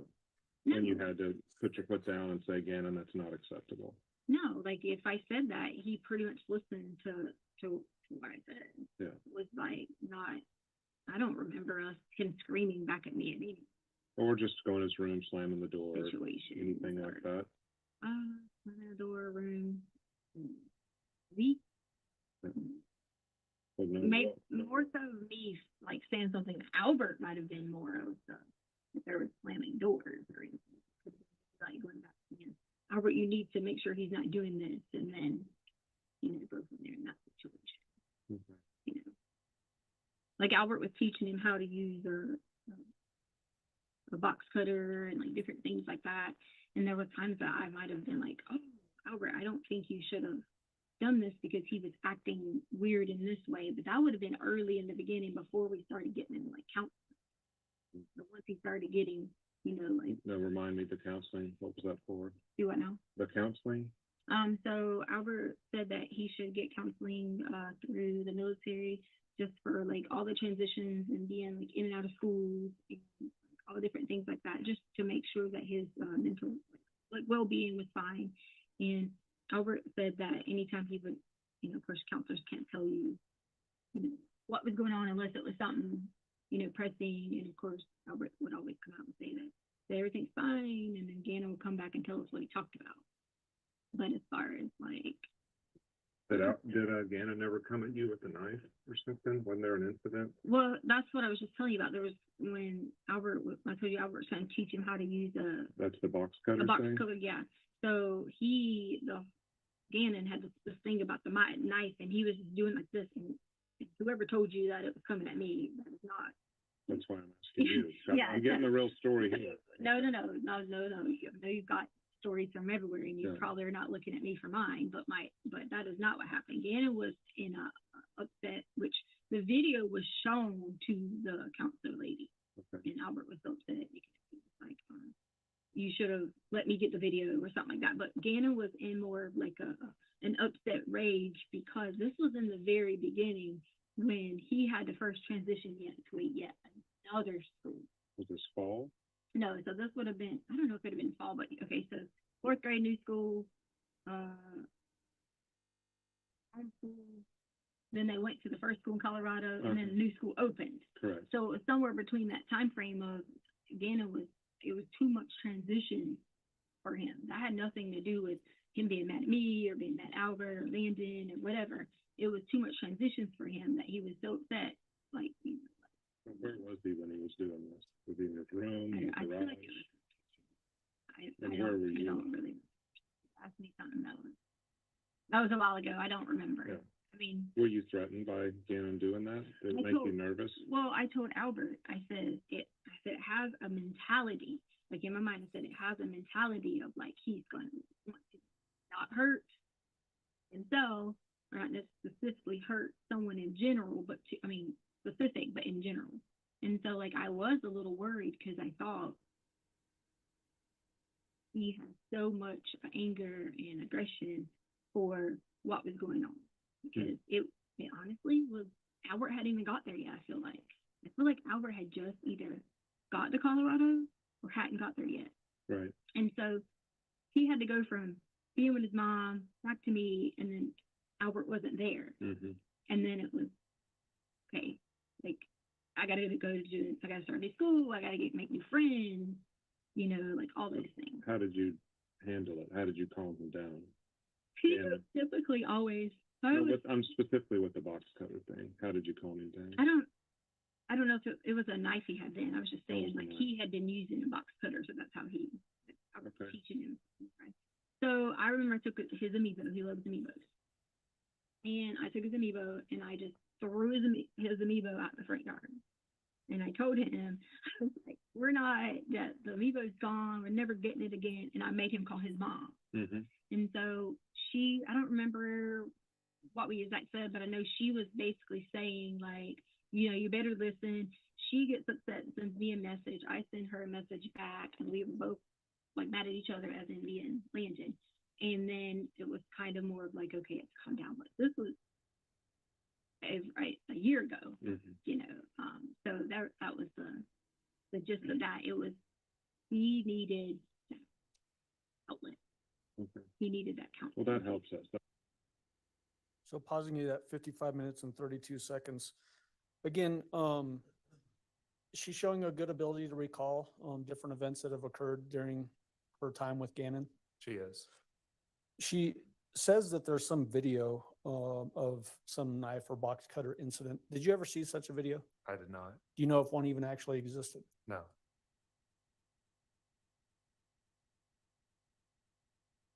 Was there a portion of the interview that you did with her where she relays to you that she had somehow convinced Gannon to call her different names?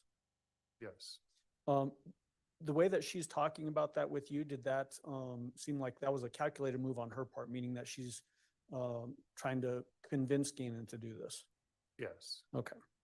Let's jump to that. That's going to start at 57 minutes and 15 seconds.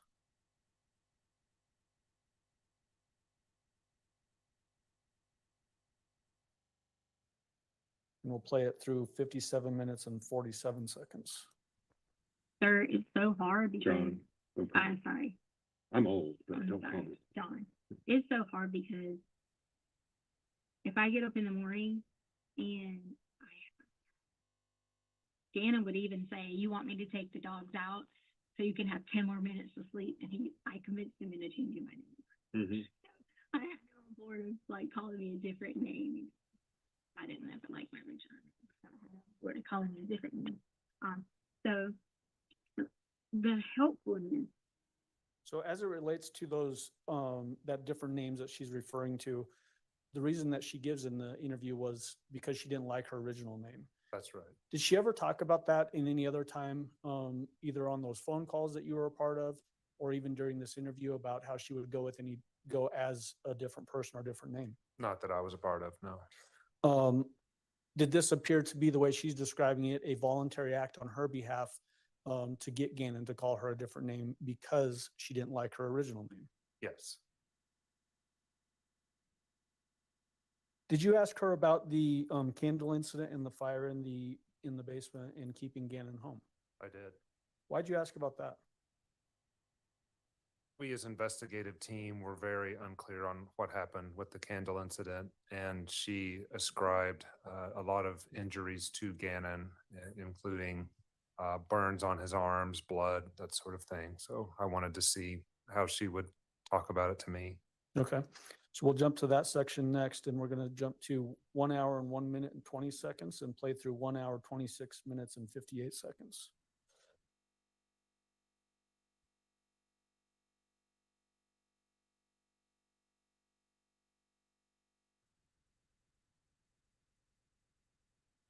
The candle incident. Can you tell me about that? Okay, so Gannon wanted to, I don't remember if he wanted to stay up 30 minutes. I can't remember. There was something he did that allowed him to earn some extra time. There was something he did. But Albert had grounded him from playing the Switch. So he wasn't allowed to, play a Switch or whatever. He was only allowed to watch movies. Right. Well, on the hike earlier that day, he was so helpful with me. People think he's sick and he's still whatever, but I have serious stomach issues and still have to operate.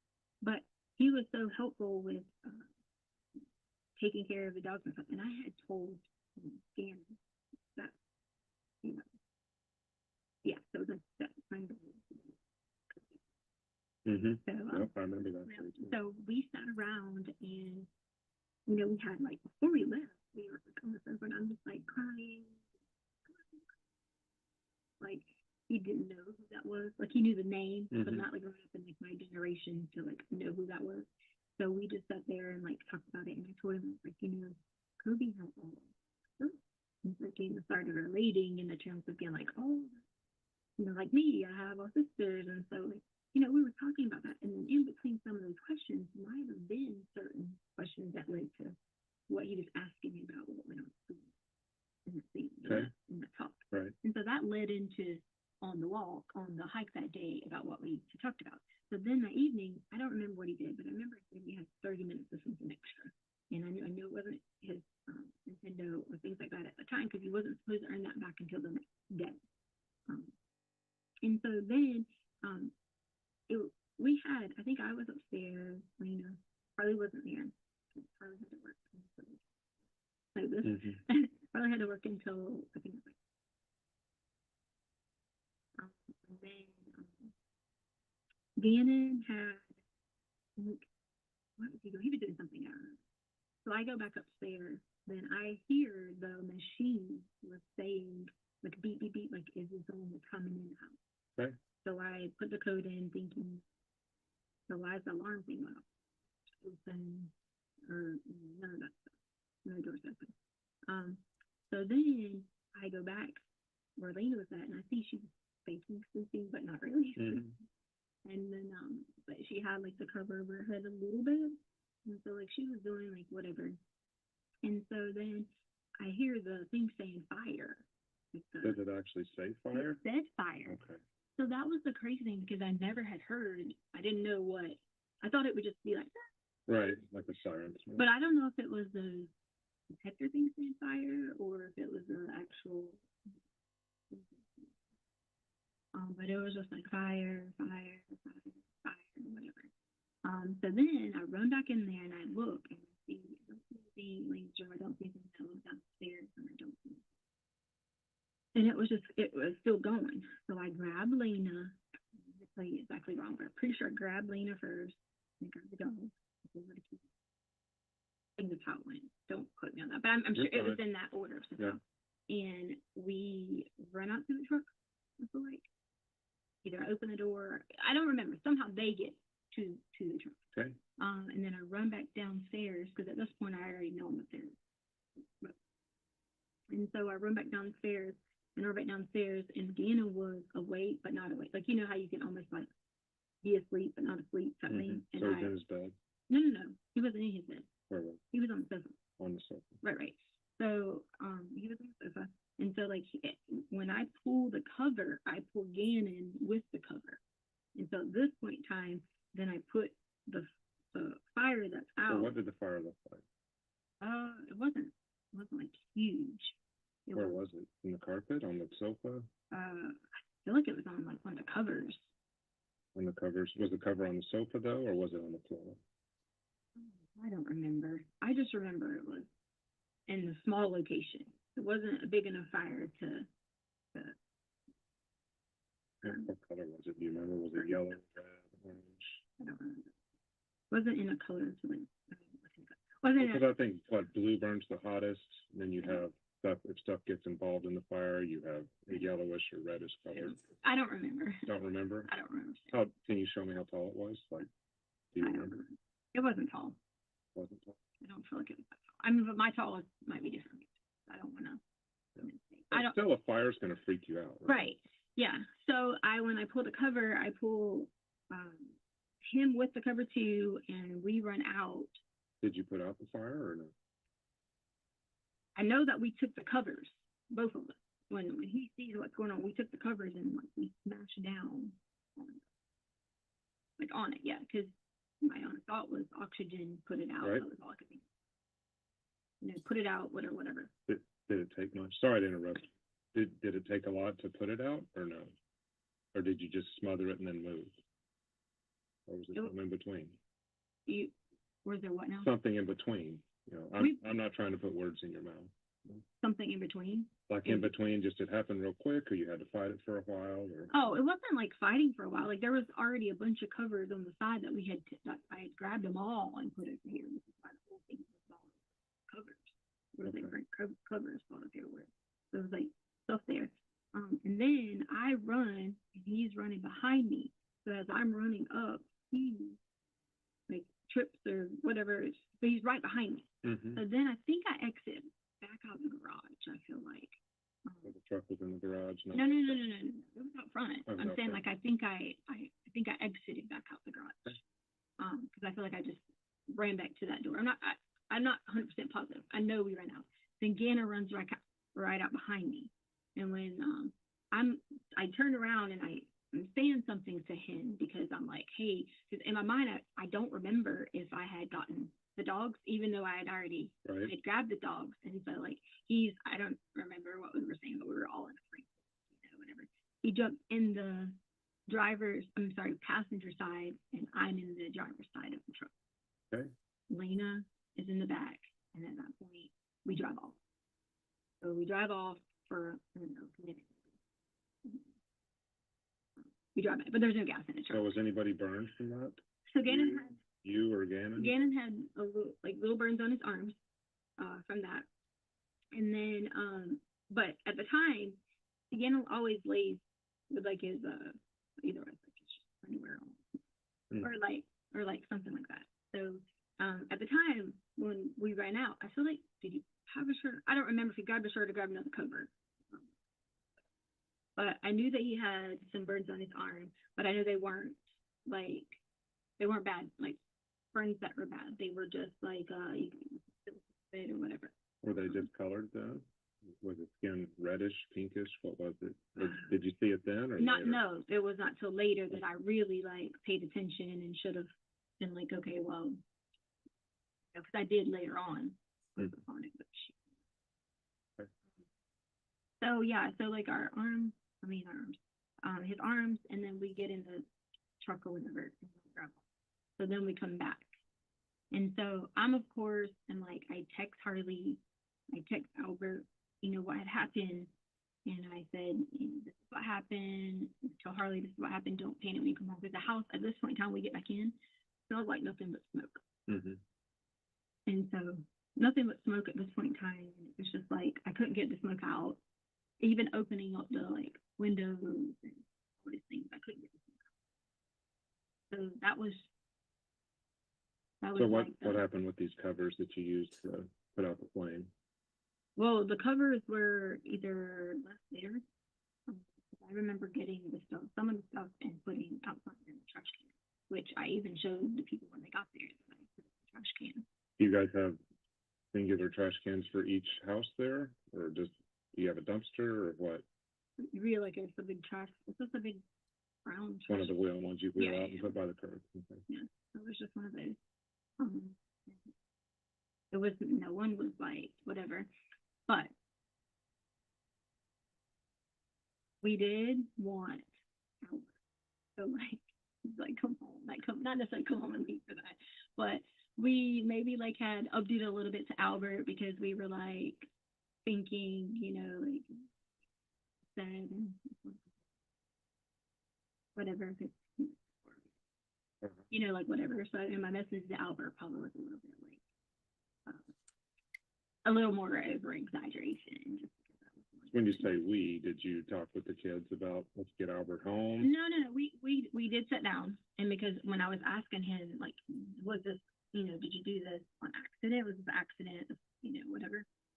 And so we were just talking about, you know, like the whole thing. Everybody was in one room. We were all in the bedroom at the time, which was our bedroom upstairs. Okay. So we were all in the bedroom upstairs and talking, and, you know, whatever. And I said, I got to let your daddy know. And I was not going to tell him. That was the original thing. I was not to tell him. It was just to fix it and not tell him. Because then I was like, if I just do that, then we don't have to worry about it. Right. But then that was just enough. Like, oh, maybe Albert would be like, oh, it was hard, like, you know, always all of us is there, going through all these memories and doing all these things without him, you know, like being there. No, I get it. So that was So did Gannon agree that was a good idea to kind of play it up a little bit? Did he agree? Yeah. We all were in like an agreement.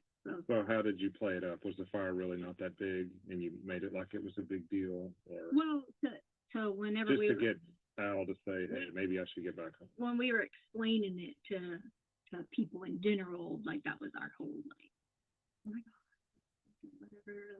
Because I'm like, oh, you saw that, like if the people that we messaged, we made it more of like a situation, like than what it really was. Yeah, because I couldn't understand how a candle could make a big fire, because my wife lights candles all the time around the house, and if we knocked them over, and if you knock it over, kind of nothing happens. Yeah. I mean, it might singe the carpet a little bit. Yeah. I've seen the pictures, and I'm surprised that, you know, that much of the carpet was burned. Well, it was probably because I don't know, but I know that we did go like push down on the carpet and it was covered, which was the cover was wrapped up on it.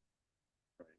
So I mean, I don't know, like. That's what I was just curious about, the burn itself on the carpet, because that looks awfully big for a candle. I didn't even think that was even big. Was that really big? Yeah, I mean, it's that big for a candle, because like I said, my wife, we look like a church sometimes with all the candles she lights. Yeah. We have dogs running around and kids. Yeah, no, it was. So I was just surprised a candle could make, you know, a big black thing in the carpet that much, that it might have been held there for a little while. Yeah. Maybe he tried to set. I don't know. But see, the thing is, I don't know that Gannon would try to like purposely like set something on fire. I don't know. I know that he did tell me later that he thought that I was coming downstairs and he was playing his game. So I don't know. So he was playing his game when he knocked the candle over? Yeah, so he did tell us, he told me and Lena and all of us that when we were all talking together, he thought I was coming downstairs like, to catch him on his game. Oh, that's why he knocked it over. I don't know. I don't know if he accidentally or thought, you know, whatever. I just know he said that he thought. But did he take any responsibility for knocking the candle over, or did it just say it happened, or what? No, he did say that. Okay. He did say that he had done it, that he had started it, or whatever. And I asked. That's why I kept asking him, like, did you do it on purpose? That's what I'm curious about. Or did you, you know, was it an accident? He told me an accident. He thought I was coming downstairs. So, and to me, sir, we could afford to buy another. Yeah, for sure. Sofa and another carpet. That's not a problem. Like, I mean, you're talking about like things that we had and nice things that we can afford to buy that. So that was not a point of contention, and Gannon very well would have known that. So did it burn? It burned the sofa also? I don't think it burned the sofa. I'm just saying, like, in general in the area, whether if it would have burned sofa, TV, all that. Right. Did he light the candle? We could afford to do it. Candle? Do you know? The candle he had already lit the candle because the dogs were,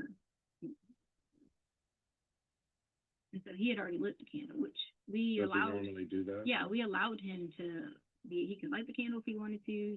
He was allowed to open like packages that came. That's where I was telling Albert taught him how to use like the box cutter and stuff like that. He was allowed to do those type of things. As long as, you know, he was usually within reason, like, okay, I'm not going to go like, you know, like, or something like that. When I was little too, Like I did the same thing about curious about matching, but we had already given him enough of, like safety talks about, like Albert, when he talked to him about using the box cutters and knives, he always showed him the right direction, not to just go to cut them from boxes and stuff. So he had already had these, talks about the correct way to do Right. these things. Well, it explains those two. So I've got the bath salts, the candle, and now the foot injured in the garage. Tell me about that. The foot injury. Oh, sorry, before I go there, so we don't forget, you said peeling these later. I just remember that on Monday his arm had a little bit of peeling to it, and that's when I said in my mind, and like I told the other lady up here, that I did at that point say, I probably should think about if I need to, if later on after I put stuff on it, I need to think about if it gets worse, monitor the situation, like those type of things. Did you put stuff on it or no? Well, we had took that green stuff and we had took and put the little, the dog had just had get bit before, so already had that little wrap stuff. Okay. And so we had already done that in that situation. Did you put it Now, on both arms? I think it was the right arm. And then when did you do that? Was that Sunday night, Monday morning, both? I think it was Sunday night. No, actually it wasn't. It was through the night because we stayed up late. So it would have already been Monday morning hours, like into Monday morning. So why were you guys up late? Because we couldn't breathe. The smell was so it's stuck in the house from the smoke. We couldn't breathe. No matter what we did. So where did you guys hang out until you could breathe? We slept in our room and then we opened all the windows downstairs. Okay. And all four of you slept in? So Lena, Harley, me, and him were in the room for a while. Then Gannon went to, So then Gannon went to Lena's room for a while, but then he was in his room by the time he woke up. So I don't know if he got open. What time do you think you went to Lena's room? Was it after midnight? Or I don't know. When did you call him in sick? It was pretty early in the morning. Well, what happened is all I did was I called and asked about his stomach. It was nothing to do with anything to do with the fire. My question was, I'd already given him Miralax, which was Mm-hmm.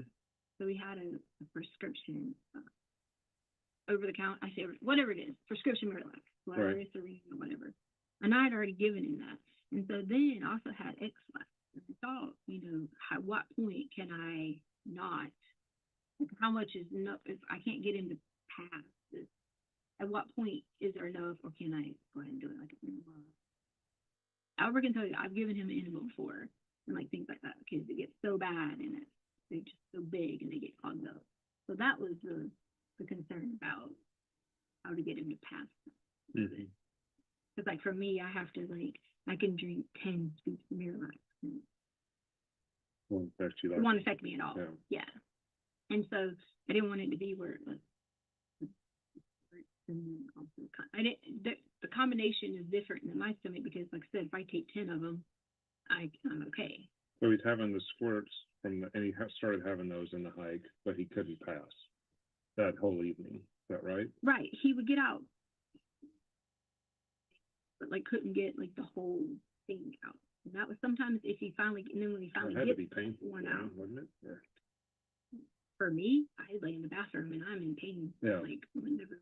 Was he telling you he was in pain? Well, he sits on the toilet. His common thing is that he'll sit on the toilet and just sit there and sit there and sit there. So as long as he's got something to focus with, again, his pain tolerance is very high when it comes to just sitting there and focusing. Mm-hmm. So I mean, So he spent a lot of time in the bathroom that evening, just sitting there. Yeah, off and on the bathroom. We got kids meals, but he came out and ate his kids meals. There, so I said McDonald's or what? No, we Carl's Jr. Carl's Jr. Yeah. So I had really said Burger King, but that's not Burger King right there. That's Carl's Jr. Got it. Carl's Jr. Yeah. Because I never go to Carl's Jr. But we got 2 kids meals, and I think Lena went with me to go get it.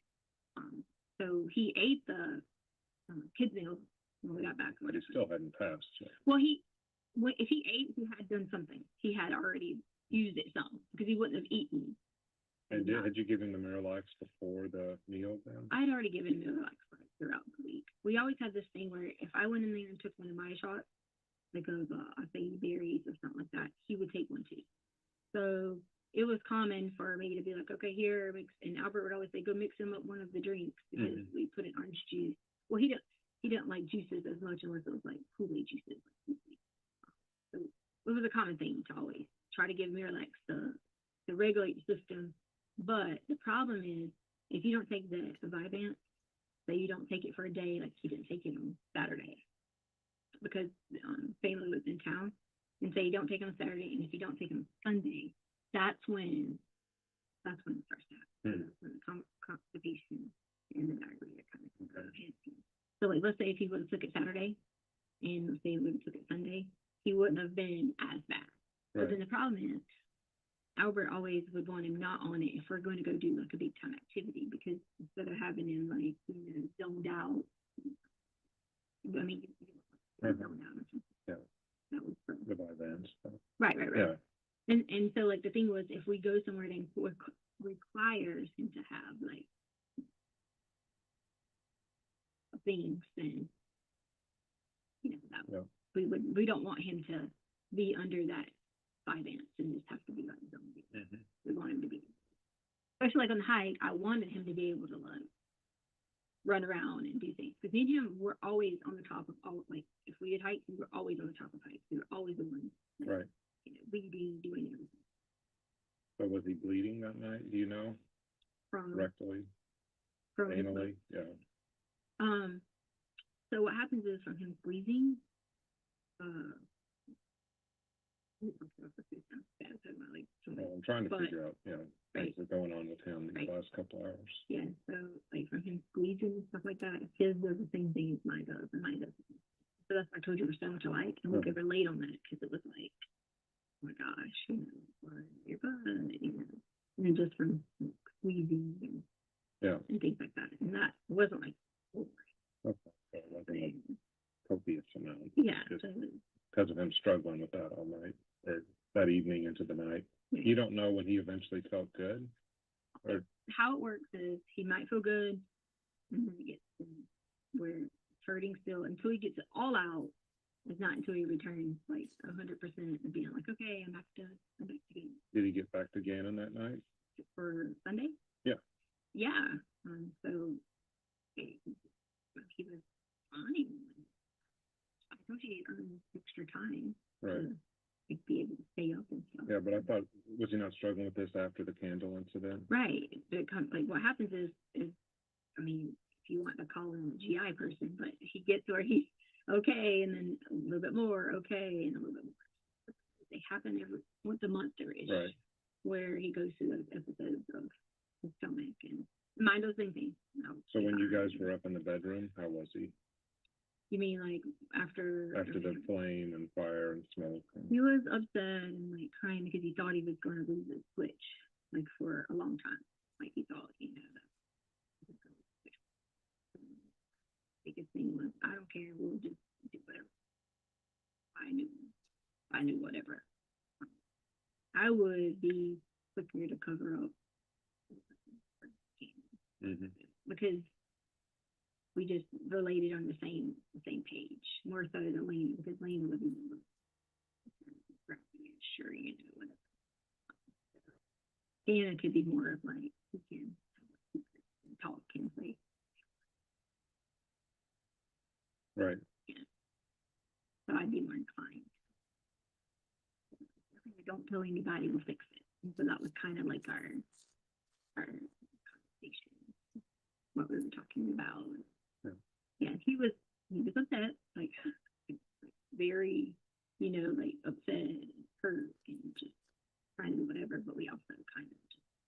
So how late do you think he stayed up with you in the room until he finally left? I don't know. Was it past midnight, or do you know? I don't know. I just but he went left down, on I his don't own. know. I just went. So whenever he went to Lena's room, I think he walked down. I don't remember exactly, but I know we all four of us couldn't fit in the bed plus 2 dogs. So at one point in time we had to switch. And I feel like at one point Harley was sleeping on the sofa, and then Harley and Lena switched because we were up. Like I said, we couldn't breathe. It was very smoky. So we were all like, when Lena went to school, I'm pretty sure she probably went to school, like exhausted. Right. Because like So Lena was real sleepy, but she went to school. yeah, like what I'm saying is when she woke up, she probably was like really like felt like she could have used a couple more hours. So why did you call Gannon in sick and not her? Well, she wasn't struggling with stomach problems. So he still had him in the morning. Then. Right. So it wasn't, I even had messaged Albert through the night and said, hey, I asked him. Like I asked him, and they said, okay, it's Gannon, things out. And so that was, yeah. but he didn't respond because he was on a different time zone. So you called in sick though too for your work. Judge, that's at 1:26:58, which was where I intended to stop, and this is probably a good time for lunch. Yes, it is. All right. Mr. Gruesing, you can go ahead and step down. Ladies and gentlemen, we will take our noon recess. If I can have everyone back in the jury room a little bit before 1:30, we could be able to start on time at that point. Again, don't discuss the case among yourselves. Don't discuss the case with anyone else. Don't do your own research about any aspect of this case. With that, we'll see you at 1:30. Have a good lunch. All rise for the jury, please.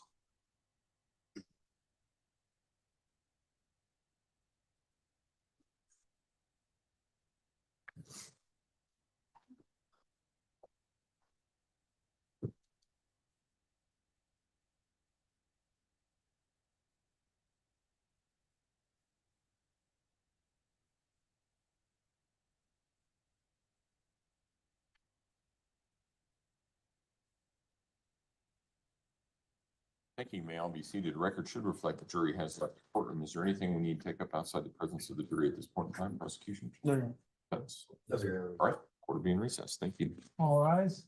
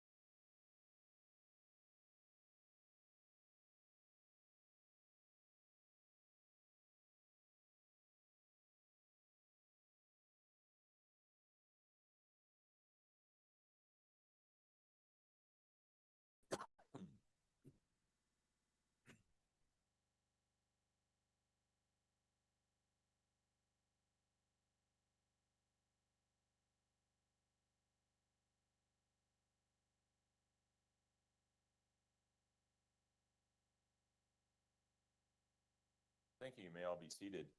Court will recall 20 CR 1358, People versus Letitia Stout. Record should reflect the jury has returned to the courtroom. Good morning, ladies and gentlemen. Morning. Taking a minute here to make sure I have all of the right people, because I understand that there were two juries that sort of came in at the same time, and wanted to make sure everybody made it to the right place. All right. Again, I'm going to ask you the same question that I've asked you every day previously. Has anything occurred since we were last together that causes any of you to believe you could not continue to serve as a fair and impartial juror in this case? If so, please raise your hand. No response. All right. With that, when we took our break, we were in the midst of some telephone calls, I believe it was. And Mr. Allen, how do you wish to proceed at this point? So we were in the middle of, just so the record's very clear, Exhibit 57. 57 we finished. Actually, I think 58 we finished, Judge. And we had also at the same time, former Special Agent John Grusing on the stand. Yes. He's here, so we were just asking him to retake the stand. Okay, Mr. Grusing, if you would retake your seat in the witness stand, I remind you, sir, that you're still under oath.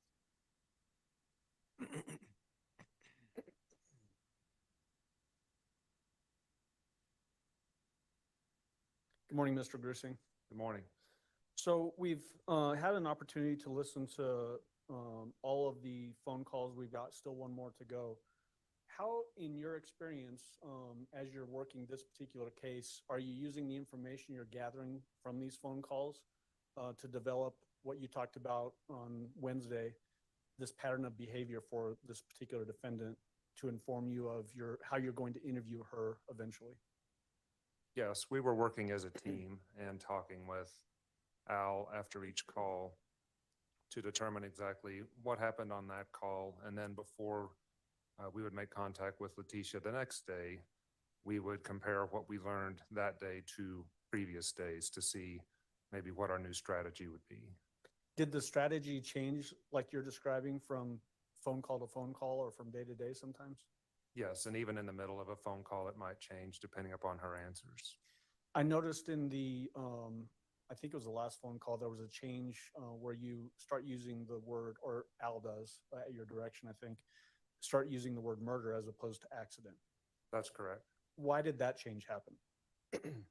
It seemed to us that Letitia was not accepting that this was an accident, even though we kept on posing that through Al.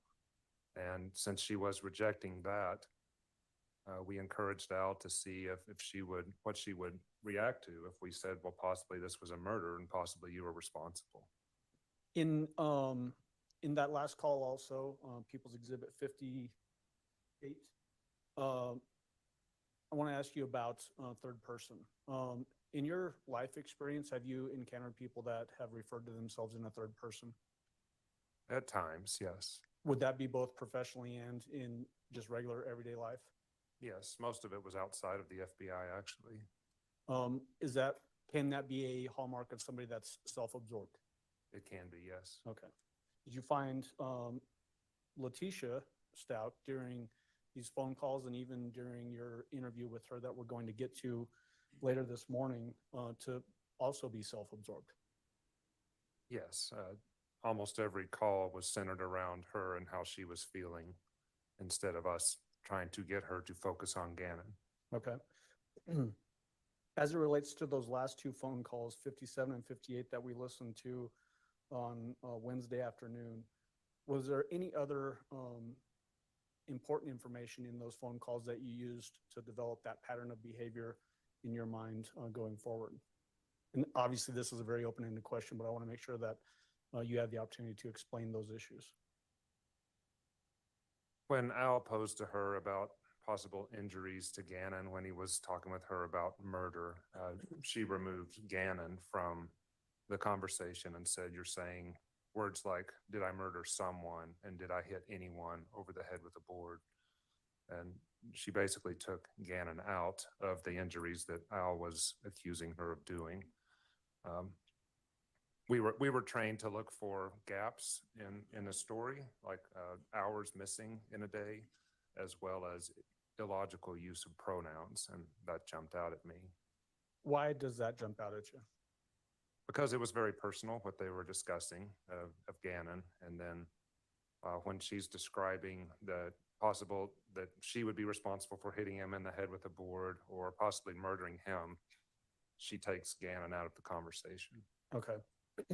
So basically depersonifying Gannon? Correct. Okay. This next phone call is the last one that we've admitted. It's People's Exhibit 59. It comes from February 21st, 1:44 p.m. It's 29 minutes long. At this point, Judge, I'd like to go ahead and publish that. It was previously admitted during Mr. Stauch's testimony. And then when this particular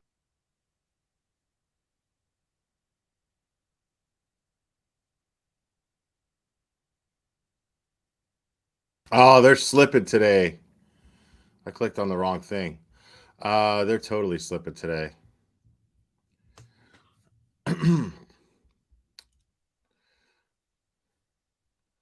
So this is the live stream, but yeah, channel 9 is totally slipping again. Just gonna have to wait, folks.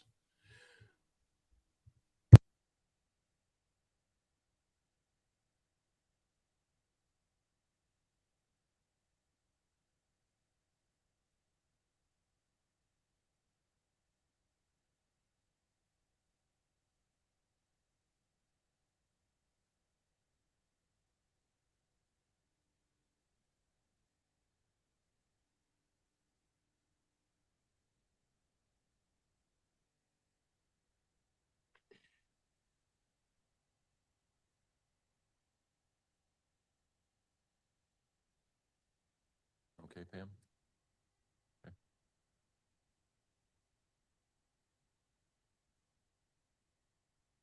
You need gloves? Oh, that's right. Okay. the court doesn't have blankets to hand out to everybody? No, I was about to suggest that everybody can keep their jackets on. All rise for the jury, please.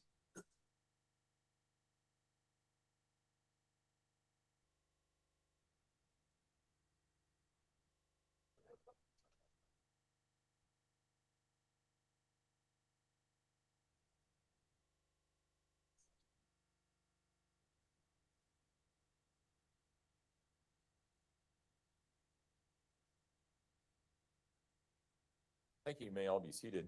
Court will recall 20 CR 1358 People versus Letitia Stauch. Record should reflect the jury has returned to the courtroom. Good afternoon, ladies and gentlemen. When we took our break, we were in the midst of testimony from Mr. Grusing. That's where we will resume. Mr. Allen? Thank you, Your Honor. And just so that we're on the same page as far as the record, we just listened to and watched a portion of the interview from timestamps 1 hour, 1 minute, 20 seconds through 1 hour, 26 minutes and 58 seconds. In the beginning of this portion of the interview, you asked the defendant to describe that fire in the basement. Do you remember that? Yes. She gives you some extraneous information there, specifically like Kobe Bryant. Was it consistent that when you would start getting into particular points of interest as it relates to the alleged crimes here, that she would give these extraneous details? Yes, and that was consistent through the phone calls as well. From your perspective, was that another distraction attempt to sort of create these tangents off of the main path of what you're trying to drive towards? Yes. Cell phones, please. Apparently the cell phone wants me to repeat it, Judge. I don't know. That's the year or whoever. You had asked about details about this fire in this particular portion, in like color of flame, those height of the flames. Why were you asking those questions? Well, as I explained before the video, the candle was a significant incident. She had been talking about that since February 13th that I came on, that Gannon sustained serious burns from that caused him even to bleed. And I wanted to see how she described not only the candle, but the fire itself and how he was injured. What was your perspective of that either reluctance or unwillingness to share details of the fire, the colors of the flames, the height of the flames. Why is that potentially significant to you in this interview? Well, I tried multiple times to get her to explain to me what she saw. And I tried to give her different prompts on maybe even motioning with her hand how tall it might be, or how hot it was, or colors. And she was not comfortable doing that. Okay. There was also discussion about the burns on Gannon. She describes on one hand that there were little burns on his arms, and then says by Monday they're peeling. Any significance to that for you? That seems to be some divergent statements as to the severity of these burns. Yes, in our phone call on February 13th, she was saying that Gannon was peeling and peeling his burns and that they were very bloody. And that's a lot different from how she was describing those to me in this interview. In that particular, and you're referring back to a different one of these recorded calls that we listened to. Correct. Did that appear to be, from your perspective, a way to explain why there would be blood on his walls and in his bedroom? Yes. So again, to explain away important details in the investigation? Yes. In this particular discussion of the fire in the basement, she gives a long description about opening windows and how people are sleeping upstairs, everybody is, but then Gannon ends up downstairs. Did that appear to be an isolation of Gannon based on the way you're hearing that? Yeah, it didn't make sense to me at the time on why he would be back down there, but I decided not to press it.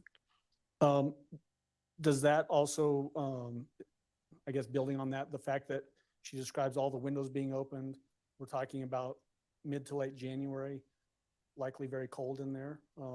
Was that significant at all to you? Yeah, I wasn't really taking in all of that, but I didn't think from talking with El Paso, the sheriff's office, that there was such a cause for so much smoke and inhalation and windows being opened. Okay. Next, I want to ask you about, during this interview, did you ask her about whether she went to work on that Monday, January 27th? Yes, I did. Okay. So we're going to jump to 1 hour, 27 minutes flat.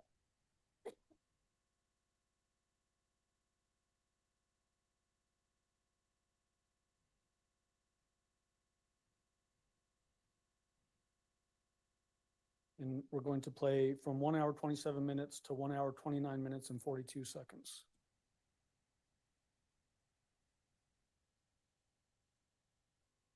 What I did was I said, I told Albert, I said, hey, I'll just stay at home.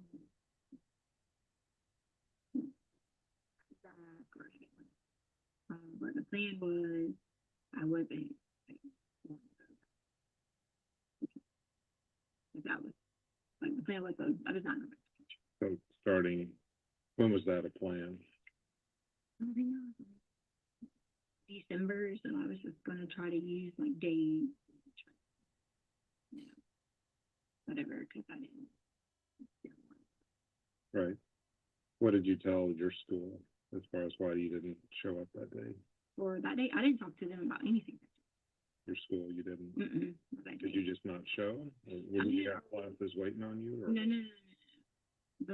Okay, so what happened was I transitioned because I was like, okay, I was teacher anymore. And I was like, okay, I have to do something until this like, the whole flight attendant thing starts. So I had to do something and just not have money or whatever. So I got on DA.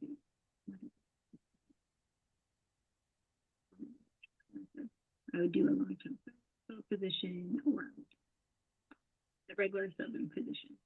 And then, so then I just, at that point, was going to just call in whenever I could work. I have it in my email. Right. I could just call in whenever I worked. So were you scheduled to show up then Monday morning? From the school that I wasn't going to work at anymore. I didn't even complete paperwork with them yet. So it wasn't even, I wasn't They even. weren't counting on you to show up that day or what? What do you mean? But I hadn't signed any contracts. I hadn't like done anything with them because the whole plan was I was not going to be teaching them. Okay, when yeah, they I get you didn't sign contracts, but were they planning for you to come in to do something on Monday and you had to call in?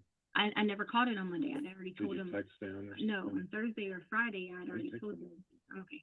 On Thursday or Friday, I'd already told them that I wasn't coming in. Like I didn't go in Friday either.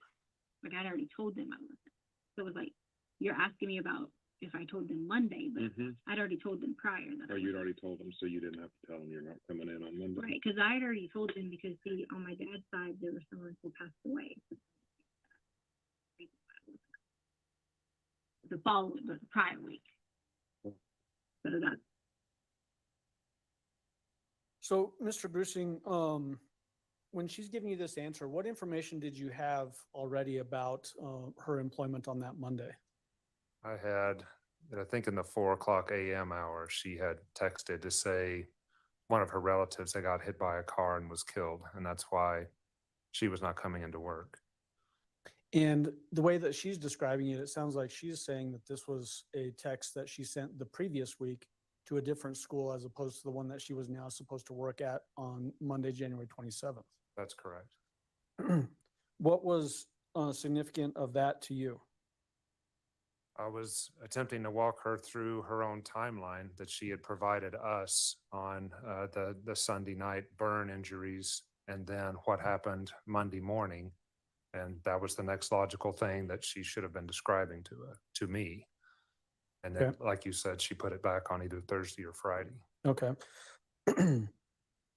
The reason that she gives in that portion of the interview is that she didn't want to go back into teaching, right? Yes. Did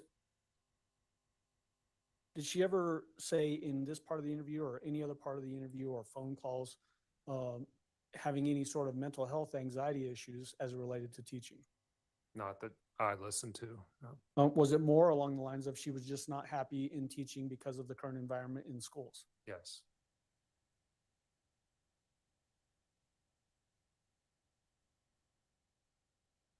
Following that portion of the discussion, did you ask her to give you a statement about what happens on Monday, January 27th? I did. Does she then, in her answer, is this where she asks you, I'm going to need some help from you? Yes. Right, Your Honor, we're going to jump to 1 hour, 32 minutes and 47 seconds and play through 1 hour, 46 minutes and 45 seconds. Thank you, Your Honor.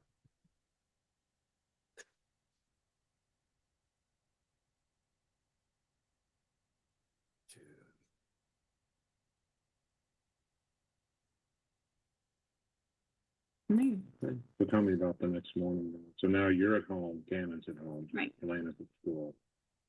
Tell me what happened.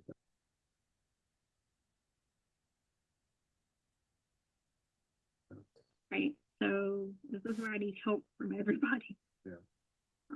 And you can get help. Like I said, I've had some high-level informants that have told me some horrific things, and we've had to relocate them. We can get different names. But to do that, to kick that in motion, we need to know the story. We can't just say, Right. oh, someone got really important information. Right. Well, that's where I would need someone to help guide me through this because I want to help more than anything. But That's why I'm here, because I'm representing Denver FBI, and then I have the ability to pull resources from Quantico, which is our behavior analysis unit. Everything comes out of there. Right. It's called CERD, which is our incident response group. So this was a big enough case that the supervisor of the FBI asked me to come down from Denver, and I get all my training out there. So you're not going to have better resources in this room right now. And I'm not bragging. Right. I've just been doing this stuff for a long time. Right. So if you tell me what happens and then you need protection, we can do all that stuff. So DEA doesn't have those capabilities, ATF doesn't. No. DEA just investigates drugs, and they're very good at it. Right. But the FBI, we're now worldwide, and we have offices Bogota to Russia to China to wherever. So we get a lot more funding because of when September 11th happened, that changed everything for us. we were the nation's #1 law enforcement agency before then, Mhm. but they gave us so many more resources since then. Right. And so I am specialized in missing kids, and unusual homicides, including serial killings and whatever else. So I didn't get in right away on your case, but I have been working it for the past couple of weeks. Yeah, let's check it out.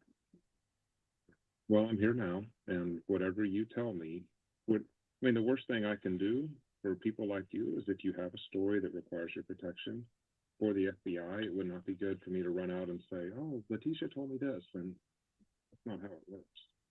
If this can help us find Gannon, we'll do Yeah. whatever we can. Okay? Not like, I just need like protection for.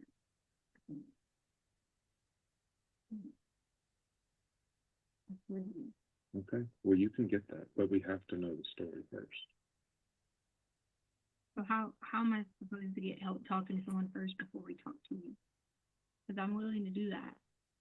So here's your deal. If you need help, and if you want to go through the court process, that's fine. We leave, and then you work through the court process.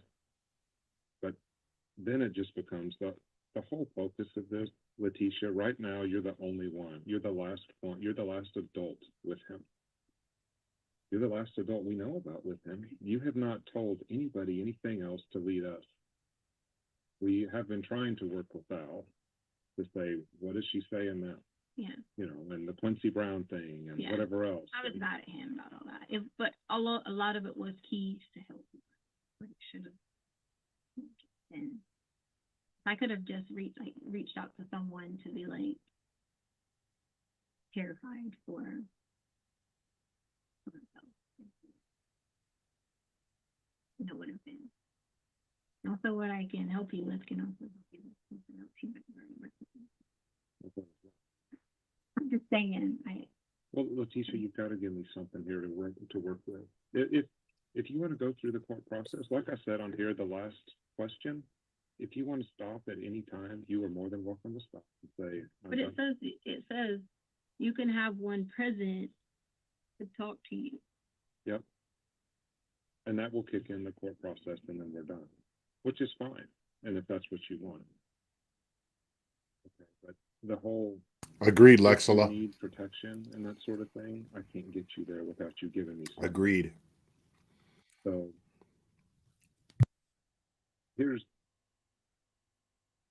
I listened to all the calls with Al, and I've seen the crime scene reports. Mm-hmm. Okay, what happened in the bedroom was not Gannon slinging his blood on the wall. Well, that's totally like not even to do with anything. Yeah, That's well- why I'm so like upset about bedrooms and all those things. Because I understand you're an expert. I know that. But I'm telling you that I'm gonna need like protection. That's it. It's not me. I'm not the person. So, if you're not the person, the charges won't be different. Okay, if you allowed someone else to come in and do the things to Gannon that we know happened to him, you're just as guilty. I didn't allow anyone, and I don't know of anything Nice. like you're talking about to be happening to you. I do know that there is something I can tell you that can help you or help me, help everyone. But help. All right. So, let me tell you where I am. Okay. This dude's awesome. I said I've been 23 years with the FBI. For the last 20, I've been working violent crime. And I've worked some of the worst cases. And it kind of messed me up a little bit, to be honest. Right. Seeing what I've seen. And I worked 20 years of bank robberies. Mm-hmm. So, I always thought that you were going to have, I'm the FBI, I'm the good guy, bad people go rob banks. Mm-hmm. And that's not how it is. Mm-hmm. I've had to help arrest other FBI agents, police officers, people from the church, school resource officers. I mean, it doesn't matter what you do. Mm-hmm. And on the other side, some of the bank robbers, one of them came out after serving a 10-year sentence, and we had it off just fine, even though, we were on opposite sides of the fence. The thing that I have seen, though, throughout is when something very bad happens, people think they can't recover from it. And I do not think you are a bad person. I'm not. That's why I'm here. No, I don't. I didn't do I've bad seen bad And I know people. you told people that to get them to help you, No, but I'm not. No, I would not have this approach with you if I thought you were a bad person. This guy's I awesome. think something bad happened. And I think that what I've seen a lot, it's whether it's you think that you can get out if you do this or this or this, that's where you are now. And you're hoping that one of these things can save you. They're not going to be able. What do you mean? What were you talking about? There was nobody else there. We've looked at the alarms, we've looked at the motions, we've looked at the Sir, detectors. The alarms are already covered up. The alarms were already covered Yes. up. Okay. But Sir, we- I'm telling you, sir, what you have is not you. I know you say you wouldn't sit here and say this to me if I wasn't, whatever. I'm telling you, it is true. I would not and did not, would not, did not. And with you guys having my phone, I would have thought that you would have had some of the apps looked into. Now, I would have thought that sometimes when I talked to Albert and you might have listened to him or whatever, it could have been some help and indication. I really did. Because I couldn't come at you and just tell you if you say there's somebody not involved. I could walk you through it and prove it to you, and you guys have already had this predetermination. I don't mean you. I have the first time sent to you. You guys have already had this predetermination that that's what's going to happen. It's already in your mindset. yeah, because we have no other evidence pointing us elsewhere. So if there was a shred of evidence, Letitia, that pointed us to some other person, we would be all over it. As soon as Quincy Brown came out of your mouth, it doesn't take long. So you know 100% he's in Mexico right Yes, now. we do now. Okay. Mhm. All right. Because we did get our legal, we have what's called a legal attaché. Okay.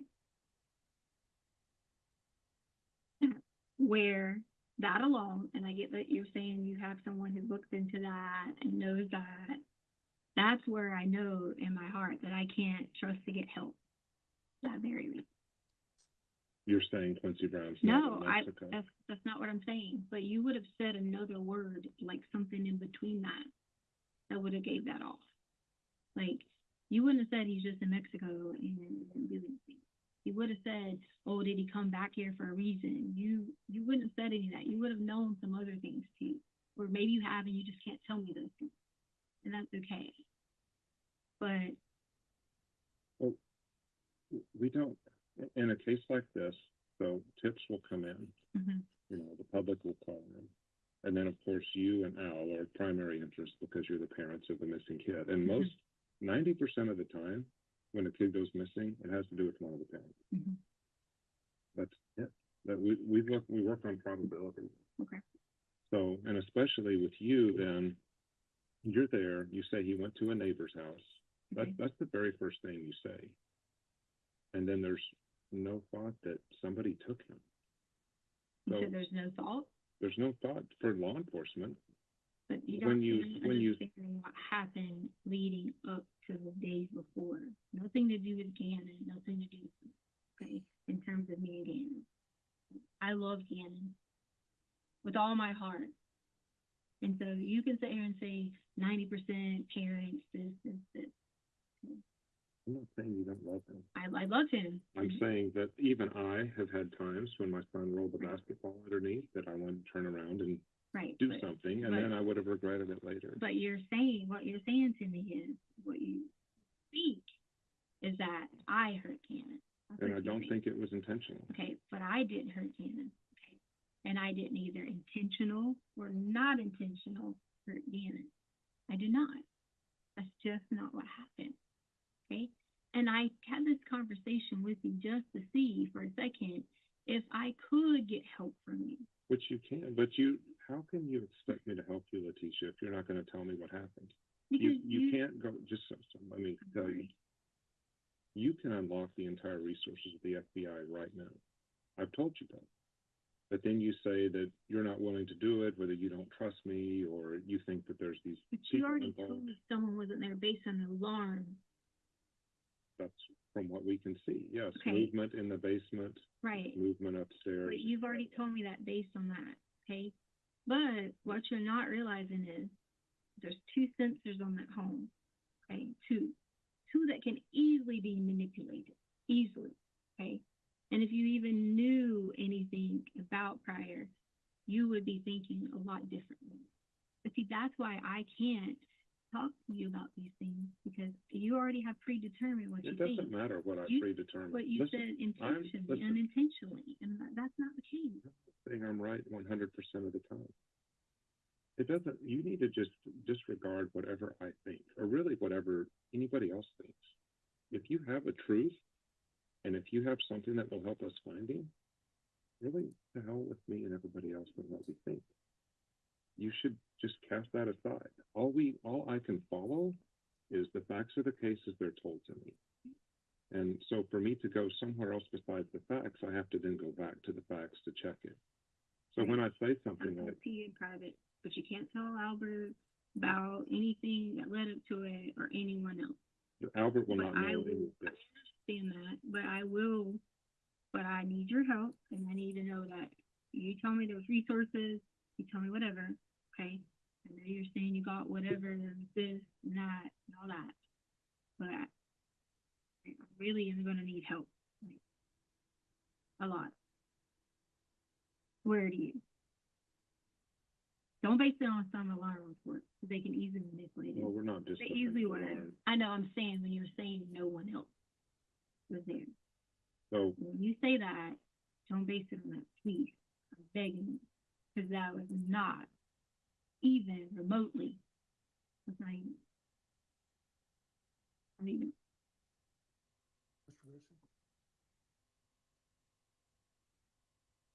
Mr. Grusin, I just remind you that you're still under oath. At the beginning of that portion of the interview, Mr. Grusing, you go through a description of if you allowed somebody else to come into the house and do bad things to Gannon, then you're just as guilty. Why were you going down that path and explaining that to her? Well, it had to do with the numerous stories that she had told us and Al over the phone. And just whatever compliciter she was going to make with me, I was wanting to move more directly towards her involvement. So just saying that if she was going to introduce yet another person, like the last one that she introduced was the pregnant lady, and it didn't really have any legs to stand on. I didn't want her to go down that path again. So was that you trying to encourage her to talk about her actions as opposed to pointing it out to different people? Yes. Okay.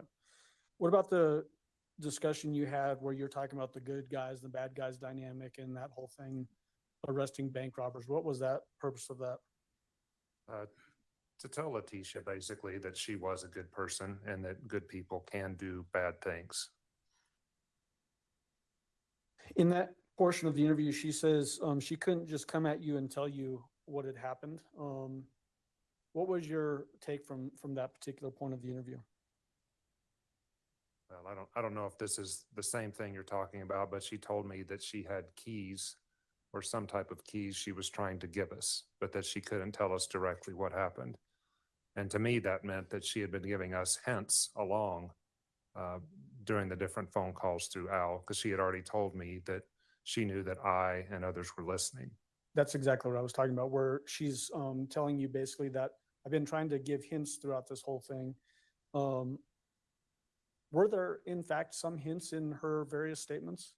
Absolutely. Can you give us examples of that, please? Well, she mentioned that Gannon was not in Colorado in either the phone call on February 19th or 21st. I think it was the 19th. And then she told Al that he's not in the US. And we later learned that was close to being true. She also, as we've spoken of numerous times, described the injuries, and she was even describing time periods that we were interested in, like the night before the 2 trips to Costco and what had happened in between those 2 trips. And then when she would come home, what happened after she arrived back at the house. And yeah, so when you compile them all together, she was describing a lot of what had happened separately through the investigation being done by El Paso County Sheriff's Office. And when you talk about that it was almost true that Gannon wasn't in the United States, are you referring to where Gannon was later found on the essentially banks of a river that flows into the Gulf of Mexico? Yes. Okay, down in Florida.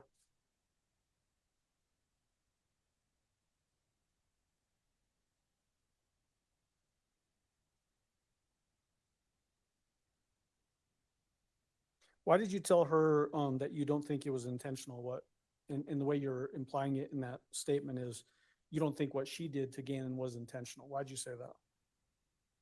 Well, in her first statement that I was present for with Al on the 13th of February, she said that Gannon's first injury in her timeline was that he cut his foot on Saturday. And then she went on to other things that had happened. And in my experience with domestic violence, I had seen that an accident might precede something intentional. And I was giving her the opportunity to say that if she wanted to. Was that essentially you building it out for her to feel better about telling you what actually happened to Gannon? Yes, and still just trying to find any factual information from her on injuries to Gannon when they might have occurred. And it's much easier to talk about an accident than something intentional. Okay. The next section that I want to talk about is right after this. Do you remember her talking about she reached out to people to go places? Yes. Let's go ahead and play that. It's at timestamps 1:46:45 through 1:48:30. So going from directly from here to 1:48:30. So you care about Gannon? I care about Gannon. I have reached out every day offering for people to go in certain places to get even insight to see. I every day ask, hey, can you go do this? Can someone meet with you? So you've asked someone to go look for him? Right. Like I reached out and I asked Albert, I said, hey, can you meet me? Let me tell you about this and let's go to this location to look. I've asked all these. What location do you think he's at now, Gannon? No, I'm just saying like No, in general. but I'm asking you. In right general. now. Where do you think he is right now? I don't know exactly. I don't know. Well, where do you know him to last? But I am 99% confident Gannon is alive. Okay. Letitia, where do you know him to last be? I want to help her, but I'm in a room and you've already talking about all this and the courts and it's me against everybody else. So here's the deal. Once this thing goes through the courts, you talk about that. You're the only one to be with him. You think you're going to be able to tell a story. It might be a true story. God, sir. But listen, I've listened to a lot of your stories and I don't know what else to tell them. Yeah, okay, that's because I was mad at him. Had nothing, I already knew. But I've seen what you told the news reporter. I've listened to what you told El Paso about the sex assault that happened in the house. I already knew that you guys were listening to him. Yeah.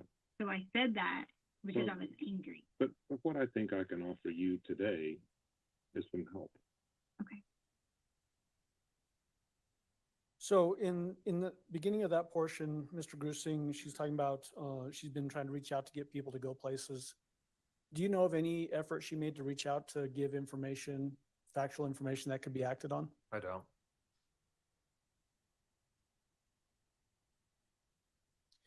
So in this,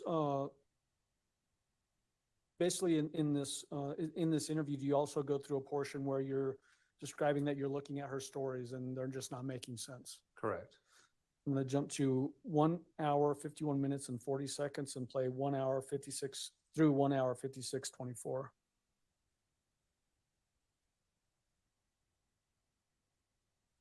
Get comfortable, guys.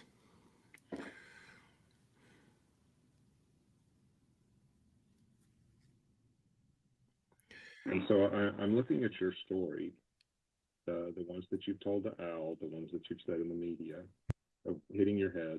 When you hit your head, you didn't see what happened.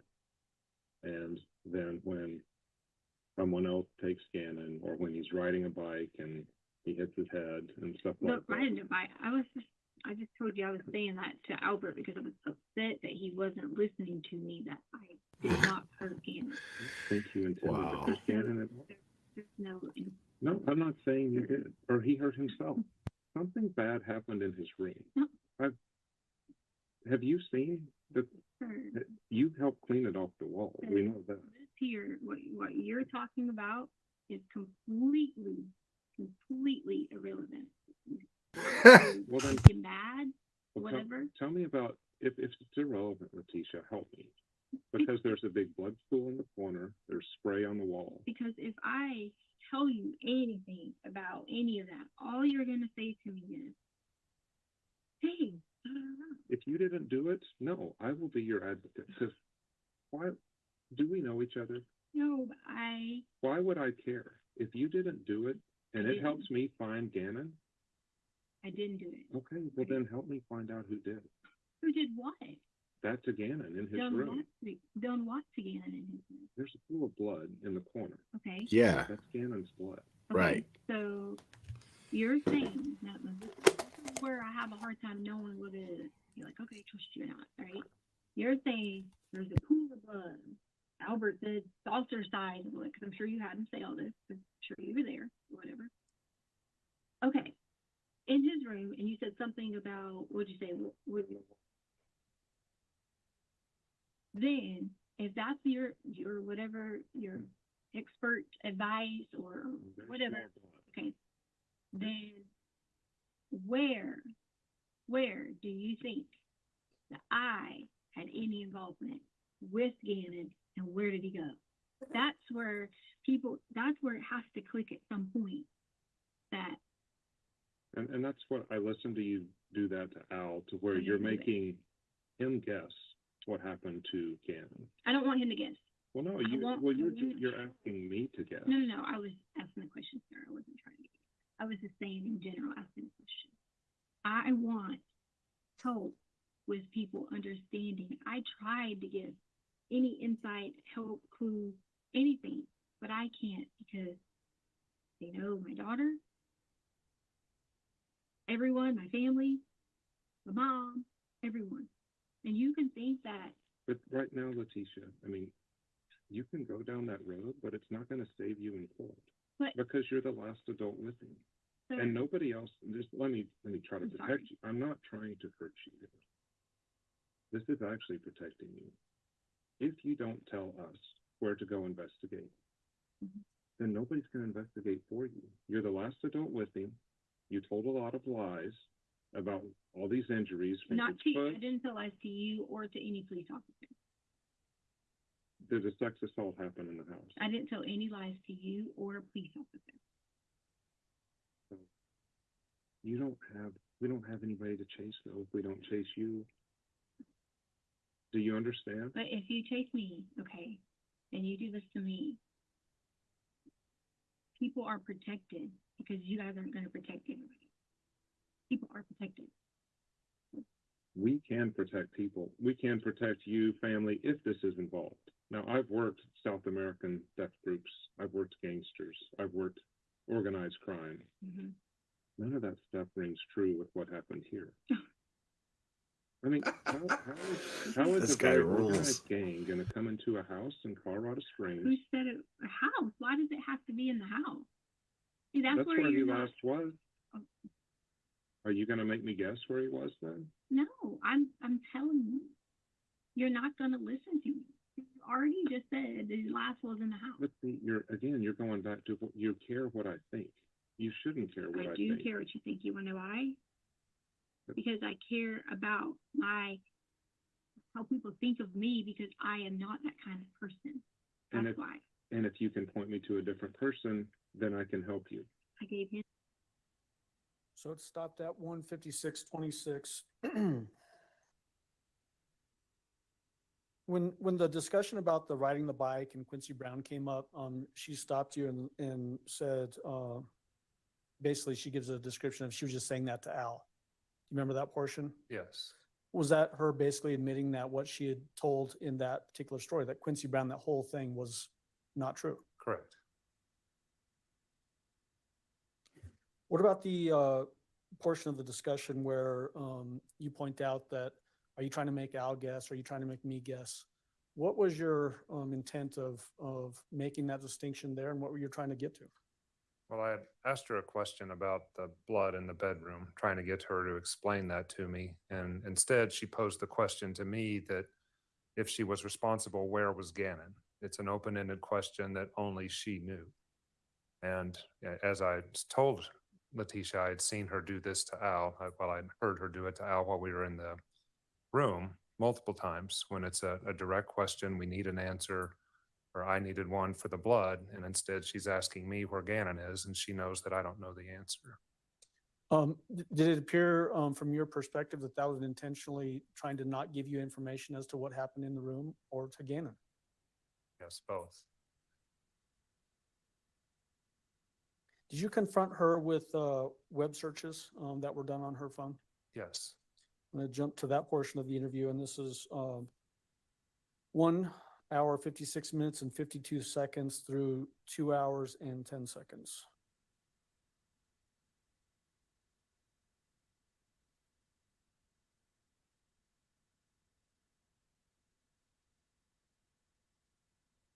As you know, in here, I even have what you entered in your phone, the stuff that you've entered and deleted,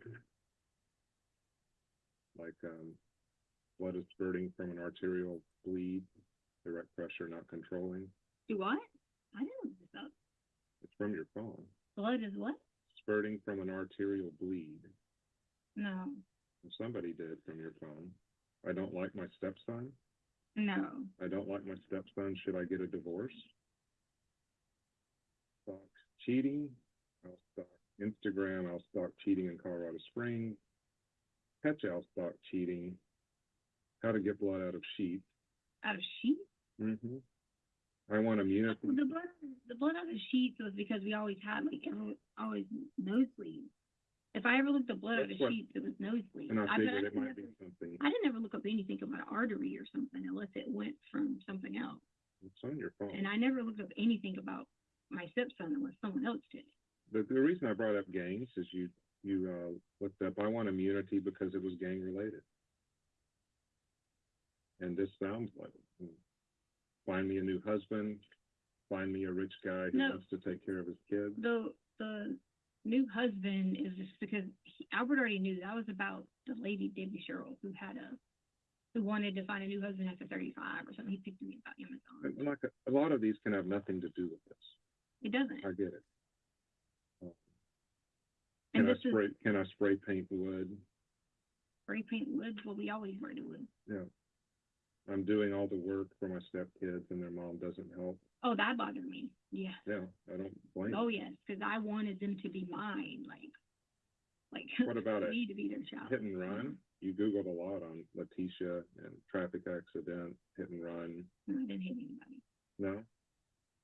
What was that? What date was it? I don't have a date on these. I was downloading stuff as I was coming on the plane. Yeah, no. I don't. If My you tell me husband the wants a divorce. My husband wants a baby, but I want an abortion. One day, some people will wish they treated you differently, which I get that. Parenting should be for people, not one. Quote the suicidal person might say. I mean, these make me very sad when I read them because I can see you're doing all the work at home by yourself. which I wanted to be there. Like I wanted to totally have the kids as my children. That's the point you're not getting. Like I wanted those kids to be saying to me that I'm their mom. Yeah. Like I am the person who does it, cares for them, loves them, everything. So you can think that. What do you do if you suspect a person swallowed poison? Did somebody actually swallow poison? Poison?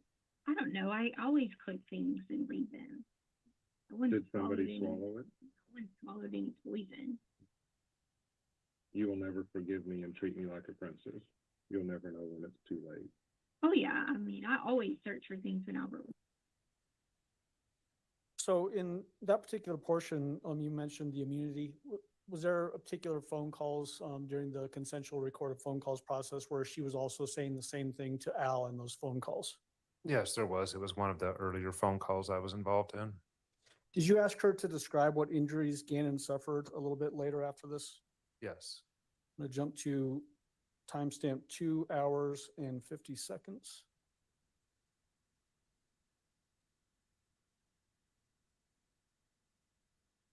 And play through 2 hours, 8 minutes and 55 seconds.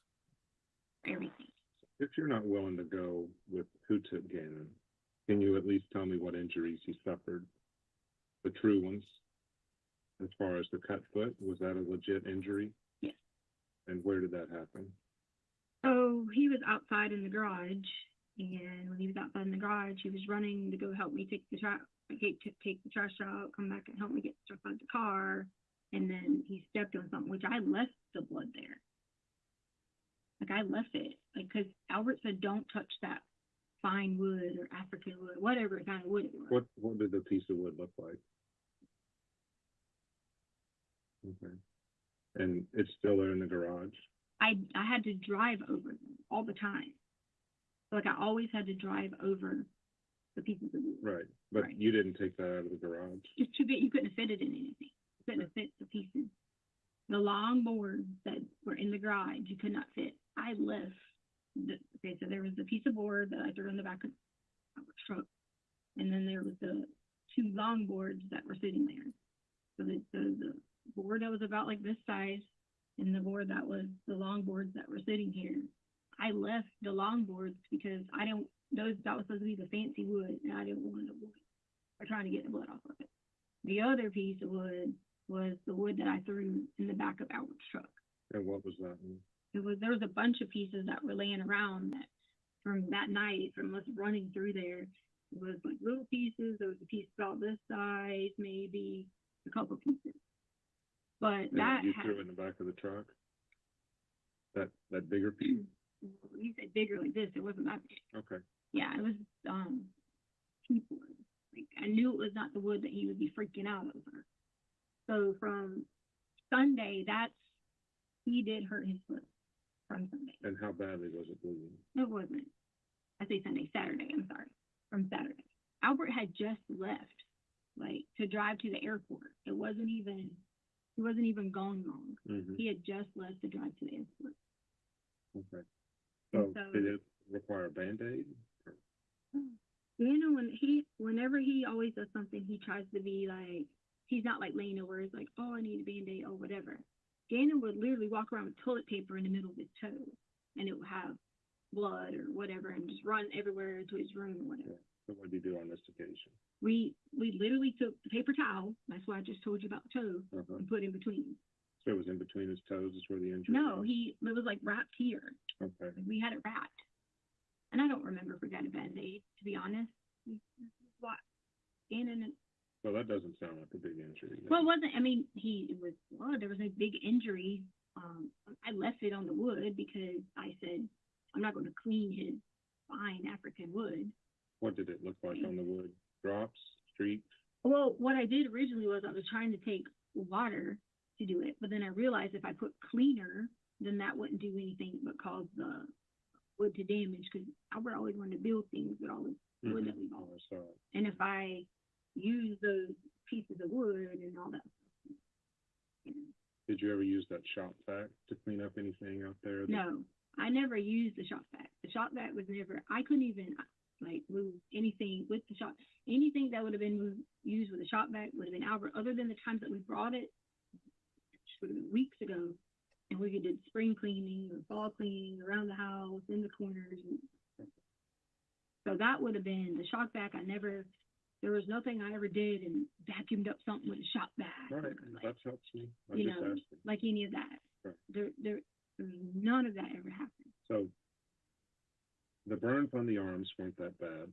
The cut on the toe or the bottom of the foot wasn't that So bad. we still were able to go hiking. He was able to still go hiking. It was bleeding on the board.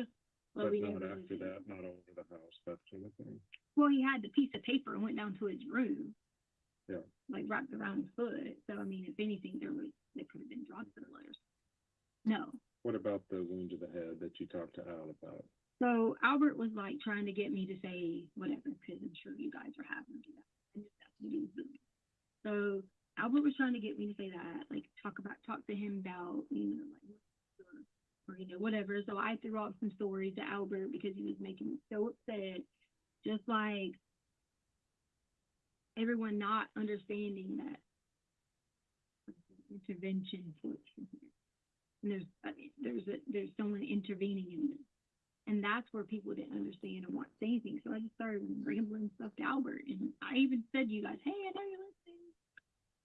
And it was just to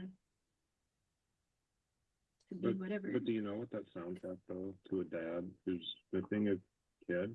And then you say, and the previous head wound happened where it was blood running down his face and that sort of thing. And it's, had to bandage it up. And Well, I don't remember saying anything about bandaging up. I think you said Quincy Brown tried to bandage it up. Oh, because he was making me mad about something. Yeah. I was about to say, I don't remember me saying I did that.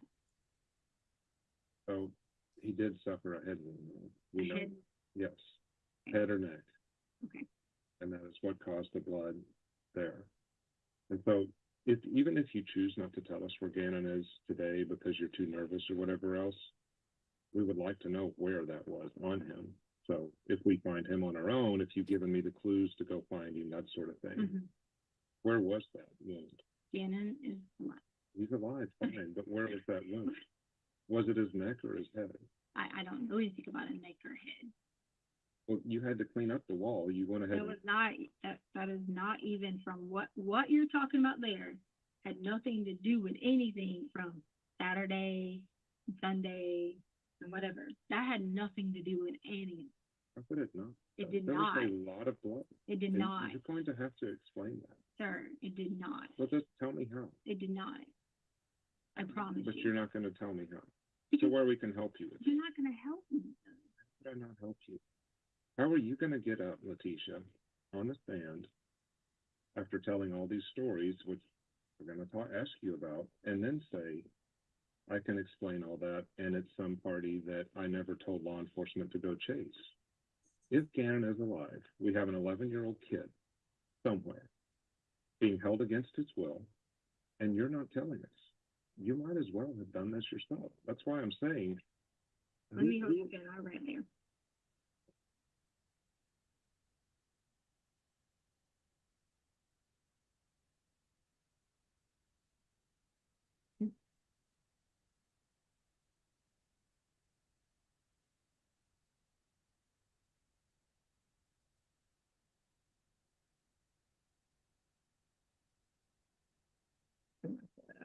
It's fine.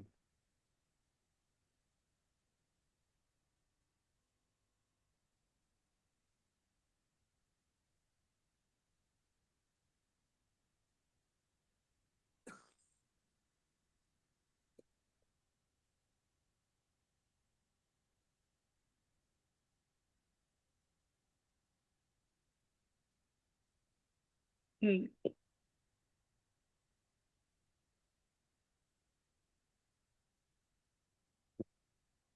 So I've paused it at 2 hours, 8 minutes, and 55 seconds. What did she write down in your notebook? I just remembered the first part, that the head wound was on Saturday. You remember it saying, and had nothing to do with this? Words to that effect, yes. What was your take on that? That instead of saying it on the camera, she wanted to write it down in your notebook? Well, whether it's by now, whether it's the argument that she didn't want to talk about, the burns, and even calling Gannon in as absent, I wasn't pushing her. I would give her the opportunity to talk, and then she would not talk, so I would move on. And now that we're to the blood and what happened in the room, I think it was too difficult for her to say it out loud with the head wound. When she's going over the wound to the head, and then she actually says she just started throwing out stories because Al was making me mad. You remember that portion? What were your thoughts on that particular part of the interview? Well, that was consistent with what she was telling Al on the phone calls. And Al would continue to push her like, we need to find Gannon. And then she would say, what about our relationship? So she would move from finding out what happened to Gannon to her feelings, and that's what she was doing here again. Is this also an example of her blaming others for her behavior? Yes. Did you ask her about blood being found in the back of her Volkswagen Tiguan? Yes, I did. Okay, we're going to play that portion next. And Judge, just as I'm watching the time, is there a time that you want me to shoot for a break? 3:10. Okay, Something like that. I'll just watch the clock on that. All right. This next section picks up from here and goes through 2 hours, 10 minutes, and 57 seconds. About the blood on the back of the Tiguan.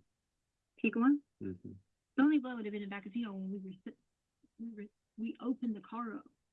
In the car, we were sitting there to do his foot. There's nothing to do with it. There's too much to be. No, just a toe. no.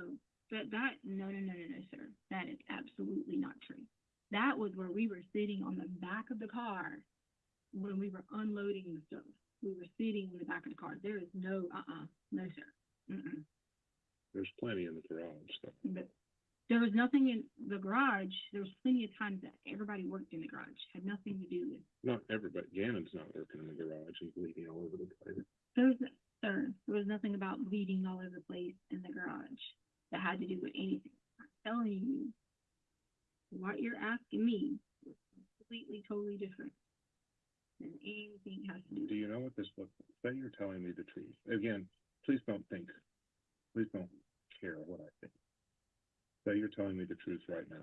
That Saturday had nothing to do with him disappearing and being gone for over a month.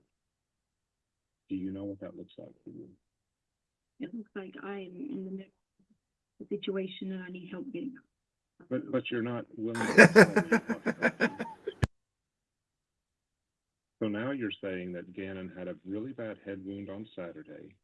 No, I didn't say that. That's not what I said. The head thing was Saturday, and the amount of blood there? No, that's not what I'm saying. I'm saying what you're talking about completely different than what you're saying. Correct. Yeah. Yeah, but this doesn't look any better for you, because now you haven't told Al that he has a head wound.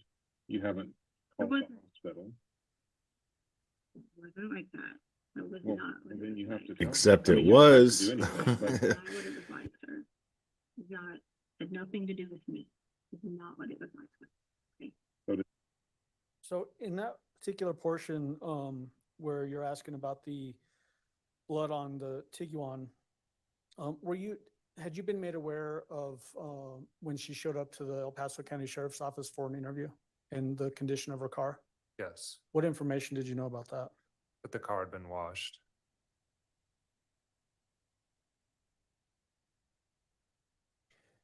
Did you ask her if someone else injured Gannon during this Yes. interview? Okay. We're gonna jump to that portion. It picks up here and goes through 2 hours and 20 minutes and 06 seconds. Someone else injured him on Saturday. That's an easy question. You don't even have to tell me a name. Did someone else injure him on Saturday? I wanted to be friends, but I didn't have friends. Okay. So I wanted to make friends. Albert ever tell you about any of these steps we had to go on? See, that's where this is going to be whatever, because you're not going to take my version and my side of All right, what well, really happened. Letitia, let me stop. If you help us, I will take whatever version you tell me, and I will actually prove it. That's all I do is I don't chafe. I am wrong most of the time. You have a way to pull up apps. You have a way to pull up the stuff on apps. Do you have that? We can do that while you're here, yes. Okay. Well, no, Tell I'm me. saying, you said you have this. Yes, we have Okay. ways to pull up apps. Okay. What app? How do you have ways to pull up apps? We have technical people. What? I'm not a tech person, but we have plenty of tech people that are super smart to do it. If you tell me what to do, we can do that while we're talking, take a break, you can go to the restroom, whatever else. We can solve this thing right now. Why come I just can't talk to you without a bunch of people watching me? Then we can talk right now. Yeah, but come on, there's people here. Yeah, what If do you- you I want me, think- you tell me what you want to do and I will have I you. want to talk to you to tell you about leading up to anything. I want to talk to you because I want you to find Gannon, and I believe in all my heart you will help me. Not lie to me. I will help you. Not try to say, oh, you're telling the story and throw me somewhere. Okay. So is he alive? Let me finish this and I'll All answer right. the question. I understand what you're saying about federal versus local, whatever. Okay. So the first thing I'm going to want to talk to you is that I don't want. I need you to quit tripping me up on my lies. If I provide you with 100% the truth to help you. That'll work. This is the first time we're talking, and it's for a reason. You haven't talked to the feds yet. Right. So if I can, I don't want to be sitting here with all these people watching because I want you to listen at exactly what happened and go from there. Okay? Okay. And that's not, I know you're trained to do this and interrogate people and all this. I want nothing more than for Gannon to be okay. That's all I want. I promise you. That's all I want. That's it. And I will take whatever resources, whatever help you want me to go do, even if it means take myself in the middle of somewhere where someone wants me to go to get him, make sure he's okay. I would do it. Because I love Gannon. And I love his family. And I love the ground that everybody walks on. Albert, Harley, Lena, Gannon. That is my family. So in the end, you might think you got whatever by this and forensics and whatever. And I'm not arguing any of that. Very smart to know that you're a smart man and not stupid. But I need the help, the resources to not be attacked anymore. To know something on the stupid app was a silly mistake. Okay? So you brought someone in. So I'm not. I know. I get it. So I'm representing law enforcement in Colorado. Okay. And if you tell me something, even though, we started a recording now, whatever else, and if you say we won't talk unless we turn off the recording, that can happen, but I'm going to pull in all those resources. No, I want you to pull in resources. I'm not denying you to say pull in the resources. I'm looking at you from mother to a father. I have been scared because I don't know what's going to happen. Not with because I did something. I wouldn't have told you that there was people, random people, intervention or all these things if there wouldn't have been. Okay, I wouldn't have done that. I agree. It's I wouldn't beyond. have done that. Could have easily just been like, hey, if there was truly what you guys had thought about, I don't think you intentionally done it. There was an accident. Common sense, well enough to know to pick up the phone and say an accident. I'm not stupid. Okay, might be freaking out because I don't know how to get this help, but I'm not stupid. Okay, and that's looking you dead in the eye to tell you I did not hurt Gannon at all. Okay, swear to you. So if you're willing to give me the opportunity to talk to you, I don't want to be like watched by people. I don't want to be, whatever. This is a separate recorder. This is mine. Right. And so does the Myrtle Beach Challenge. Yeah, they do. Right. Right. But I need the help. You'll get the help. Okay. All we're focusing on is finding. Okay. And that's what I want. I don't want to look at you look at me like I'm just this bad person who doesn't want to find our child. That's not it. I just don't, when it came at me as an attack, okay, because that's what originally happened, okay, and I get it. This is their job. Guess what? They're probably parents too, right? So they have to do their job, right? Okay, I get that part. Okay. You can ask me about any of these, whatever. I'm sure it was something I saw somewhere, and I don't never looked up anything about some stepchild. I've looked up how I haven't got help, and how I wanted help, and how I wanted to be the person that they always were. Well, I didn't even want them to go home. I didn't even want them to have to go to their mother at all, because I had to see the pain and agony out of it. Worry. So you're going to take my character based upon No, whatever. That's just part, listen, when a kid goes missing, we don't only look at the person, we look at the entire neighborhood, we go through people, closets, we go, everybody's lives is turned upside down. And I'll tell you right now, if any of this is since then, of course I looked at what people said. If people said something about the FBI, I Googled But FBI. again, you worry too much about what we think. If you will get us there, we can protect you. Okay, so then I talk to you. And I don't talk to Myrtle Beach Police Department and all these other people. I talk to you and I explain to you.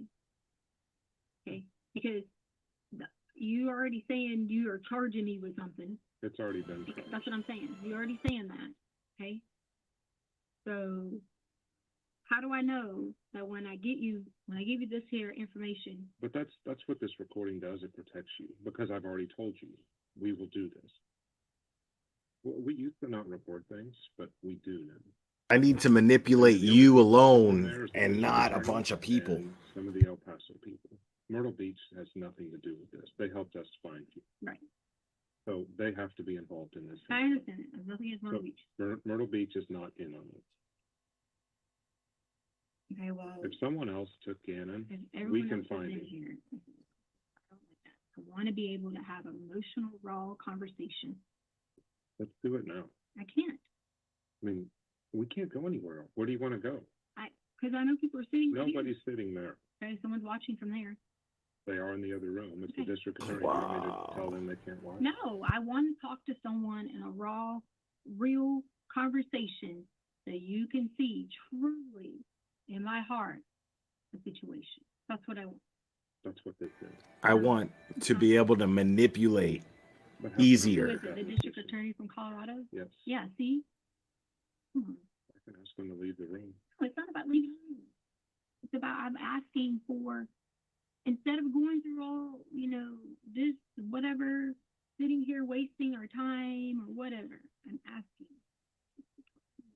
I'm taking your word that you're going to help me and you're going to provide the resources from wherever you said you have them. Before I do that.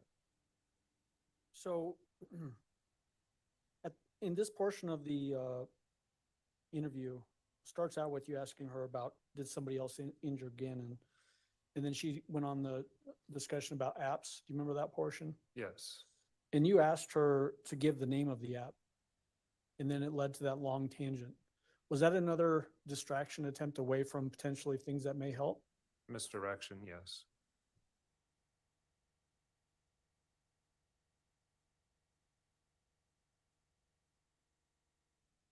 Did you ask her about trips that she may have made to Palmer Lake area, so northern El Paso County? I did. So we're going to watch that next, and this is short. It's from 2 hours, 20 minutes and 10 seconds through 2 hours, 21 minutes and 20 seconds. Let me ask you some questions, okay? Because this is our investigation. Right. You're taking all these trips up to Palmer Lake, multiple trips, Mm-hmm. different cars, Mhm. renting a car. Okay. How are you not involved in that? First off, I didn't ever get the drive to rental car anywhere because immediately once we, let me go ahead and correct on this now. Once we got the rental car or whatever, the National Guard was there. Everybody was in the house. We went in Albert's truck the whole entire day going to Come and Go and all these places. So I never drove the rental car anywhere. And it's already been corrected from Budget about the rental Lies. car situation. I had to get that Lies. yesterday. I never even drove it anywhere because I didn't get to. So whatever GPS you get from the rental car, it never was driven by me anywhere but literally up the street back. I didn't hardly drive it anywhere. So there was no rental car driven to any kind of places at all. The only time I went anywhere in the rental car might have been maybe 40, 50 miles. I don't know, no more than 100 miles, counting there and back. And that was just driving it through the day because I went back to get my car. What information did you have about rental cars when you were asking that question? We had that on the day Al returned back in town, which I believe was Tuesday. The Tiguan had been parked at the airport and Letitia had rented a car for that day leading into the next day.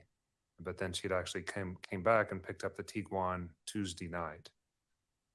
I don't remember or not if I had the mileage. She is correct here, and she drove it between 50 and 100 miles. I think it was about 70 miles. It came back that the rental car was driven. And like she said correctly, you could see the level of detail here. I believe she's being honest. And it probably was not driven up to Palmer Lake. So, yeah, it was factually correct what she was saying. Were you aware of her Oops. having access to any other rental cars during the early days of this investigation? Yes. Like the Nissan Altima? Yes, I believe her Tiguan was seized, and then after that, she rented the Nissan. A relative rented the Nissan? We've got that in evidence. That's came Okay. from a different witness. But also, did you later learn that she also had access to two different types of rental vans? Yes, I learned that later. Okay. Did you have a discussion about PetSmart / Petco that leads into a discussion about blood on the walls and on her shoes and that kind of thing? Yes. All right, we're going to jump to 2 hours, 24 minutes and 51 seconds and play through 2 hours and 28 minutes and 5 seconds.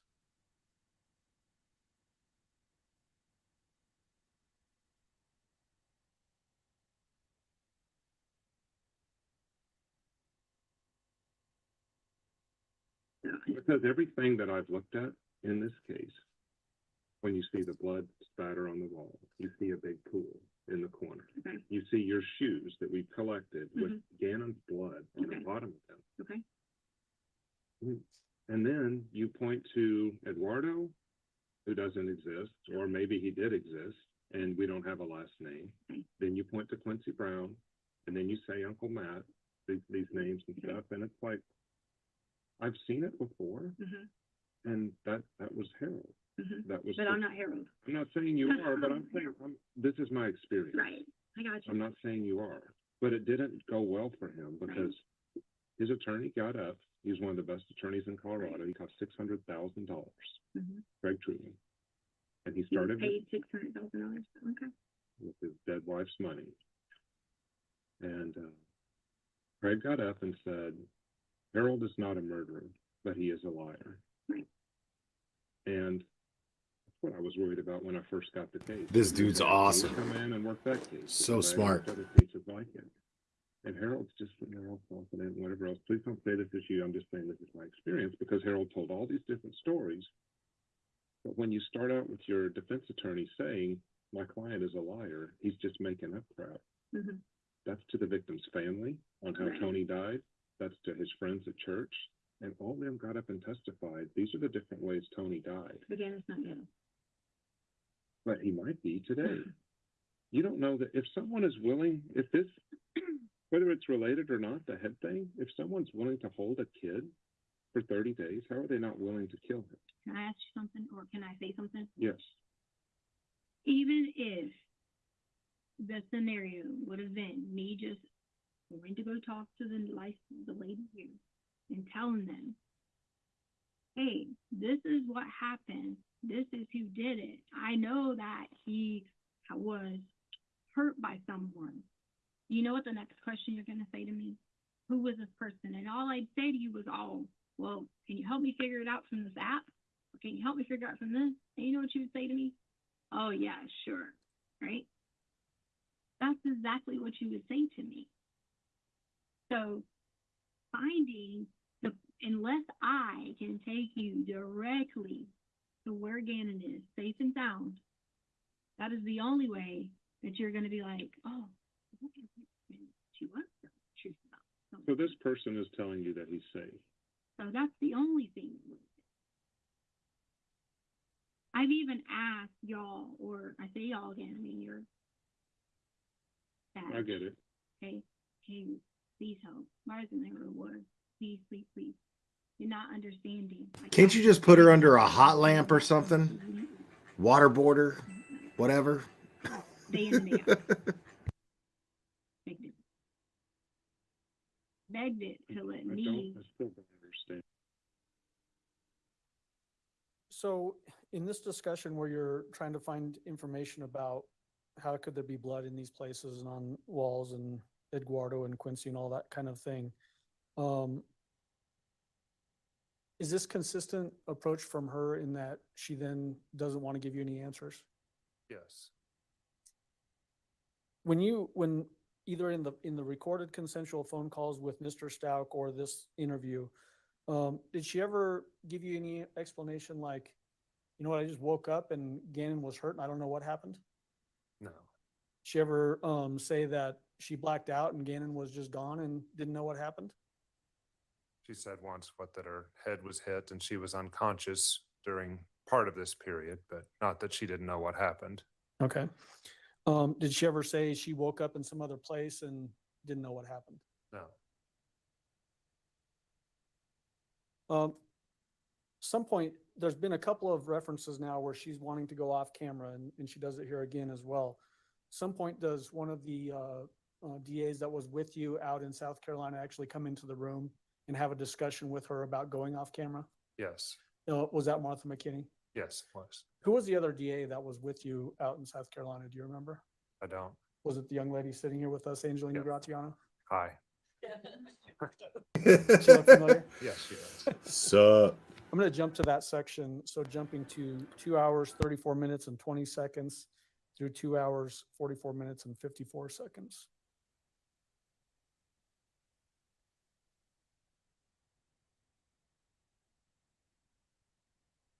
And before I jump, as I'm typing in that timestamp to get to that exact point, is it shortly after this where you actually leave the room for a little while and have a discussion about, can we do this off camera thing? Yes. And when you did that, was that leaving her in the room, the defendant in that same room by herself for some period of time? Correct. Did she do anything unusual inside the room during that time? I recall. Starts talking in Spanish or anything like that?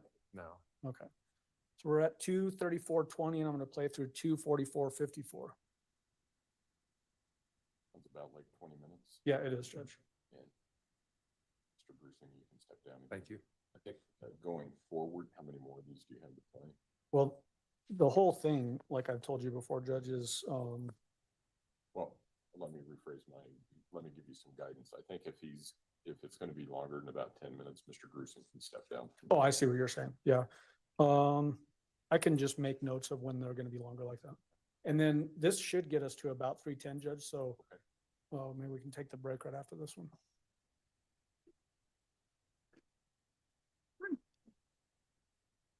I'm with the district attorney's office. Just so you know, I looked behind there. This place is under construction. There's no one back. I can walk you back there if you want to look. Oh, no, I believe you. I'm just talking about all these people watching. Yeah. don't worry, that was just part of my bullshit. Yeah, I have. Yeah. John said you wanted to talk to me? About protection. So I don't have any trust in anyone. Obviously, I know I've told him that I said things to Albert because I was not whatever. But how do I know that I'm gonna get help? Like, because I didn't hurt you at all. But I need the help to figure out how. Let me read you what she wrote. Okay. Or I'll just show it to you. And I know it's Saturday. I probably should. I had things Saturday and had nothing to do with it. So we do have your phone, and we have gone through, like, these are keystrokes. Right. I'm talking So, about like it's a like, when you download it. Did you have a different phone beside the one that was in your van? Hmm? Did you have another phone, like a second phone? Yeah. No. It's the same phone. The It's the same. same Yeah. phone. Oops. No, not the same phone. You guys have the phone. That was just a Okay. Yeah. But at this time, like, Yeah. I'm saying disappeared. that's the same. The 843 is the Okay. 655 number. But you didn't have a second one that this app might be on. No. I only had this phone. So, and let me explain, Martha, my understanding, what Letitia's asking is, how does she know, since I've said, if there's a bad guy or guys out there that did this to Gannon, that she can tell us where these guys are. And she's concerned for not only her safety, but the safety of her family. Right. And how can He she? asked me would I trade my life for Gannon, and I said yes, but I said it's also other people. Like, how do I know that everyone else Unreal, bro. is not gonna be? And how do I know that you guys aren't just trying to be like, whatever, if I walk you through anything or can help you with anything, I don't want to be just thrown somewhere, like being like, okay, well, you didn't tell me this, and I want to be able to help you and work together because I'm sure you have kids or grandkids or whatever. I do. I don't want to sound like I'm cold-hearted, and I'm just tired of being like the person chased instead of being able to have someone to actually have compassion to help me. Well, I was a little bit confused when I was watching it because John talked about how they're the FBI and they're the premier law enforcement agency that could protect you, could protect. I need somebody with empathy that I can manipulate easier. And they, if Gannon's alive, they. Okay. I can't make you any promises. Right.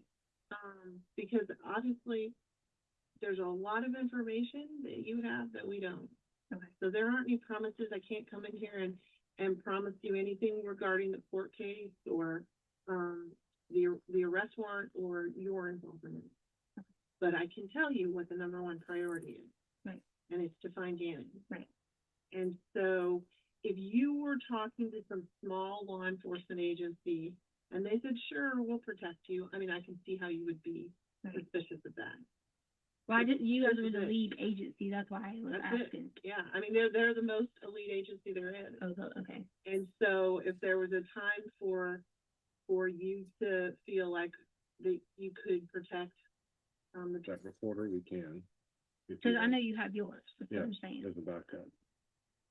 So if you want the recording turned off, you need to tell us really explicitly that that's your choice, because the recordings have been put into law so that there's not a debate where he says you said one thing and you said I didn't, right? So it's to protect the person being interviewed. Right. But if it's something that you, it's not that I'm trying to, I just don't, it's just, I wanted to have like a conversation with him, just him, and try to explain to him in complete detail about everything, because I do want this, I want the help to the next level to find out where he is. I really do. You guys have looked, you went to GPSs and all this, but you haven't found Gannon because you're coming after me. And I understand you're going to say, well, this is what we have to go on, and I respect that totally. But it was the first time I ever get to sit down with people to actually to say, okay, this is what happened. This is what I know. Please help me. Because then I feel like if I don't, because see, I easily would be like, hey, just give me an attorney and call it a day. I really want. So do you think I want to waste time if I got resources when that's all I've asked for? I don't want to waste time. and if there's a chance it can be saved, everybody wants that information. But the only people who can save them are the FBI. I don't want you to think that this is being broadcast to the whole world. Right. You know, there's another DA with me. There's no conflict. I mean, holla. And they're the ones. What the reason that we do that also is, I might miss something, and I probably do, and so then I can go talk to them and say, what am I missing? And then also it protects you, because if I make a promise that I can't deliver on with the FBI, then Martha gets to hear it, and then she would knock on the door. But as soon as I give you information, what's going to happen is someone's going to say, well, you were involved with this person. You were cheating with this person. You were doing this. I'm just giving you scenarios. But that's a lot better situation than you're in right now. But what if I wasn't? That's my thing. And that's where the burden of proof, I can't depend my life on the burden of proof to be involved with just someone thinking that I'm just a bad person. I did not hurt Gannon. Okay.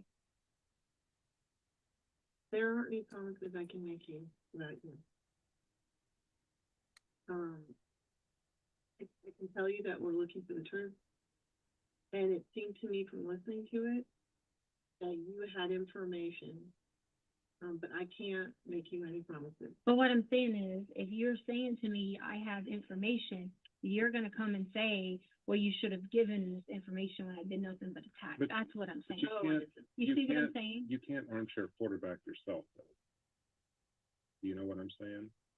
You can't look into. She doesn't know what you're saying. Well, we're going to say this because she said that.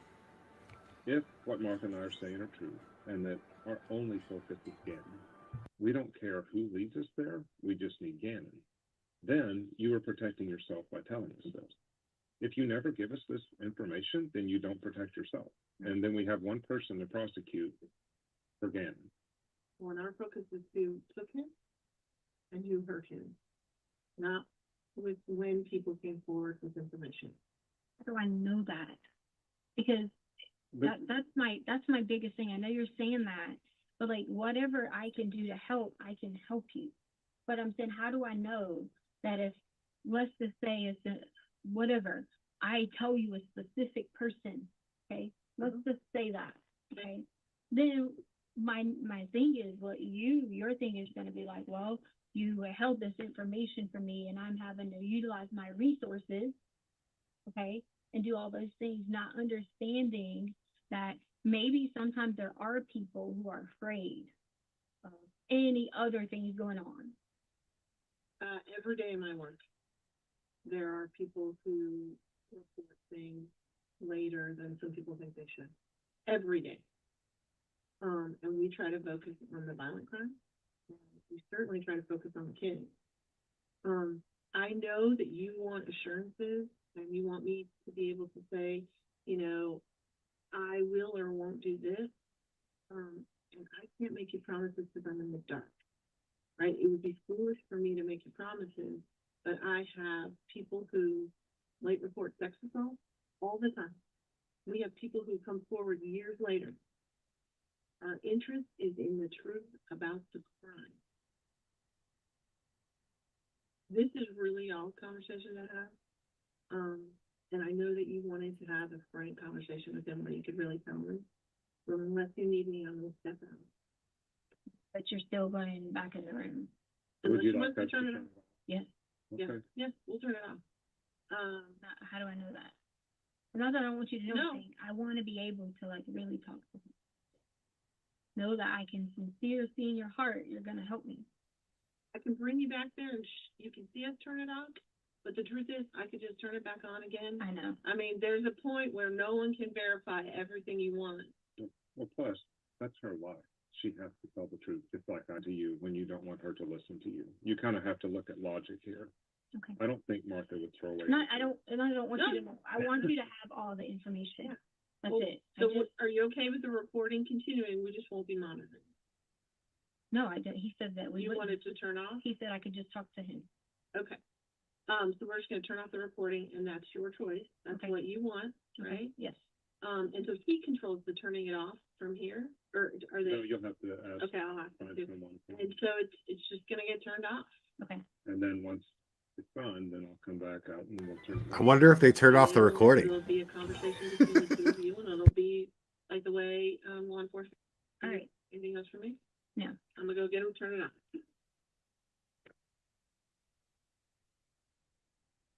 No, it's fine. I just.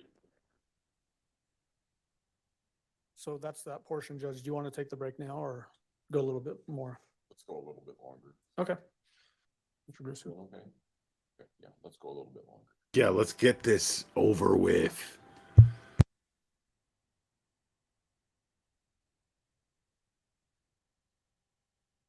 Some point, did you have a discussion with the defendant during this interview where you're talking about ransom? Yes. Why was that part of the discussion? She had brought that up. I think it was on February 15th that Quincy Brown was demanding a ransom.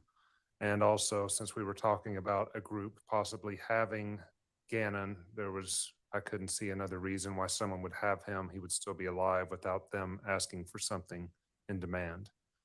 But why bring it up in that particular interview? Why confront her with that? Just to change tactics a little bit and see if she will move somewhere else, really. Okay. In that portion of the discussion, were you also talking to her about in ransom cases, kids don't actually turn out to be okay? Yeah, and maybe I'd worked one ransom case, if that.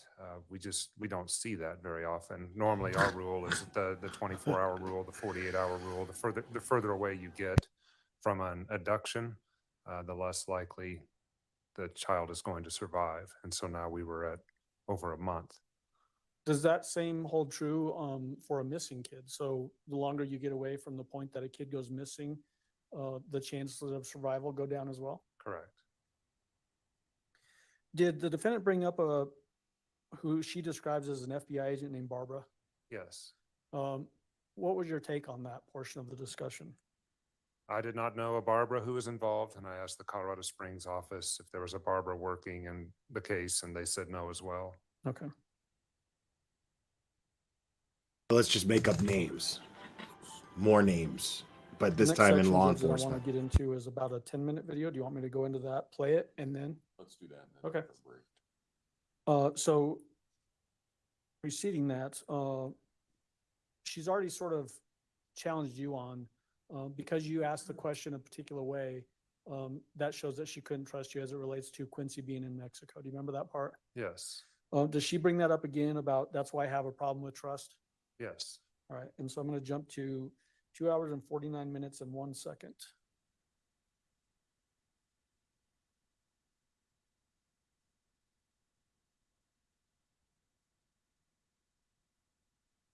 So this is a 10-minute section, Judge. And then if we're going to go directly to break, maybe he can come down. That's fine. You can step down. Thank you, sir.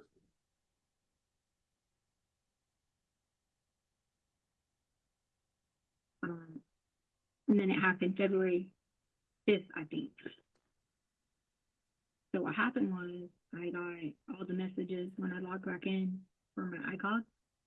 I got all the messages that were just sitting there. And so I took that message and I forwarded it to, I sent it to people and I sent it to Albert. And I said, hey, I said, can you get someone to like look into this? I said, it could be just people, you know, sending random messages, or it could be creepers, you know, like people, whatever, being stupid, or it could be just in general, you know, the actual person. And so no one ever said anything to me about it. Then I get the Snapchat. Okay, so that.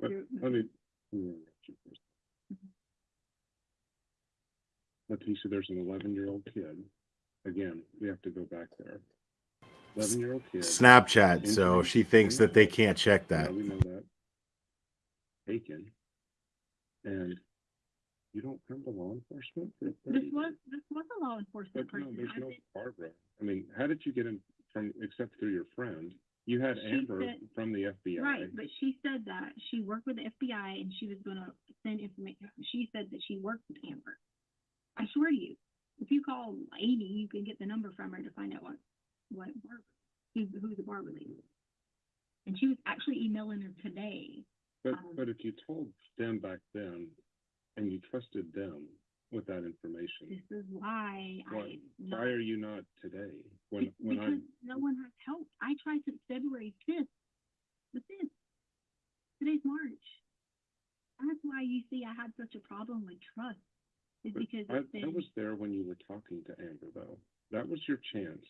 to that's- Amber. Yeah, that's the Right. legit FBI. So then, is that what happened when I was talking to Amber? I got a message back from the attorney. He said not to talk to you guys because you guys A, weren't the lead agency or something like that, and then B, not to say anything else unless he was present. Where's your That attorney was now? when I was trying to talk to Amber, But why wasn't that with Barbara then? because I gave it to my friend Amy, who had this relationship with Barbara, like trying to check on her. But see, and again, this sounds like a lot of your calls Mhm. to where you're pointing fingers in different directions, but never giving specific things.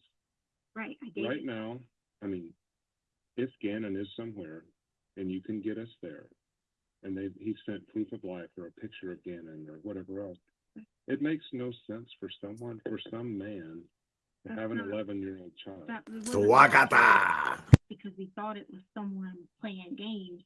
And if someone was playing games, we were trying to say that that person would have been like obstructing or whatever. That was the whole point. Not somebody had him and they were like, here, come get. My point was that we thought it was someone, hey, here's someone playing games. Could you find out who this person is? Yeah, but do you see where that's going? And all your talks with Al. Those are distractions. Those take up time. Yeah. And Gannon's over here. Somewhere. Yeah. And you are misleading law enforcement. No, I didn't mislead them. Well, you're misleading anybody who would report. Doing it now. No, I didn't mislead any of them. Who did I mislead? With all these other stories. That was to Albert. It wasn't misleading law But you knew we were in the room. You Yeah, just because said that. I wouldn't have said stuff like that if I was trying to mislead. I was just being whatever to Albert because he was making me upset. That's all. The dad of a kid who's is not finding his Because I'm Because- also the stepmother who helped him get the kids, and he wouldn't have gotten them without me. Wow. You're willing to do that to Al, though. No, I already had apologized to him and said that was awful for saying that to him out of anger. So she knows it was awful. But before we kick this thing in motion about all this protection and whatever, why haven't you said one thing, though, today? How in the world would he suffer a head wound on Saturday that required... I didn't say it was a head wound that required a head thing. I said thing? the head thing you're talking about when I said something to Albert. I said the head thing you're talking about. That's what I said. So the bike accident thing? You already trying the bike? No, the head thing talking to Albert. Never mind. I'll just wait until you are ready to talk to me with from beginning to the end, because I already said that that is completely irrelevant to anything of what you're talking about. Completely irrelevant. I told Albert something else that was just stories to be whatever to him, and it was wrong, and I already had apologized. So to the Albert. things that you told Albert were that he was peeling these burns. Was that happening? I'm not going to answer any more questions because you're asking me about things telling Albert out of being upset. There was nothing happening that I was telling Albert. Nothing. I was literally just saying that to Albert because I was upset for him not standing by me and was figuring this out. This had nothing to do with me wanting to purposefully do whatever or tell you guys anything.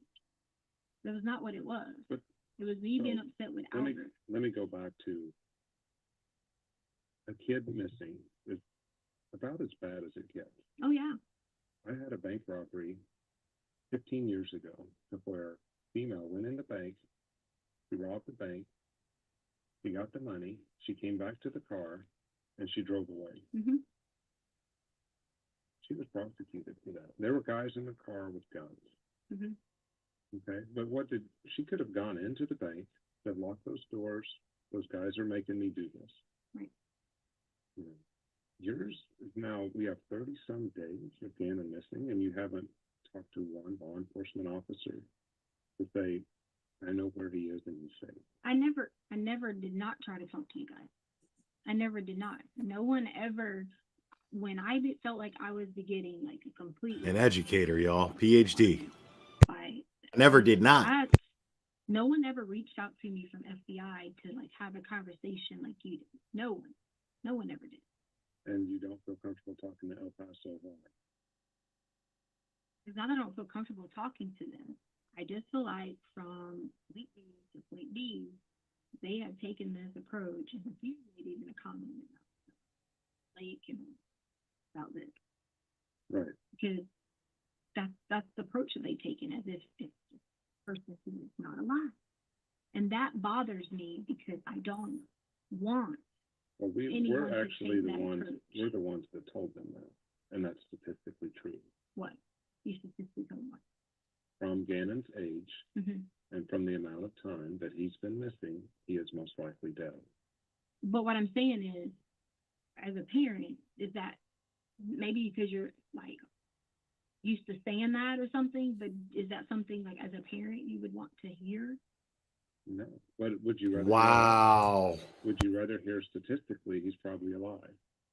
When it's about I would say it's less than a 1% chance at this point. But why? Him being 11, they would have asked for something. But why? Kidnappings don't happen without a demand or Mhm. without it being a parental deal. Parental deal or a demand. Yeah. So you're saying that nothing else, nobody intervenes ever. Ever. I've seen one other time, and again, I've worked violent crime in Denver for 20 years, a little over. And I saw one kid wander down the street. He had autism, and this was up in Brighton. And a guy took him in the house. He had him for a day. The guy was mentally disabled as well. So we had two things happening at once. We had a kid with autism who just started wandering. And then we had a developmentally delayed adult who was just playing video games with him for 24 hours. But we ended up, the public said, there. And I remember knocking on the door. He had made little blankets for the kid in there. The kid was playing video games and nothing bad had happened. Right. That's the exception. I've been to where kids have been dismembered, 10-year-olds. That's awful. And from the blood in the house, that's what I'm thinking happened. That's I'm not awful. saying he just got Wow. dismembered in the house, but Mm-mm. there's enough blood in there Mm-mm. that we don't think he survived. Mm-mm. How could you have like possibly say that when you clearly see Gannon walking, leaving on Monday? See, that's Leaving on Monday at 10, yes. right, Correct. right. Walking, okay, But he comes back. walking, Correct. okay, walking. Not walking well. Totally fine. Stomach hurt, with like this, yeah. Yeah, but he's back at 2. Back at 2. Mm-hmm. Okay. If that's what you say, then then this whole thing is like even pointless to even say anything, because if you're saying back at 2, but then you're also saying something about going legs and here and there and whatever, and it's like none of it is even making sense. It doesn't even make sense. So For between me, the 2 Petco trips is when he disappeared then. it doesn't make sense to me Letitia. to say. So let me tell you. I've been working for 14 years with a guy named Scott Kimball. He's our informant that went around killing the girls. You remember me telling you about him before? Oh, yeah. When we first started. Not our best day, because I have dads out there who still wonder if their daughters are alive. Scott taught me one thing very well. There's only 2 people that can tell a story when someone either goes missing. Because one of these girls, Jennifer, is still missing. Like I said, we're pretty sure she's dead because it's been 14 years since anybody's seen her. But Scott told me, John, only 2 people can testify of what happened between me and Jennifer. And that's me, and that's Jennifer. And you're never going to find her. He said that to you? He did. Wow. So I've got to answer to his dad for the rest of my life. And I'll probably be answering to his dad after I retire, because Dad has my cell phone. Dad calls me on her birthday, on the day she went missing, on Father's Day. How was he able to say that to you? Because he's like, there's no other witnesses. So when I take a guess, and that's a guess that he came back home, that's because people that looked on the video said he probably did, or, I don't have the information you have. And I hear you do that to Al by saying, oh, so that's what you think. Well, no, you know. Because I have. That's 3 hours. Oh, wait a minute. Did I stop at a minute too early? I think I did. My eyes are getting bad. We got 1 more minute. All right. That way. If I don't be that way, then no one's going to help me. I didn't hurt Gannon. I didn't. That's fine, but right now you're the only one that was with me. But I didn't hurt Gannon. But how are you going to get past these charges without help? How does that work? Without help? Without you telling me. Like, again, it'd be like I told you the story about Jennifer. If somebody knew where Jennifer was, and they're not telling me or Bob Markham, the I dad. didn't say I knew where Gannon was. You said you know he's okay. No, I said as a parent, I'm never going to sit here and look at you and say, he's not okay. That's not what I'm going to do, because I didn't do this. So why would I look at you and say that? Like, I'm dead looking at you in the eye saying, I would never as a parent say that. No way could I ever say that. Wow. Because I love Gannon. Wow. Hurt Gannon. Now it's really 3 hours, 1 minute, and 35 All right, seconds. ladies and gentlemen, we will take our afternoon break until 3:35. I can have. Hold on just a minute. Okay, we're good. We're going to take our afternoon break. If I can have everyone back in the jury room and say 3:35, we should be able to start right on time at that point. Again, don't discuss the case among yourselves. Don't discuss the case with anyone else. All rise for the jury, please.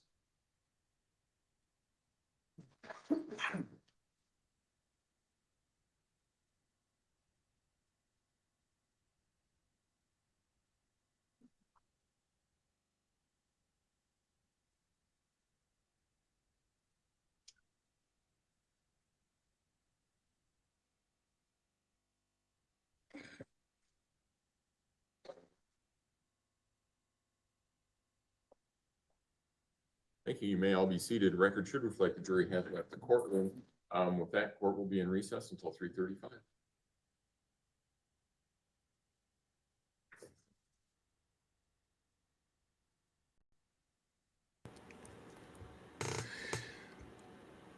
I mean, it kind of sucks that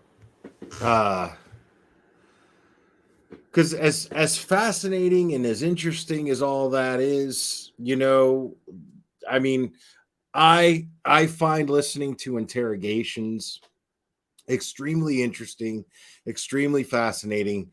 I enjoy the psychology behind them. I enjoy the science involved in the psychology behind these things. It's very, very fascinating to me. But and especially in a case that I'm so invested in. But at the same time, it's really frustrating to hear someone just doing everything they can to avoid any type of accountability or any type of responsibility. And I have to say that I find it really fascinating that she is more interested, and it's clear that this is the case. She's much more interested in wanting to outsmart these seasoned law enforcement investigators between the FBI and the El Paso County Sheriff's Department, as well as the district attorney. So she's more interested in outsmarting them than her own preservation, her self-preservation, because she'd have a much better chance of just saying, I'm not going to talk anymore. I want a lawyer. I'm not saying another word. There were so many instances where if I were in that position, which I never would be, but if I were in that position, I would have been like, okay, you know what? I think I need a lawyer. I think I need a lawyer now. I don't think I'm going to say anything else without a lawyer present. Now, that's neither here nor there, because if I'm in any position, and I mean any position, even if I am innocent of the crime I'm being accused of, I'm not talking to law enforcement without a lawyer. I'm just not doing it. I think you'd have to be a fool to do that. Now, unless it's my kid missing or something to that effect, whereas my information could lead to finding someone and somebody's well-being is on the line if I don't talk. That's a different story. But I mean, the fact that she is not, you know what I mean? The fact that everything's pointing at her and she's saying straight up, like, you all are railroading me. Everybody here, you got that person behind the glass that's just looking to build a case against me. You've got this person, you've got that person, and I'm willing to talk to you only. Not even. No. If I feel like I'm getting railroaded, if I feel like I'm being cornered and I'm innocent of a crime, I'm lawyering up, period. I'm going to be like, dude, you guys are not here to help me at all. I'm telling you that I don't have any information that's going to lead to Gannon being found. So you guys don't seem to want to hear that. So, yeah, hold on one second, guys. Sorry, I got to take this call.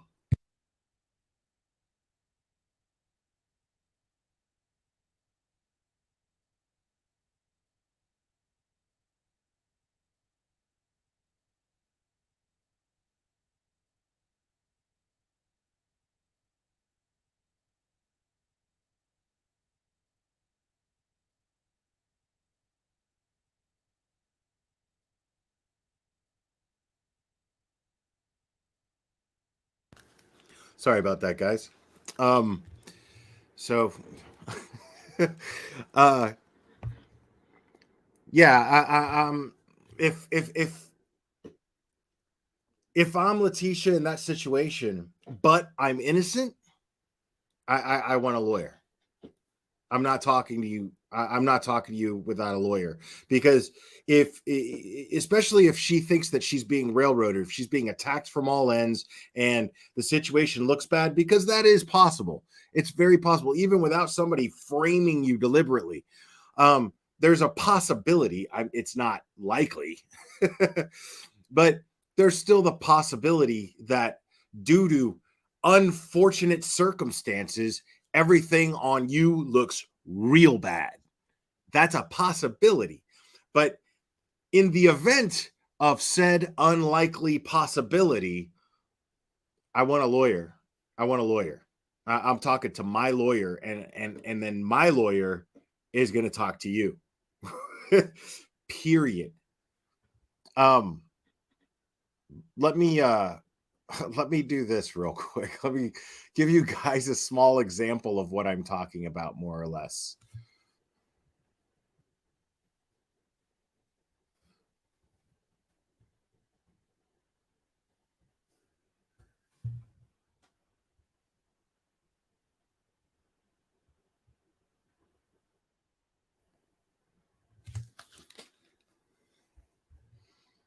Now, this is about being caught with weed, okay? But I find this to be extremely helpful, extremely informative by these two attorneys. Mark and Craig, Pop Brothers at Law. We've been warning people, if you are working for an unlicensed dispensary, an illegal dispensary, and it gets raided, you need to shut the fuck up. If you shut the fuck up, you have a good chance that we can make the case go away. Case in point, 3 employees of an illegal shop were busted during a raid. 2 of them said, "Oh, I'm just volunteering here." The third guy shut the fuck up. And the DA did not prosecute the guy who shut the fuck up. They can't prove what you were doing there. If you're a customer, a patient, walked in to go to the bathroom, they don't know. You got to shut the fuck up, and it's Shut the Fuck Up Friday. So review the script. What do you say when the cop first pulls you over? Why'd you pull me over? And when he keeps asking questions? Not discussing my day. And they ask more questions? Am I being detained or am I free to go? And if detained, what do you say? I invoke the 5th. And then what do? You shut the fuck up. Shut the fuck up Friday. Never answer questions when the cops ask. Have safe holidays. Tip of the day. Very simple. Extremely simple. Just so you know. I just don't understand like the lack of common sense when it comes to these guilty people, dude. Like, especially if you're guilty. Like, especially if you're guilty. If you're guilty, shut the fuck up. I never understand this. Like, we all follow true crime. That's why we're here, right? How often do we see these? We have Tracy Ann Chasing Truth, who's always playing trials and interrogations. We have Susan Bonds, who doesn't get any views anymore, but I still lurk. I actually love Susan Bonds. She's always playing interrogations, and she's always playing trials and interrogations being shown as evidence in a trial. There's always these channels in the true crime world, in the true crime community, that cover these interrogations. And you never, ever, by the way, folks, you never, ever see a lawyer present during these interrogations. Do you know why that is? You do know why, but I'm going to tell you anyway. Okay?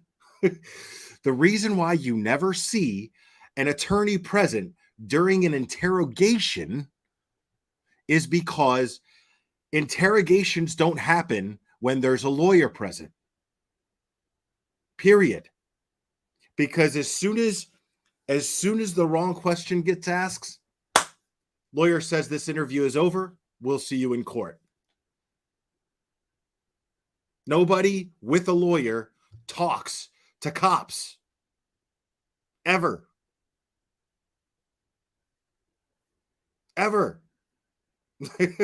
Like, it's so simple. And I don't understand why these people don't. I mean, these are people who watch crime shows too. Like it happens all the time in SVU, right? Happens all the time in SVU. You sit there and you're like listening to they got some dude, he's sitting there at a table and he's looking up at the cops because they're standing up and walking around him, and he's just like, oh, oh, oh. And then the next thing you know, they corner him with some sort of question, and then he goes, well, you know what? I think I need an attorney. Boom. Boom. My shit fucked up, but it's over. This interview is over. Done. Like, there's no fucking way that if I'm guilty of a crime, which Letitia clearly is, I'm not having a lawyer. And the funny thing is if you're sitting there asking yourself, well, Glare, what about if they can't afford an attorney? It's right there in the Miranda rights. If you cannot afford an attorney, one will be appointed to you. That means that even if you don't have any money at all, like flat fucking broke, your account's in the negative, overdraft, right? You still go, hey, I need a lawyer. They provide you with a lawyer. Doesn't matter. In like 6 hours, doesn't matter. Not saying a fucking word, dude. I will sit there, dude. I'm the most tenacious motherfucking stubborn piece of shit you ever met in your life, dude. I will stonewall you longer than you could stonewall me. I am the king at not having a fucking life. I got more time than you do. I promise. I'll sit there and I'll fucking have a stare down contest with you for my own entertainment. And be like, there's no way you're winning this stare down contest. I'm going to make you smile first. You're going to blink first. Period. I'll make JLR blink first. That's how fucking quick of that's how badass of a stonewaller I am. I can make JLR blink first. And that dude don't blink. Ever. Easy. Easy peasy, dude. I'm just going to sit there like this. I'll ask them about their wife just to piss them off. Because you know they got marriages in the shitter. Because if their marriage wasn't in the shitter, they wouldn't have the fucking time to sit there and stare me down. So I'll sit there and ask about their wife all day. Does she clean? You're a slob, right? She hates it, doesn't she? Right? Right? I will absolutely be the most annoying motherfucker those cops ever met. I don't understand, dude. I don't understand why these people, and I do understand it. I just don't understand what it is. Like, I understand that it's because they're narcissistic. I just don't understand what causes someone to be that narcissistic. It makes no sense to me, because it's clear narcissism that somebody thinks that it's a better idea to try to outsmart professional investigators. People who do this shit every day. People who you're just one case on their desk. They got a stack of cases like this before computers were invented. But they got a stack of files on their desk like this, and you're just one of them. You're just one of them. You know what I'm saying? Like these people do this shit all day, every day. All day, every day. And you're going to outsmart them? That's not going to happen. That's not going to happen. Soon as I'm in handcuffs and they put me in an interview room, like, that's it. You know? I already know that they're going to stick me in the interview room with the camera on to see what I'm going to do before they come in, see if I'm going to talk to myself, see if I'm going to do a fucking handstand like Jody Arias, what the fuck ever. They're gonna sit there and watch my behavior, and I'm just gonna sit there looking at the camera like this. I'll blow kisses. I'll do whatever. Like, I will make the best out of that situation easily. If I'm guilty, I'm fucking with those cops. I'm not going to make it easier for them. I am not going to help them build my case. And they're sure enough, that's exactly what she's doing. The more she talks, the more of a liar she makes herself out to be, because all she's doing is lying. So the more she talks,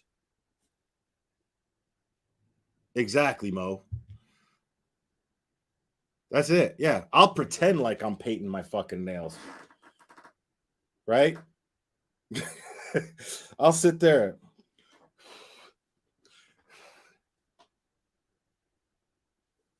Straight up.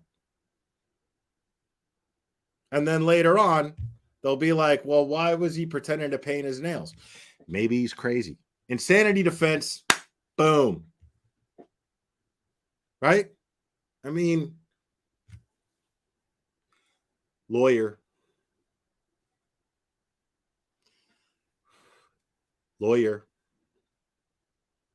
That's all I'm doing. I don't understand these people, dude. Like, it's so ridiculous. It's so asinine that this person who's so smart, she's got a PhD. No, not never did. Miss No, not never did. Never not know, whatever the fuck she's saying, triple negatives in her sentences, but she's got a PhD in education and educating kids on how to talk. Unreal. Yep. Co-host rights. Oh, So she, that's what was going on. yeah, she couldn't. I told her it was, I said, that's okay. Yeah. Not a problem. And Mr. Allen, Yes, if sir. we could stop, 10 till 10 till? 10 Sure. till 5, something like that. Yeah.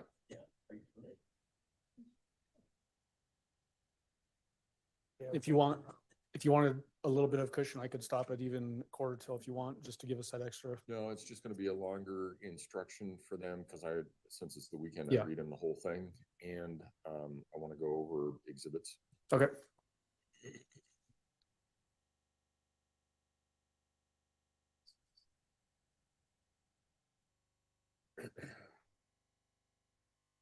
That has been a constant problem, hasn't it? What's that? It's a good one. It's okay. It's just an extra step. Right. No, but I mean, it just is. Is it just happened to be that way? Put him on the bench, Coach Jackson. The extra step when they're transporting. We don't want. Oh, that's what that's. Right. Oh, Because it undid itself one time. okay. Thought about, oh, I hit All rise for the jury, please. So it's just an extra step. Yeah. One section. Yes. I do that. Because yeah. And Erwin's been so good at if I forget it, Yeah. he takes it off.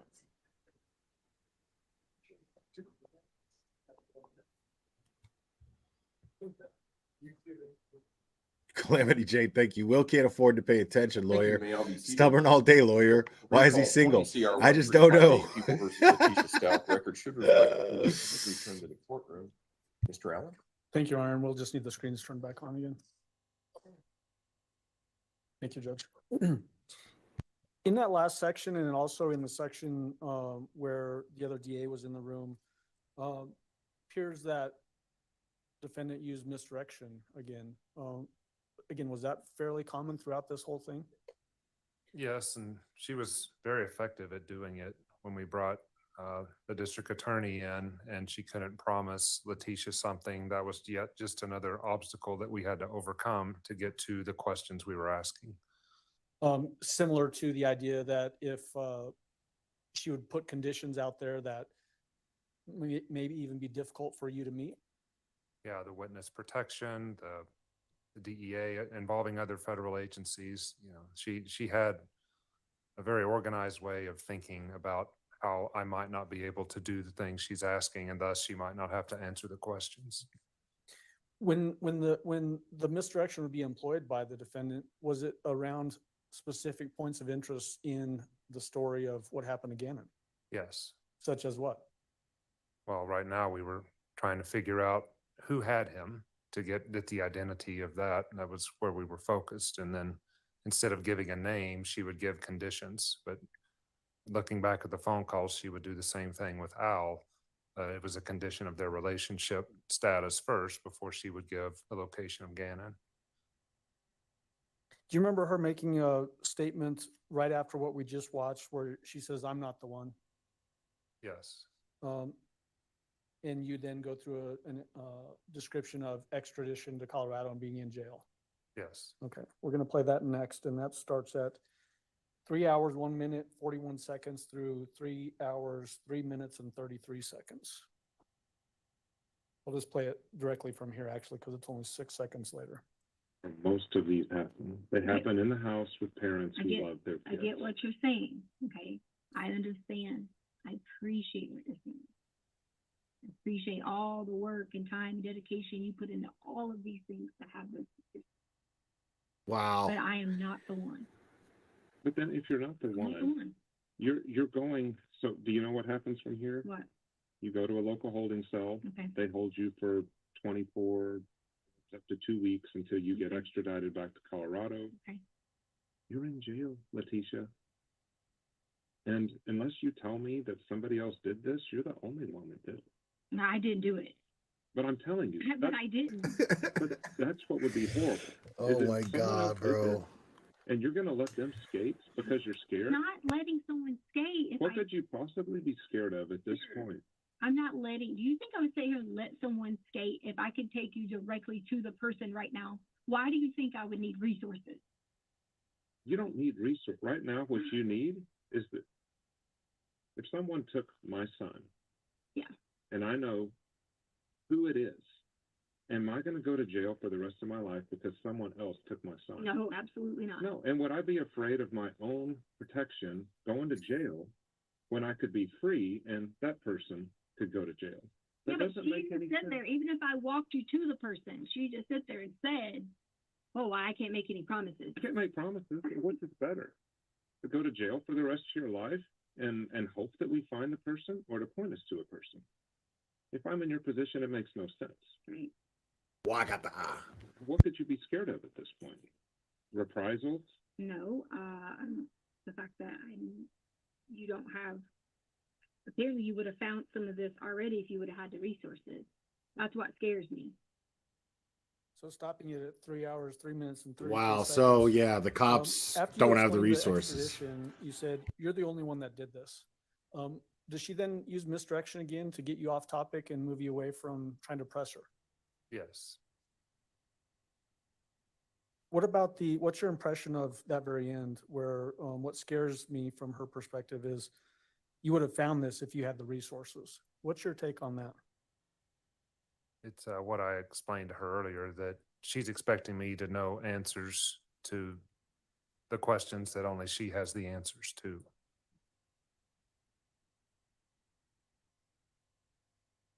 Is she also, in a sense, challenging whether you even have the ability as an FBI agency to provide her the things that she's putting down as conditions? Yes. Did you confront her by saying right after this, her story makes no sense? I did. So I'm going to jump to that section. It's 3 hours, 3 minutes, and 49 seconds. And it goes through 3 hours, 4 minutes, and 59 seconds.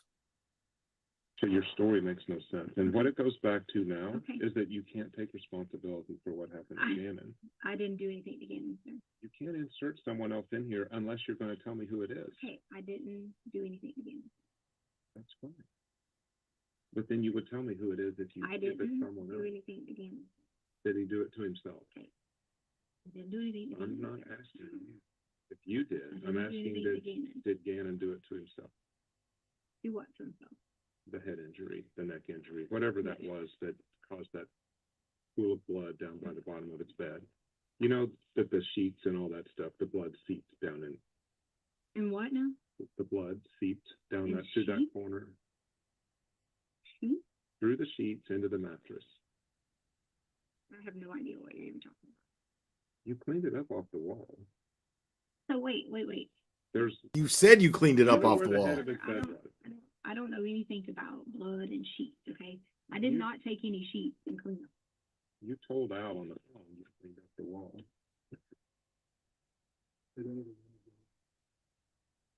So now paused at 3 hours, 4 minutes and 59 seconds. You start to confront her about the head injury and the blood and all that sort of thing.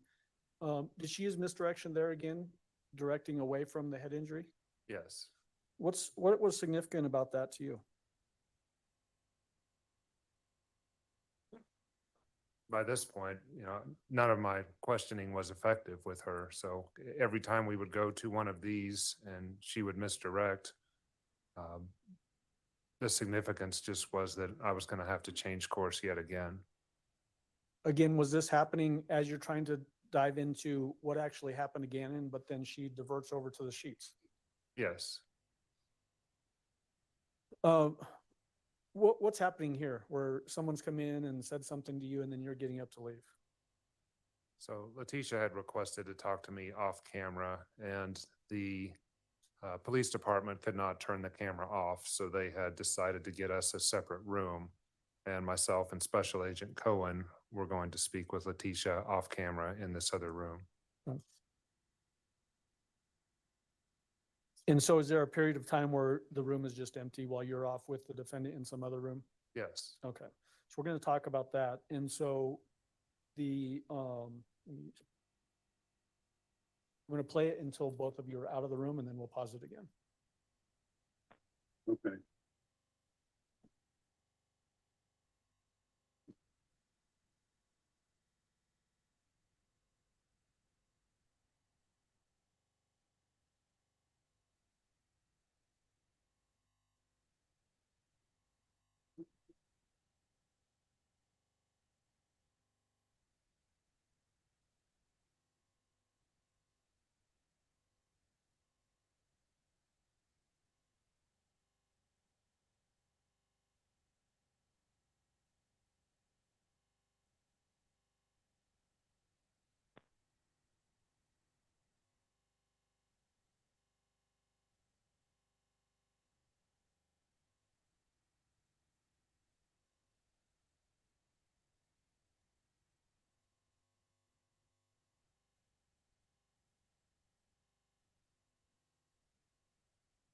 See, now the Meryl Streep is going on in the interrogation room. You see Letitia right now?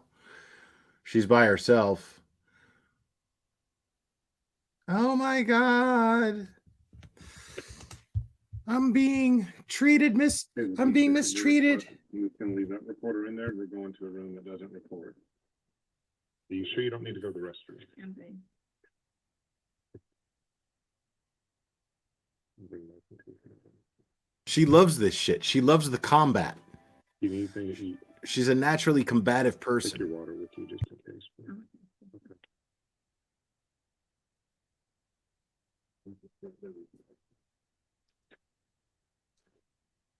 Great.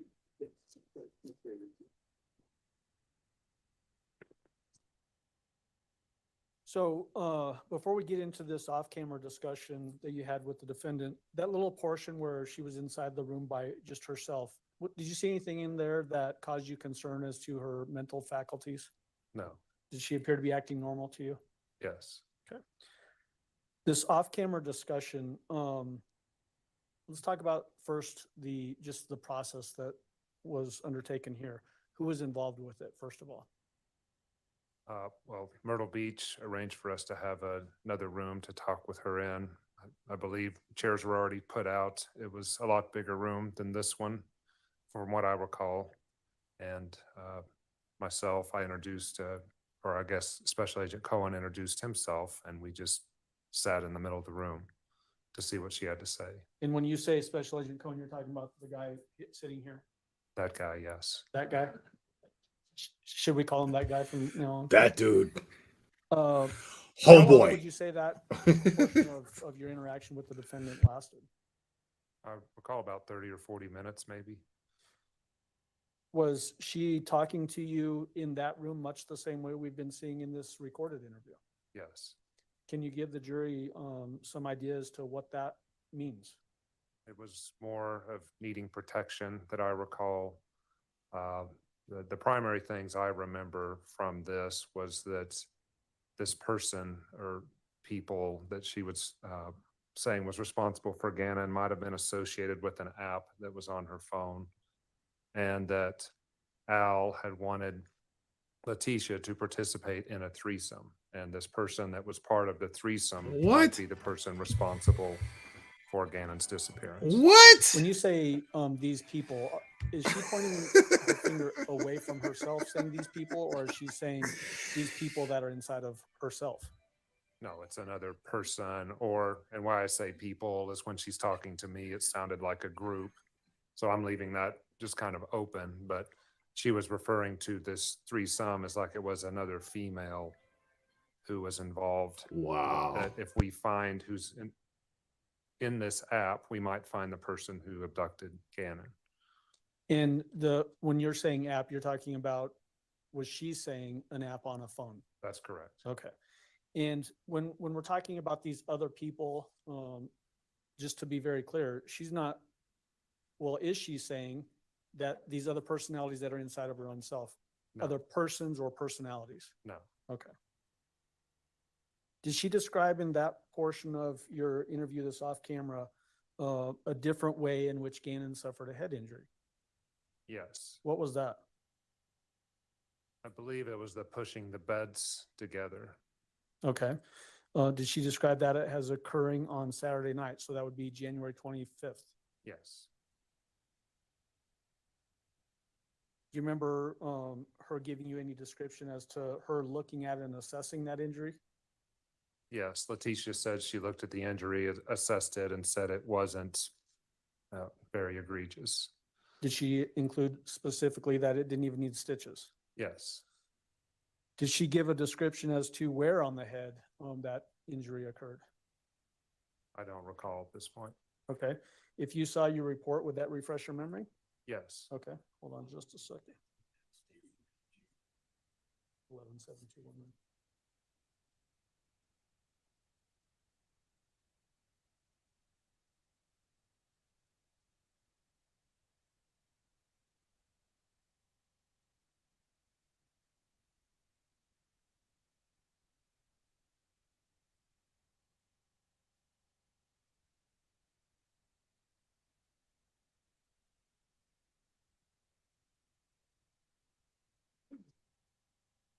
It was perverts. It was godless heathens, sodomites.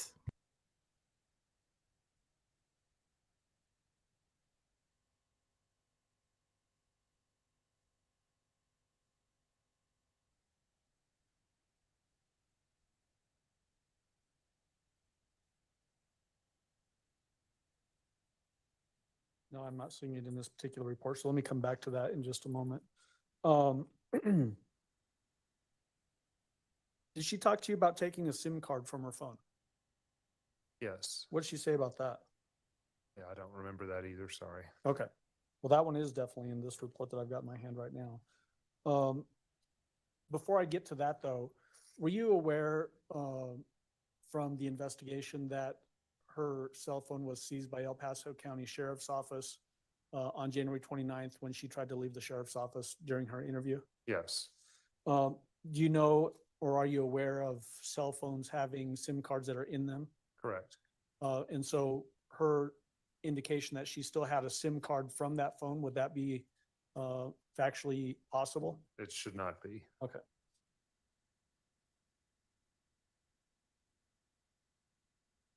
I'm going to show you again. This is 7218. I'm sorry, 7219.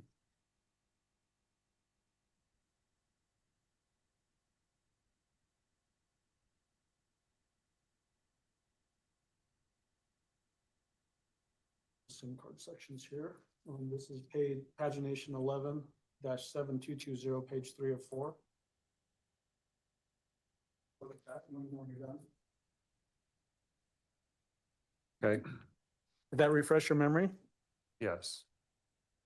What did she say about the SIM card? She said that it was the SIM card she had previously, but she had placed it in her friend's phone. Okay. Why would she do Did that? she describe getting a bunch of messages then at that time? Yes. Was this another distraction in your mind? Yes, it was nothing that we thought was possible. I don't even know if the investigation was able to verify it or not, because that happened after my involvement. Okay. And then going back to that head injury issue that we were talking about earlier, where I asked if it would refresh your memory to see the report. I just didn't pick up this one page. 117218. May I approach and have him review that page? Or Okay.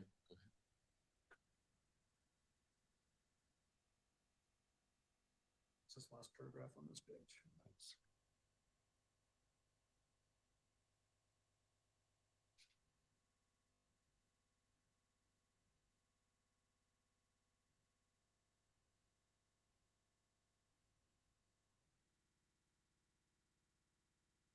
Okay, Did that refresh your memory? it did. Where did she describe that head injury that was caused by pushing the beds together occurring on Gannon's head? She said it was a gash. Mind your in his business, Mo. left temple. Did she also give a full assessment of other injuries during this portion? No. Okay. You messed me up. Was there some discussion here about Angel and Petco? Yes. What do you remember her saying about that? Well, we discussed Angel later, back on camera, but I remember Angel coming up as a result of this app and the threesome that happened. Is Angel was a female who may have been involved in Gannon's disappearance. And this Angel is potentially the one that the defendant was suggesting might have been contacted for the threesome issue? Correct. Angel. Shortly after that portion of the discussion, do you come back on camera with the defendant? Yes. All right. I'm going to retrieve that page of the report from you.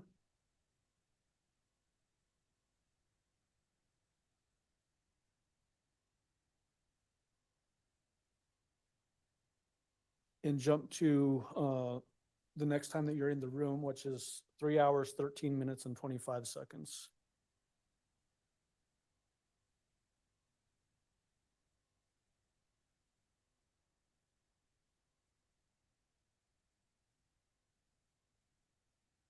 Is this immediately after you get out of that separate room that's not recorded, you then discuss Angel on camera? Yes. Is that what we're about to watch here? Yes. Okay. So I'm going to play 3 hours, 13 minutes, and 25 seconds through 3 hours, 25 minutes, and 41 seconds. Judge, this is about a 12-minute gap of time. So maybe you want Mr. Grusing to step down. Okay. You all right? Candy Crush music calms me down. I find it For the- soothing. With the district attorneys and stuff, for this protection thing with Angel, we have to know last name, all that stuff, how you met her. I mean, I know you say that app and whatever, but how else do we identify Angel?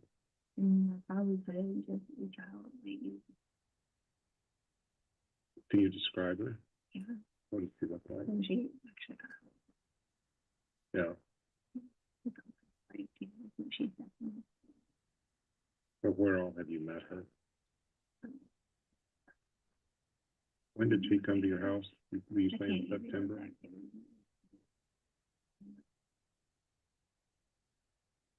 And then who all did she babysit? Uh-huh. Okay. We had a bunch of.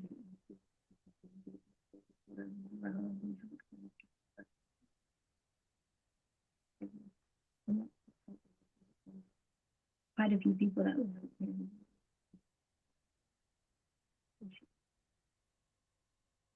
So these messages that are coming through to your phone, that, you know, threats or whatever they are they coming from her?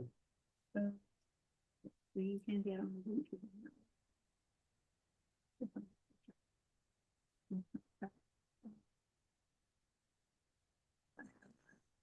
What is things her like that. Snapchat name? I would need to have my phone. But do you remember? Did it have her name in it? Was it a numbers? That's why I asked for help, but he's not willing to help.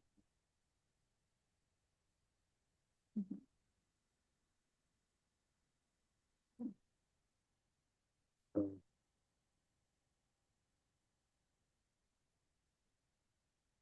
to take you back, what we talked about, I don't, if I'm not gonna get any help, I just have to get help. I trusted you. well, we went in there. I know. And I don't know, Letitia, if it's just the way you're used to communicating Right. over a long period of time, but Yeah. when you're asked a question, you don't really answer. You kind of go in a little circle. So if I said like, well, I said like, where did you last see Gannon? And then you said, well, it's supposed to drop off, you know. Yeah. So we're He's just even giving her asking tips on how to lie better. your question, and then you tell us an answer. It's just, you know. I just don't, I've always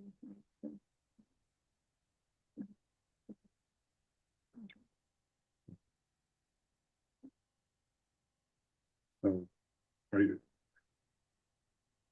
That's just how you've always done for like the last, what, 5-10 years? I mean, most of the time. Newton right was on help. Like, you know. It's gonna look bad. No, I'm not, that's not what I'm talking about.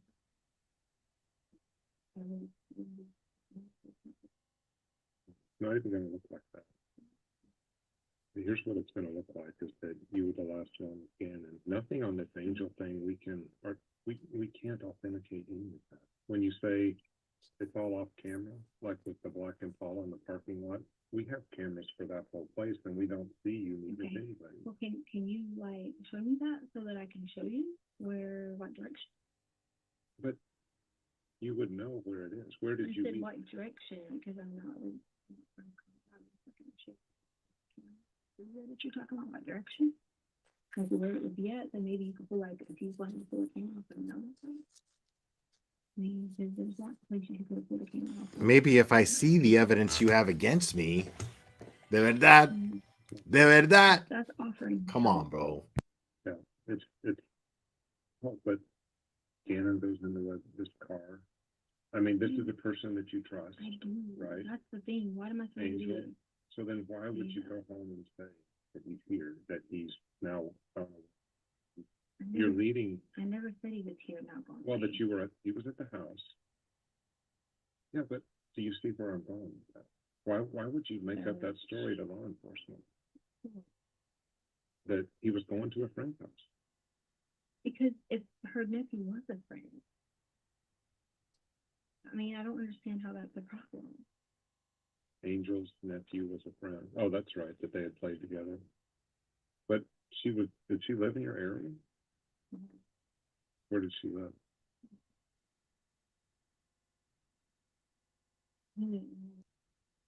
Again, I'm like constantly, like stuff will come through, you know, people sending stuff, saying stuff. But the people, are they different people from Angel? I mean, are they acting on her behalf? Because that doesn't sound like a friend to me. Obviously, if they're not helping with your child, but how do you think that makes them? But you're not helping. Some So people, if he doesn't make them like they're irresponsible, not trusting people, trusting someone.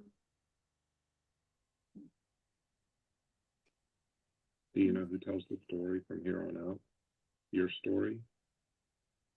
I ask for help. But do you know who tells the story? How this works out from here?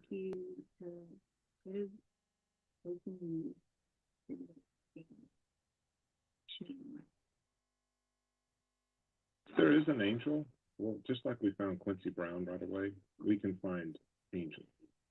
But if there's not an Angel, that's the last story you're going to tell law enforcement about Gannon. Sure. But I mean, we'll get your warrants for the threes thing, whatever else. We'll go interview this Angel, and if it's like what I think Quincy Brown is, then Angel's just You're gonna. not telling me. I will help you. Okay.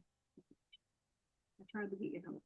When I gave you the wrong information, you tried to get you. But I think I can help you. How is that? Just tell him where Angel is.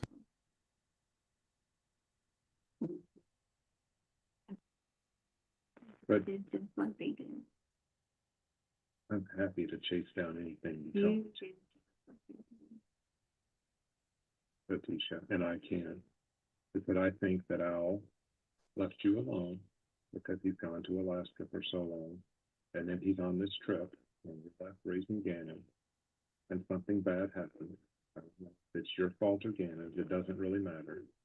And you panicked, and you asked, was I the person talking for Al? Yes, I was. But I think the closest you came was talking about his head injury.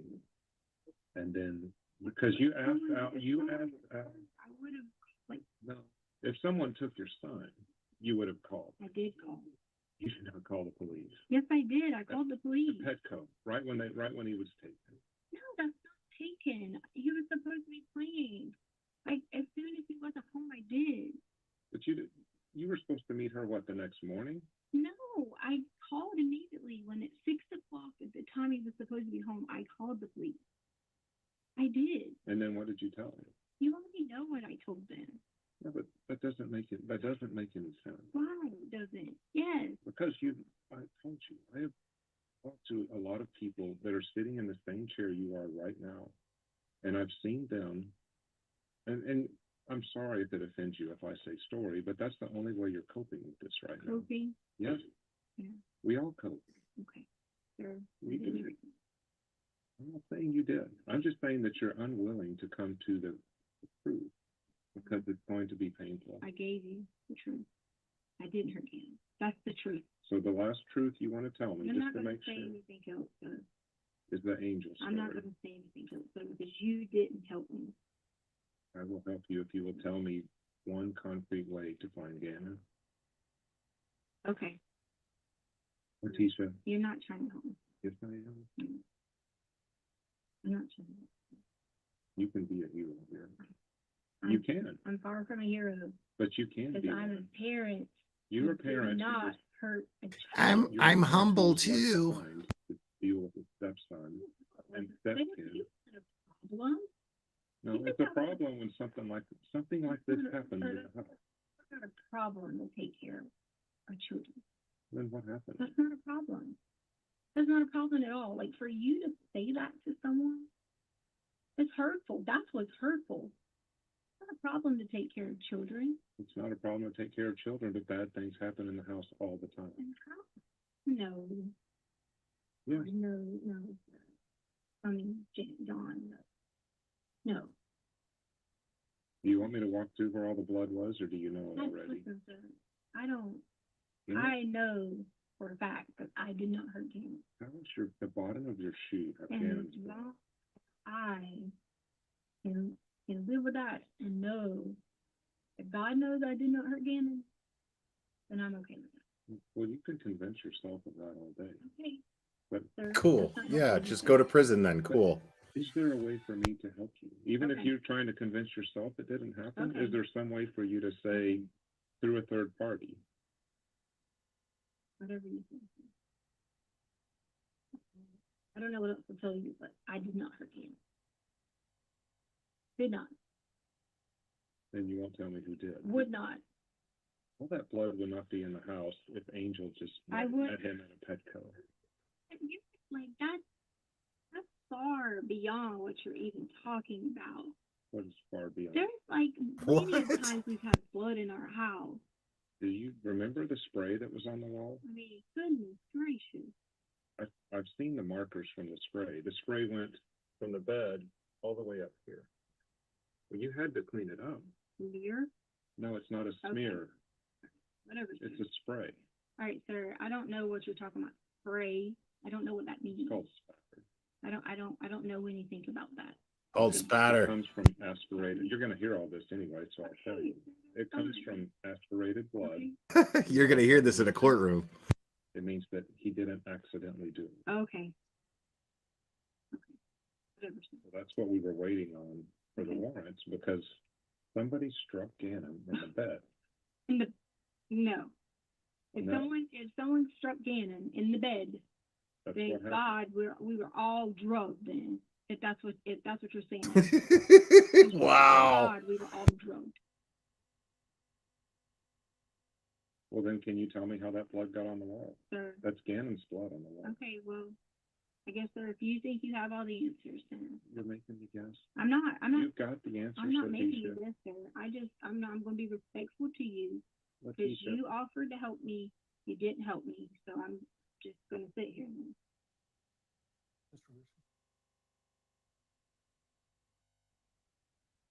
So we've got it paused at 3 hours, 25 minutes and 41 seconds. Mr. Grusing, this continuation of the discussion about Angel, was there any indication in the investigation that somebody by the name of Angel was involved in Gannon's disappearance? No. At the beginning, when you asked her for her being the defendant for a description of Angel, what did she say? She said that Angel looks a lot like herself. Do you remember the defendant saying that she had no motive to do this? Yes. We're going to play that next. It's 3 hours, 26 minutes through 3 hours, 34 minutes. So about 8 minutes, Judge. I don't know if you want him to stay up for 8 minutes or not, on the stand or not. Give me just a minute. Okay. Where's it? You can, it's up to you, Mr. Grusing, if you want to stay there for the 8 minutes or. I'll go. He's got a step skull, I think. I'm good, bro. I got a phone. I'm kicking ass at Candy Crush, Your Honor. Let me know when it's all set. I've got it at 3 hours, 26 minutes and 0 seconds. So having skipped roughly 19 seconds, and then we're going to play through 3 hours, 34 minutes. If someone presents us with evidence, then we just follow the evidence. Okay. Right now, you're the last person with Okay. Gannon. Then I don't do bad things to people. I don't. I don't think you do bad things to people. I don't do bad things to anyone, and I didn't do anything bad to Gannon. I think something bad happened to Gannon, and I don't know of a way to get you to tell me about it. Okay. I tried through Al to get you to tell me about it. We've tried here. Okay. You came, and I think you have a defense mechanism. And I think your defense mechanism was, you need to go into another room, you tell us. No, that was not no defense mechanism. I trusted you to talk to you because I thought you would If you help. trusted me to talk to me, you would tell me where Gannon is right now. Yep. You know where he last was, and it wasn't at the pet Okay. code. Okay. But see, you can't make me guess. That's not fair to me. Why would I It's keep not fair to talking Gannon. if you're not going to help me? You tell me how to help you. I already did. I already did tell you. I told you how you could help. And Nobody holds a kid like that. okay, if that's what you think. No, I'm just saying, Okay. if the Sir. sun comes up in the morning, it goes down at night every Okay. day. We have Sir. worked hundreds of these If things. that's what you think. Okay. Me talking to you is not going to do anything else because all you're going to do is go think that you're going to get me to say something that I did that I didn't do. That is not what I want. Because I did not do anything to Gannon. Why would I hurt our child? I had everything in the world. Why? I have no motive. None. Don't have the first motive. Everything I wanted in my life, I had it. Why? Wow. It doesn't make any sense. Oh, you just buried yourself. A lot of the time, what happens inside of a house. And sir, I don't even know what I'm talking about. All I can tell you is I didn't know. No reason to. In fact, to go on the record, I had a way better relationship with Gannon than I did with Lena. Way better. We were so much alike. We always like the same things. We always have problems with our stomach. We always do all these things. Do you know that there's almost a correlation sometimes between how much you get along with someone and how bad things happen in the house? I'm telling you that. I don't. Well, maybe bad things happen in your They house. happen They happen in the house a lot more than they Okay, do out in public. Maybe that things happen in your house. So, would it help if we showed you pictures of what we saw on the and by the bed? When you say nothing bad happened, you can't get around. Yes, Al, but we did not show Al that on purpose. He had to come get stuff out of the house. And he looked and saw the blood pool was about this big on the concrete. Okay. And That then is what? not from a little gash like that. Okay, and then what? And then you showed this to him, or how did No. he see this? He had to come get stuff out of Deflecting. the house. I wasn't even there that day. After you allowed people to stay in this house for a week. I did not allow anybody to do anything. Someone did. Right, that's not my call. Okay. So what I'm saying though is the wounds that you're describing to Okay, him, even what- when you're saying it doesn't, sir, I'm gonna tell you now. when you say the head thing was Saturday, What I'm telling you now is people were inside of a home living, and it was not me. So maybe you can talk to whoever allowed people to live in the home. Okay, whatever you're saying that was done extra or whatever, maybe you can talk to those people who were allowed to stay in a home during this supposedly. Okay, Blaming That's Landon what I now. think. Maybe you can talk to people who were. you're saying that the injury to Gannon happened. I'm not saying anything except I know you're telling me this stuff. And you're saying this about how bad these were and these things were. All I can tell you is maybe you can talk to the people that were allowed to stay in the home during this time. During this time that you have this supposed evidence, people that were allowed to stay in the home and people that were allowed to walk in and out to see it, supposedly. Okay? So Gannon was in, all these wounds happened after he went. I'm not saying anything other than, sir, you are telling me, you just sit here on record and telling me that Albert went inside somewhere that you were supposed to have as a supposed crime scene.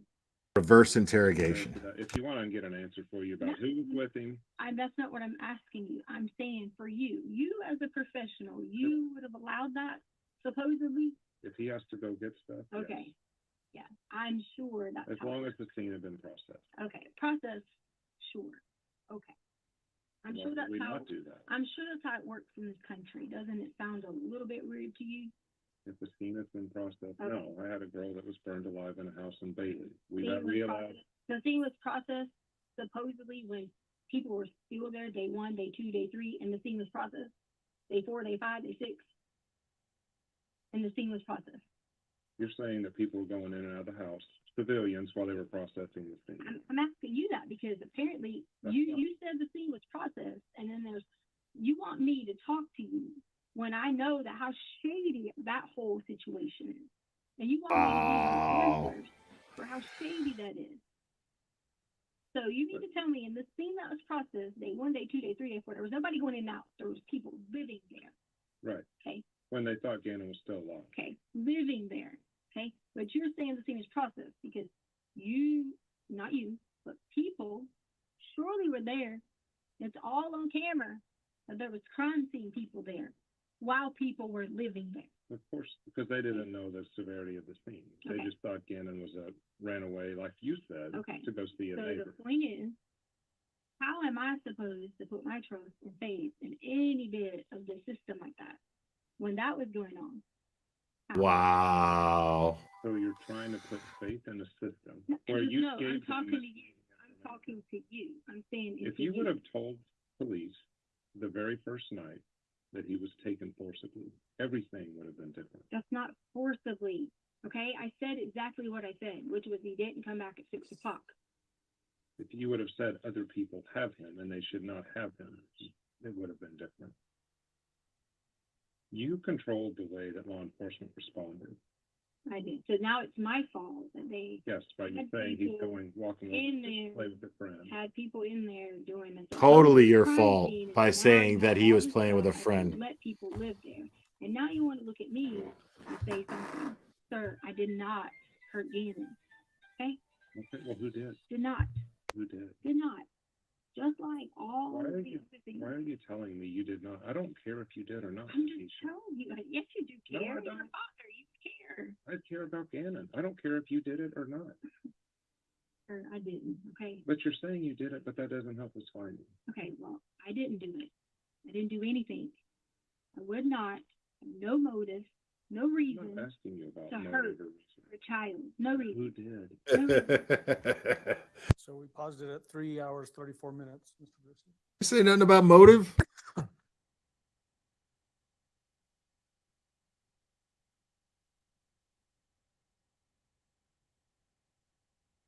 Mr. Grusing, at the beginning, you talked to or made a statement about a defense mechanism going into the other room. What was the purpose of you saying that?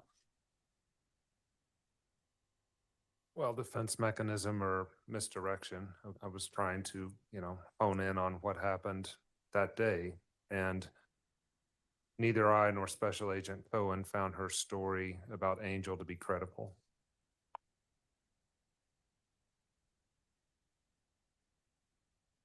This tangent that we just witnessed happening where you're trying to get her to give who hurt Gannon, right? That challenge of that. And then she's talking about the scene instead. What was your impression of that? It was yet another attempt to knock me off my line of questioning, another misdirection. As you can see, she's very effective at doing it. And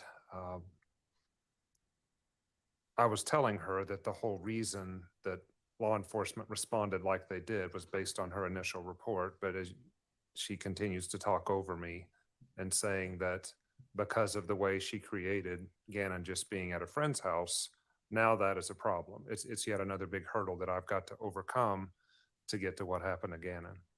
In that last clip that we played where it's the discussion about Angel, in some respects, did she actually revert back to Gannon is with a friend and didn't come home on time? Yes. So reverting back to the very original story that she told the police on January 27th. Right. That statement that she makes in this particular portion, she likes Gannon way more than Lena. You remember that? Yes. When you went through those searches with her earlier in the interview, did you find any, or did you recount any searches, I should say, to the defendant about involving stepdaughters or Lena specifically? No. In fact, you read to her some of those searches. One of them, I don't like my stepson. Correct. I don't like my stepson. Should I get a divorce? Yes.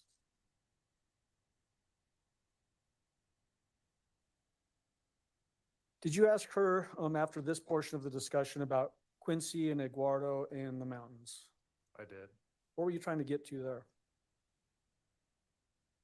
Well, as you could see with this story, it didn't take her long to get off of Angel and then divert to other people being in the house. And I wanted to just address the other stories yet again. And again, where we are at this point is we're still trying to find clues about where Gannon is.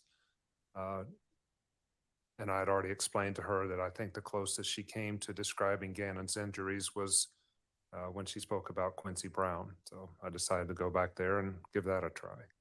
What do you mean by that? That the closest she was to describing Gannon's true injuries was when she was talking about Quincy Brown. Tell me what you're talking about. Well, I never saw the full autopsy of what happened to Gannon. I only heard about it secondhand. But when she was describing the head, the hands, the knees, and the blood pouring, that's the most descriptive. She had come with us meaning investigative team, even including here. So that was the most descriptive as far as any potential injuries that she was willing to tell the investigation. Correct. So we're at 3 hours, 34 minutes and 50 seconds. We're going to play a 5-minute clip, 3 hours, 39 minutes and 50 seconds. If you give me another name, I will chase that person. You tried Eduardo in the house, you tried Quincy Brown up in the mountains, now you've tried Angel. I never say that about a mountain. Yes, you did. You're supposed to ride a bike Oh, up I there didn't. in the mountains with Quincy Brown. Oops. I never told you that. You said you knew I was in the room. Still said it. I didn't say I knew you. I don't even know who Well, you were. FBI, Never know who you were. I didn't never say FBI either. Not what I said. law enforcement. No, I said I know someone is listening. That'd be us. No, it could be anybody. I love how he just admitted that she still said it though. Exactly. There's no point of arguing that. You're not gonna help me. I think you could control this story by, Sir, well, you nothing are but concerned about what other respectful to people you. think. I've been completely respectful to you. I have talked to you. I've been respectful to you, been kind to you. I did all those things to you. Because that was just. Why that's who aren't I you my am. friend? I wasn't raised to be bad to people. I don't think you're a bad person. But I think bad things happen all the time. I've seen it. Why bad things have to happen? Because an 11-year-old boy is not home and he's not hanging out with somebody. Okay, sir, okay. I'm glad that you think something so bad happens all the time. I'm sorry that you have to have this filled up of nothing but no compassion and all that. I'm sorry for that. I really am. But I have no reason, none, to hurt anyone in my family. None. None. Can you tell me why there's blood on the bottom of your shoes? I don't know. The shoes they were covered in the garage. In the garage? Or in the top of the washer or something. People were, did you think I didn't walk around in shoes? With Gannon's blood on the bottom? That's got to do with anything. It's I've already told you, we were outside unloading stuff. What has that got to do with anything? We got outside unloading my car. I mean, come on. That doesn't mean somebody's a bad person and done something wrong. Yeah, sir. No. Thing like that. To hurt Gannon, innocent, loving, help me out more than any person in the household. More than Albert. More than anyone. Help me. I think Gannon's a bad kid. No, help me. You know how much you'd be helping me with everything, pulling everybody else's slack? Who did it? Gannon. I think that's why this is so hard. You're right. It's hard. You're right. It's hard because I didn't hurt you. Not because Gannon's missing for a month, mind you, but because nobody's helping her. Very hard. Knowing that right now, sitting at home, Gannon knowing the situation, you know what Gannon would do? He would wait on me anything I would ask him just to make sure I was okay. Wow. Anything. Oh, he would. Before even Albert would even do it. He would. If he was sitting here right now and needed anything, me to ask him to do anything, he would do it. So there's no intention, motive, reasoning, nothing for Gannon. Nothing to hurt him in any kind of way. None. Nada. You did say on the phone calls there was no premeditation involved. You said, I was saying to Albert, like he was, if you're talking about when Albert was asking me that, I was simply saying, because you were trying to get him or whoever was trying to get him to walk me down some pathway of whatever it may be, whatever that may be. Come on, sir. I didn't wake up and be like, oh, my life changed today. That's not how it works in life. Bad people, whether you say do this or do that or do that or do this, they just do bad things no, to people. not necessarily true. Okay, well, I told you good people do bad things.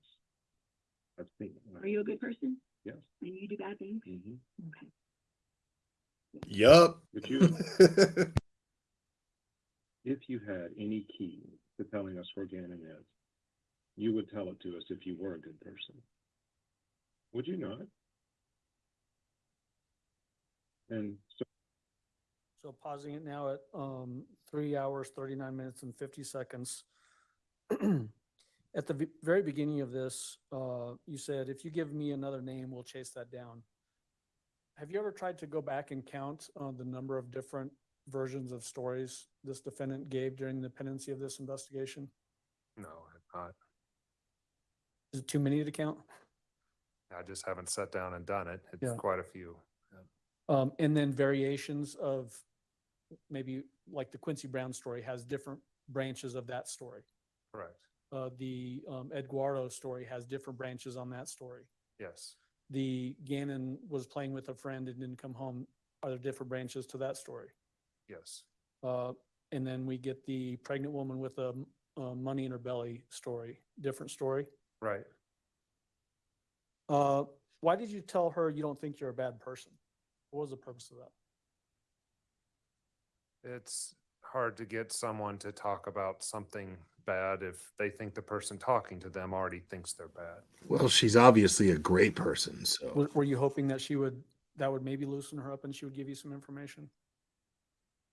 Well, and yeah, I think she did not intend for this, whatever the awful thing was that happened to Gannon, to happen. That's what you were trying to get her to Correct. believe you were thinking? Yes. Okay. Were you actually thinking that?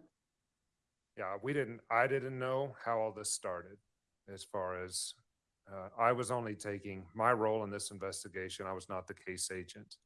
My role was just to speak with Letitia, take in as many facts as I could for these interviews. And so I was taking in what she was saying, and she was putting it back again to me with a foot injury on Saturday and now a head injury on Saturday. So we've got a progression of things happening.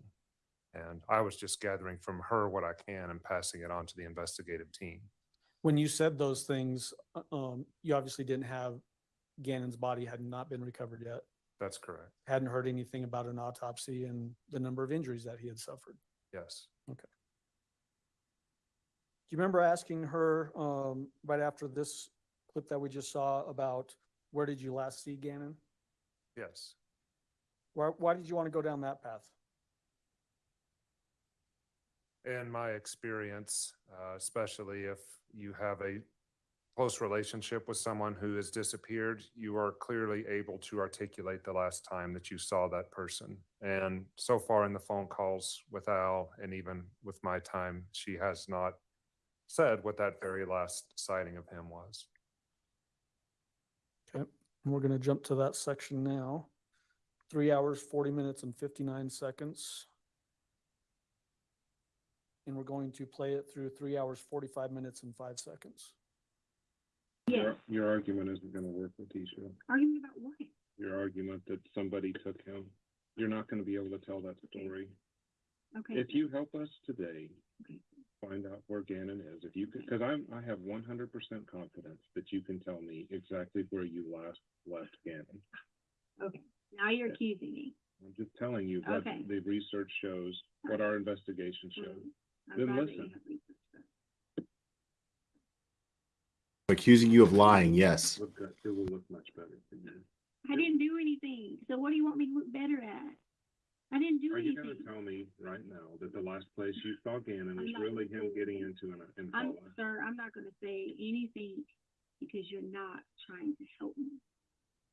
Finding Gannon would help you. Oh yeah, I know. Don't Wouldn't you it? think that? Then tell me. Don't Don't you I know it. really don't think that? So tell me where he is and let me help you. Wow. Know where he is. Where did you last see him? I'm not, sir. I'm not. You prove that you were not going to help me. Okay, you did. You proved you were not going to help me. If you tell me where you last saw him, I can help you. I promise you that, Letitia. I don't get it. Then her Gannon. I mean, I don't know how to like write that out, say it in 10 different languages. So what do you want me to say? You didn't hurt Gannon? Did you kill Gannon? No. No. Did you put Gannon somewhere? No. You didn't put him in a dumpster. Dumpster? What? Really bad, horrible thing? Because we've been tracking your car. Do you think I'm that tracking- sloppy? Even when your phone is off, it can be tracked. Good, sir. I'm glad. And so we've been going through dumpsters all through.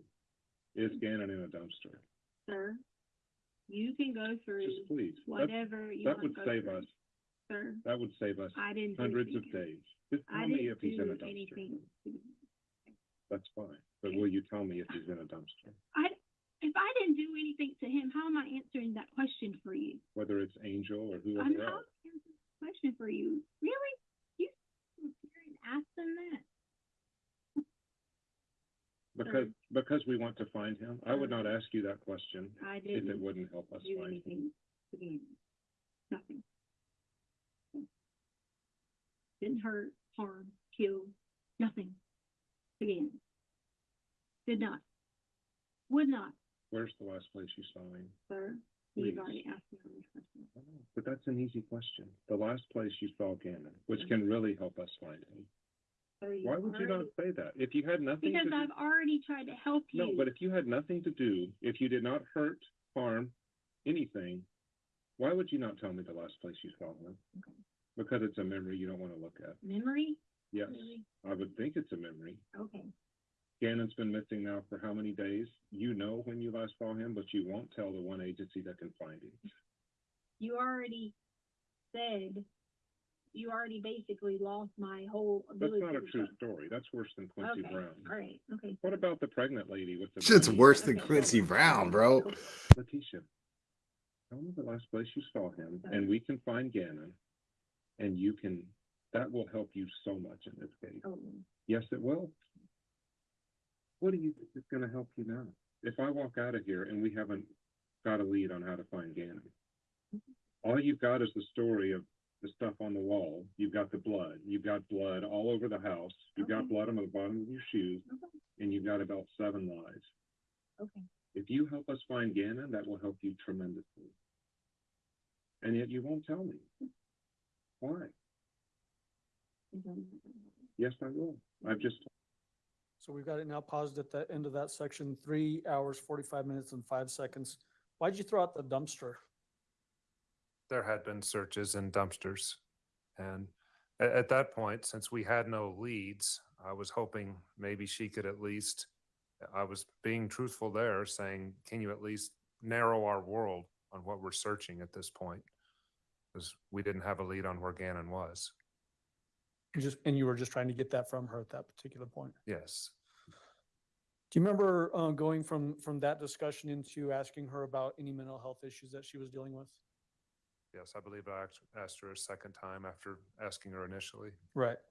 And so that's what we're going to get into next. And that's at timestamp 3 hours, 50 minutes and 20 seconds. And it lasts for almost 2 minutes. So it goes to 3 hours, 52 minutes and 18 seconds.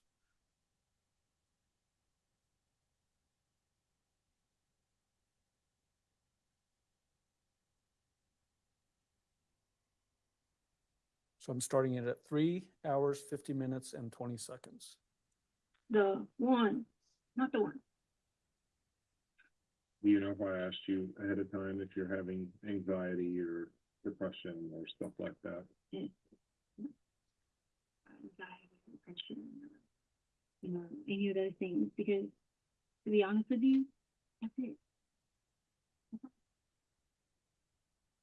So have you been, you said Gannon's been seeing counselors. Have you been seeing counselors? Right, about teaching, one time. Maybe she did it too, because she was going to give the emotional support animal. That's it. Yeah, it was the 2 times on base. And we talked about not wanting to be in teaching anymore and all that route. Stress on the job, that was what we talked about. You had searched a little bit on the suicide stuff. What suicide stuff? Or was that you, or was that just random heat stroke? Suicide? Have you ever thought about suicide? Who? You. I'm not thinking about suicide. Both a suicidal person might say that's what. Yeah, because I have someone in my family before that had said that to me, and I've looked up information. That's not you. Wow. Think A lot of things in their family go on too, that you want to look up and be like, oh, this is going on. They're dealing with this.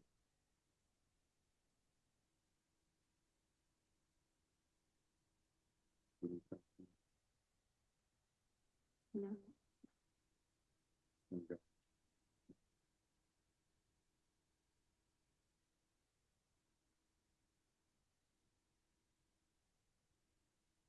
So when you're asking her about any mental health issues, did she indicate basically only 2 times? Yes. And what was the reason that she was seeing this counselor? Counseling on the base regarding her teaching, I believe. Okay. When you left the room here, what were you doing? I believe she asked if she could make a phone call, and plus I wanted to check with our team, so I wanted to see, what was going on with them. Okay. When you came back in the room, did you start to ask her about the board that was found with blood on it? Yes. Okay, we're gonna jump to that. Tell me, Mrs. Stout, what good is a phone call if you are unable So we're to at speak? 3:55 and 0 seconds. That period of time in between. So when we stopped at 3:52:18 till when you're about to come back in the room at 3:55 and 0 seconds, was she just in the room by herself? Yes. Was she acting normal? Yes. Any concerning behavior from her? No. Okay, we're gonna start it at 3:55 and go through 4 hours, 6 minutes and 11 seconds. So a little over 11 minutes. Thank you. At some point, we'll ask you how many steps it takes to get back and forth.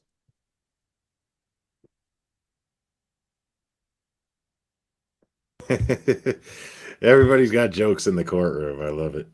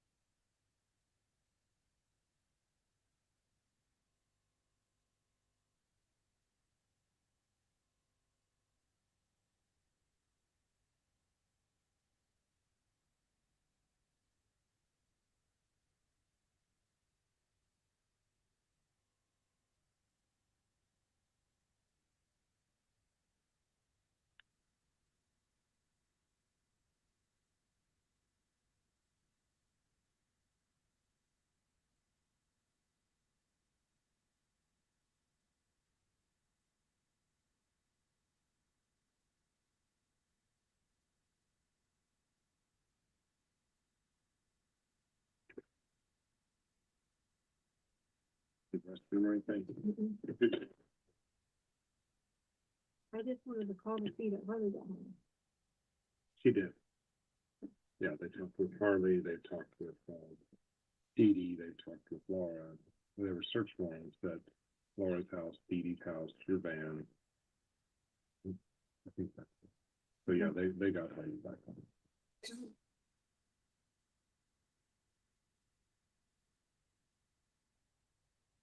Harley with Dee Dee? Yeah, 'cause I told them that I met you out of the car and you said you'd like Dee Dee to be the guardian in between times. What, why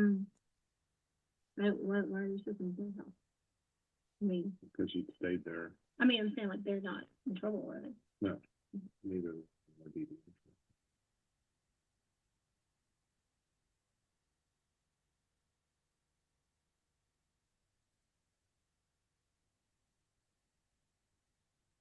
I'm not asking you stuff around teaching. Mm-hmm. I do. And whether you did this or not, it doesn't matter. The reason they asked me is to come find what happened again. And if I can't get past, if I can't prove a story, whether you tell it to me, Al tells it to me, whether it's El Paso Sheriff's Office, again, I don't take anything true until I can prove it. With all the evidence that they have, the reason why it took so long is the district attorney wanted to wait and wait and wait till they made sure they could win in the court. And I've done no body homicide before. They have more on this case than we do on most of them. I don't want you to be the way you can help yourself out of this thing is to give us something, even though it's very You just said you have difficult. what you need, so We why do you need to keep asking me?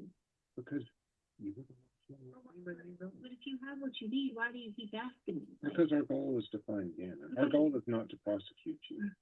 That is the district attorney's job. We're investigators. And like you've just seen, I do a poor job about half the time because I have to guess.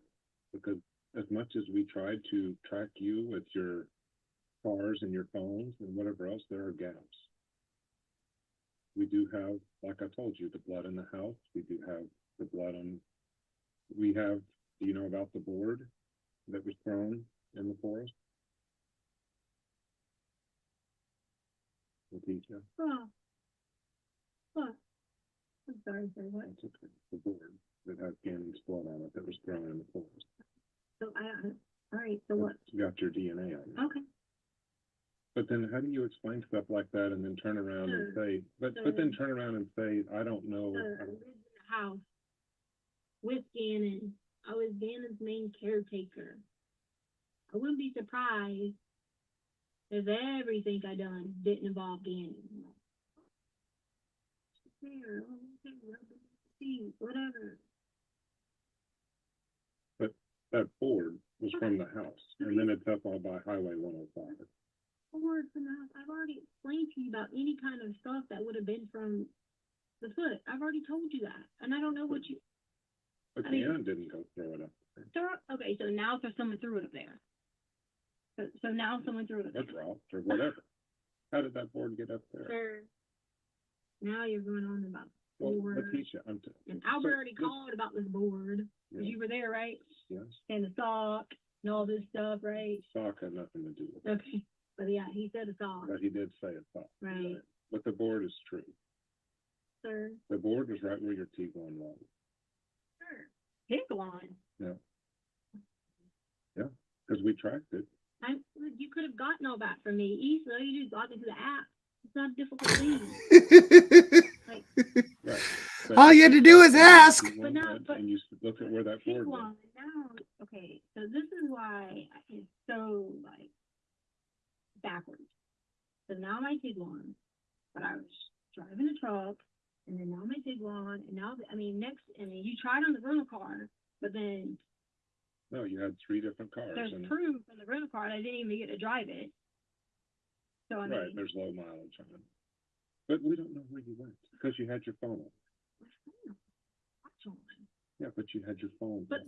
the But watch. the watch is up in the forest somewhere, isn't it? No, that's the forest. You guys have There- my watch. It's at El Paso Detention Center. That's the watch there. I thought you had an iWatch. That is. That's where the watch was at. Okay.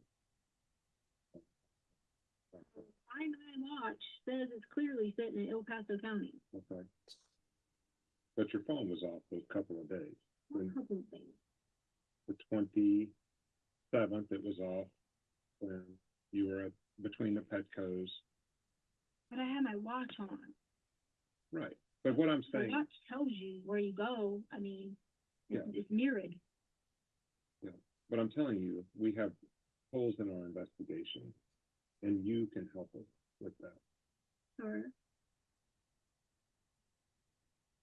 I didn't even drive my car anywhere really, other than just going to meet friends. You drove the Tiguan up there. Yeah, other than to meet friends, yes. So who you meet? That's friends. That can be a lead we can help find Gannon with. You guys already know all my friends, so maybe No, we don't know those up there. that should be the ones that you really know. We don't know the ones up there, I guarantee you. And like the guy said, oh, tire pressure and all this, then you would have saw where if I stopped anywhere or done whatever. Can't you tell me though? Sure. Instead of You want me to making do that? Like, I've already had to tell you everything personal about our lives. You have everything personal. I don't have what friends you saw up there on 105 where that board is. Look, I'm not going to admit to any kind of board. I'm not saying you need to. I'm just saying tell me who your friends are up there and we can go talk to And my TIG line wasn't even driven that way until Okay, so maybe it was later. How much later? I don't even know. Before they took it. Okay, so was the truck up there? Truck up where? Up that 105 area. How's I just said this? But I was going to Castle when he said this. But is that where the board was? It was in the back Sir, of the I don't truck. know where the board was at because I don't know. I really don't know.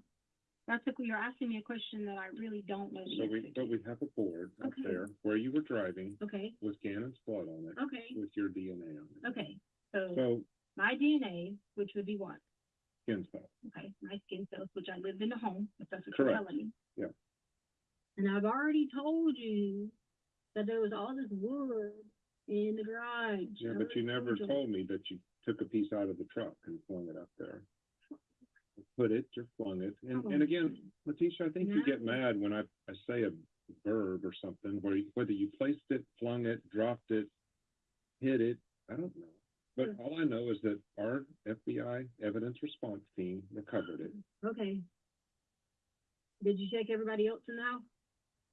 As far as for their DNA? No, not the DNA to see if they put it there. Because you remember, these are the people that were in the house when I wasn't there. Did you check all them? The people in the house. Yeah, did you check the people in the house? You mean the crime scene people? No, I mean the people that I'm sorry. The people doing their job. Stuff you're talking about would have been there. Okay? Correct. Did you check all these people? As far as their DNA? No. Did you check to see if any of them did this? Drove and threw that wood up there? Did you check them? Their GPS, their phone. No. Did you check them? Because that is complete. Doesn't matter. You mean to tell me you checked Veronica's GPS and her phone? Judge, that's now paused at 4 hours, 6 minutes and 11 seconds, and it's 4:49. Is this a good place for a break? It is, Judge. Okay. All right, ladies and gentlemen, we will have our weekend break. Sorry. We will have our weekend, easy for me to say, we will have our weekend break. Again, you must not communicate with others or among yourselves about the trial as it is going on. You must not do any independent investigation or research about the case. You must not discuss the case among yourselves in any way during the course of the trial. You may not discuss the case among yourselves until after you have heard all of the evidence and you begin to deliberate on a verdict. That'll be after the closing and instructions and all of that. In fairness, you must keep an open mind throughout the trial, and you should reach your decision only during your deliberations at the end of the trial. Do not permit anyone else to discuss the case with you or near you. If anyone, including one of your fellow jurors, attempts to do so, report that fact immediately. Do not talk with any witnesses or with the defendant or with the attorneys in the case. You cannot talk to them and they cannot talk to you, even casually. You are permitted, however, to explain to family, friends, and employers that you are on a jury and inform them of how long the trial will last. You cannot say anything else about any aspect of your experience until you are released from jury service. Do not communicate about the case with anyone else in any way, including in person, by telephone, cell phone, computer, the internet, or any internet service. This means you must not email, text, instant message, tweet, blog, or post any information about this case or about your experience as a juror on this case on any website, listserv, chat room, blog, or website. You must not read, review, or accept any communications in any form from anyone regarding this case or cases like this. This applies whether you are here, at home, or anyone or anywhere else. Do not read about this case in the newspapers or on the internet, or listen to any radio or television broadcasts about the trial. The law even prohibits you from consulting a dictionary to clarify terms that may be used in this case. With that, have a good weekend. Enjoy the weekend. I don't think it's going to be as nice as it was last weekend. But it's Colorado. Just love it. Embrace it. So we'll see you on Monday morning, 9 o'clock. All rise for the jury, please.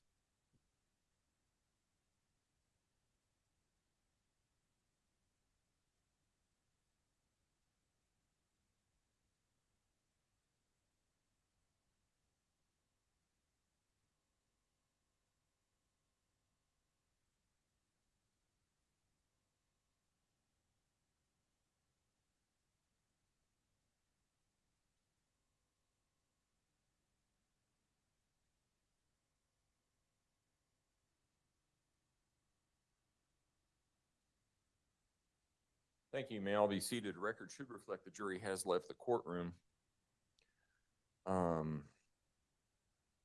Let's go through the the exhibit list for a moment. I have exhibits 1. Yeah, Judge, let's do that.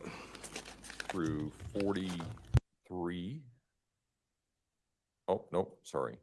1 through, yeah, that's right. 1 through 43. 46. The fun stuff always happens after the jury leaves, so that's why I stay on.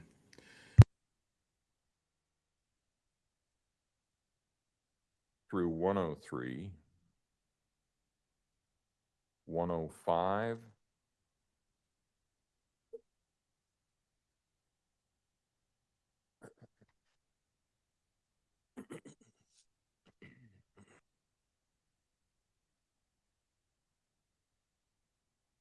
Through 198. 201 through 211. 220. Yep. What? I'm sorry. 206 was, no, 206 was, it is in. It was introduced through Mr. Stout and then was brought in through actually Harley Hunt, I think. So let's go, let's see, 206 to 211, 220, 222 through 224, 226, 27, 28, 230 through 237, 239,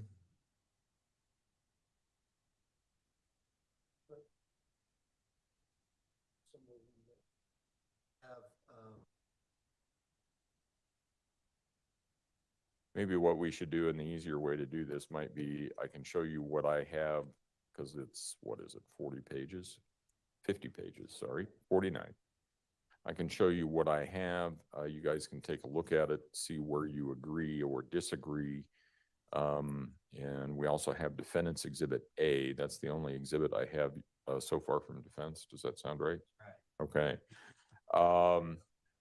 And then, so you can take a look at what it is that I have, who it is that I admitted it through, because I tried to take accurate notes on that.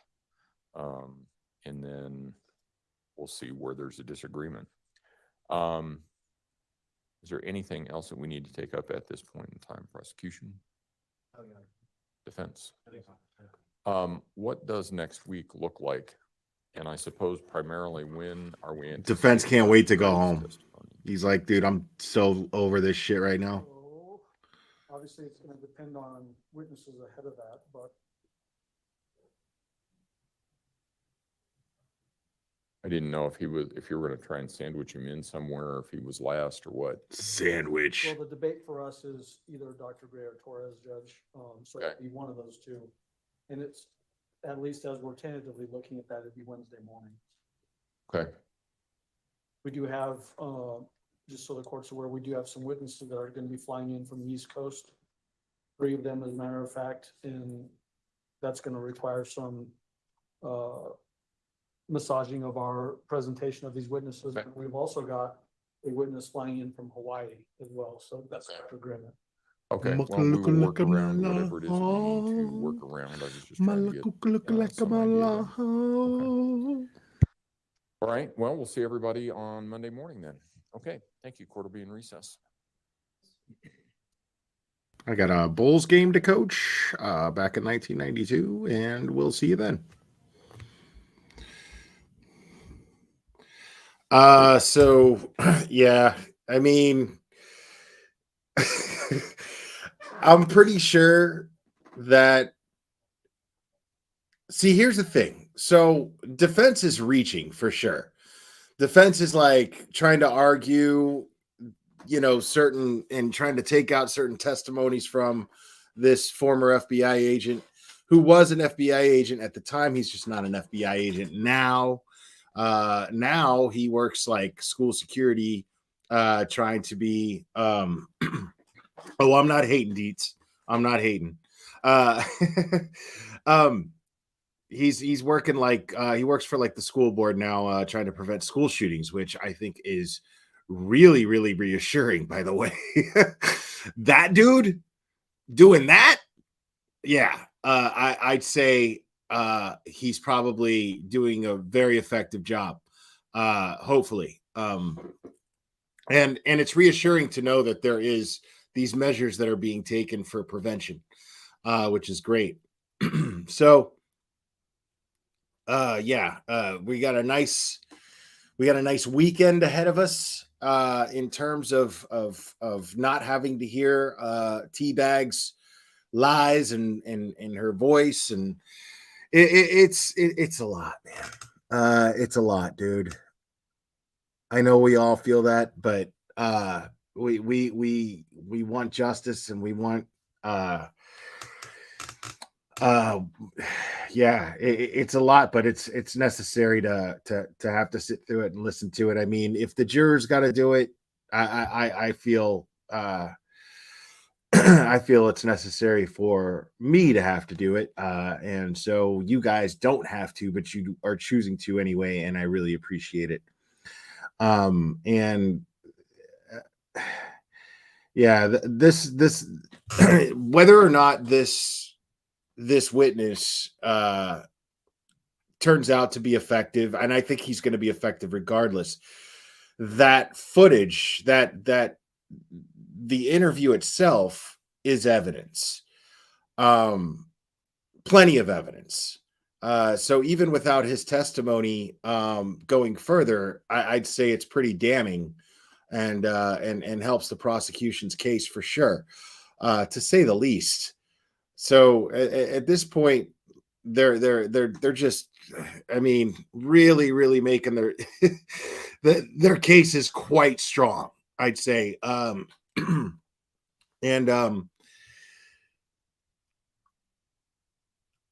I don't know. I know all of you guys are probably feeling the same way I am. It's pretty exhausting listening to her lie and listening to her make the job harder for those who are. And he was very clear. He was extremely clear about the fact that that's the district attorney that's trying to railroad you. If anybody's trying to railroad you, we're trying to find Gannon. You got to understand, it's been a month, but they hadn't found Gannon yet. When this interview had taken place, she'd been charged. Absolutely. She had already been charged. They found all the blood. This is taking place. This interrogation is taking place in Myrtle Beach after she's already charged. And at that point, if I'm charged, as I said before, I want a lawyer. I'm not telling you shit without a lawyer.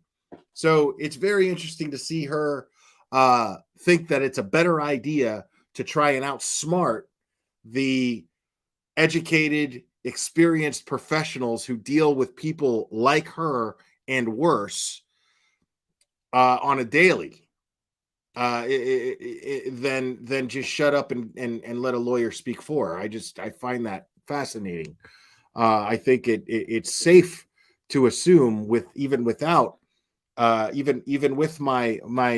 my doctorate from the university of my ass, even with that, I I don't think it takes a doctor or a mental health professional to know that she's clearly being a narcissist. She's clearly exhibiting narcissistic behavior, and it's fascinating to see how compulsive it is for her. It's like she can't help it. She is just chemically in her brain, just by default self-involved. She can't escape from it. It's really fascinating. It's frustrating as shit to listen to, but it's fascinating nevertheless. Now we're gonna actually let me do something real quick before I forget.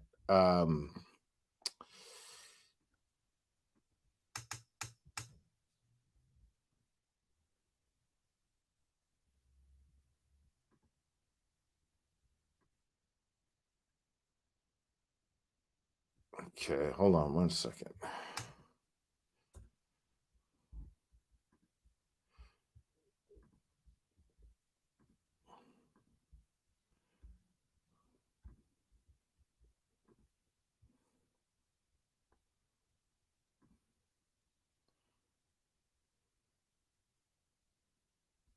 Okay. Yeah, that was quick. All right, cool. So what I'm gonna be doing, and likely tonight, I'm hoping to do this tonight. It just depends on how I feel in a couple of hours. But I mean, it's already past 7 p.m. Eastern time, so it'll likely be a late night stream. I'm projecting around 10 p.m. or 11 p.m. We're going to go over some Battery Betty stuff, and we're going to go over the news on canceled Karen's lawsuit, which I think is really fun. Some fun stuff involving that. So we're gonna go over that. And yeah, like I said, it's likely gonna be a late night one. So but you know, if you guys are early birds and have to get up tomorrow, then yeah, you'll just have to catch the replay or just miss it. But yeah, that's the plan for tonight. And then tomorrow I'm just gonna spend all day in the gym. But tonight, canceled Karen and Battery Betty, maybe a little JLR. We're just gonna kick it, have some fun, do some reviews, and continue to expose the tragedy pimps, because you know we like to do that here. But we got the weekend to mull over this case. I will be back here with you guys on Monday in regards to the Letitia Stout trial. And I will definitely be with you guys, if not tonight, tomorrow night. But the plan is tonight, unless, like I said, it depends on how I feel in a couple hours. We'll see. But that is the idea. So I hope to see you guys then, because it'll be fun. And I don't know if they're doing it tonight, but check out those of you that are in here. If you guys like to just have fun, one of my favorite channels is called the Hannibal and Monty Shit Show. And on Fridays, Monty and Burnt Toast do Hour of Lols. So that's usually around, I don't know, 8:30, 9:30. I'm not sure exactly what time they do that, but I do recommend that because it's always fun. If you guys like toast, that's what she does Friday nights. Check that out. Like I said, Hannibal and Monty are amazing. There probably won't be a Hannibal there tonight, but Monty is my homie, and he's a really, really great guy, and he's really funny. And him and Toast together are always fun. So unless I am passed out from a nap, I'll be in that chat. But anyways, guys, I'm going to call it. Thanks for hanging out with me. I love you guys very, very much. Okie Crime News, thank you so much for the super sticker. I appreciate that, and all the support that all you guys have given me today. I really, really, really appreciate it. And all of the likes and whatnots, and Mo and Jesus, why am I having a brain fart? I am exhausted. Geez, why am I having such a brain fart right now? It's, you know why it is, because I haven't seen you guys in forever. Well,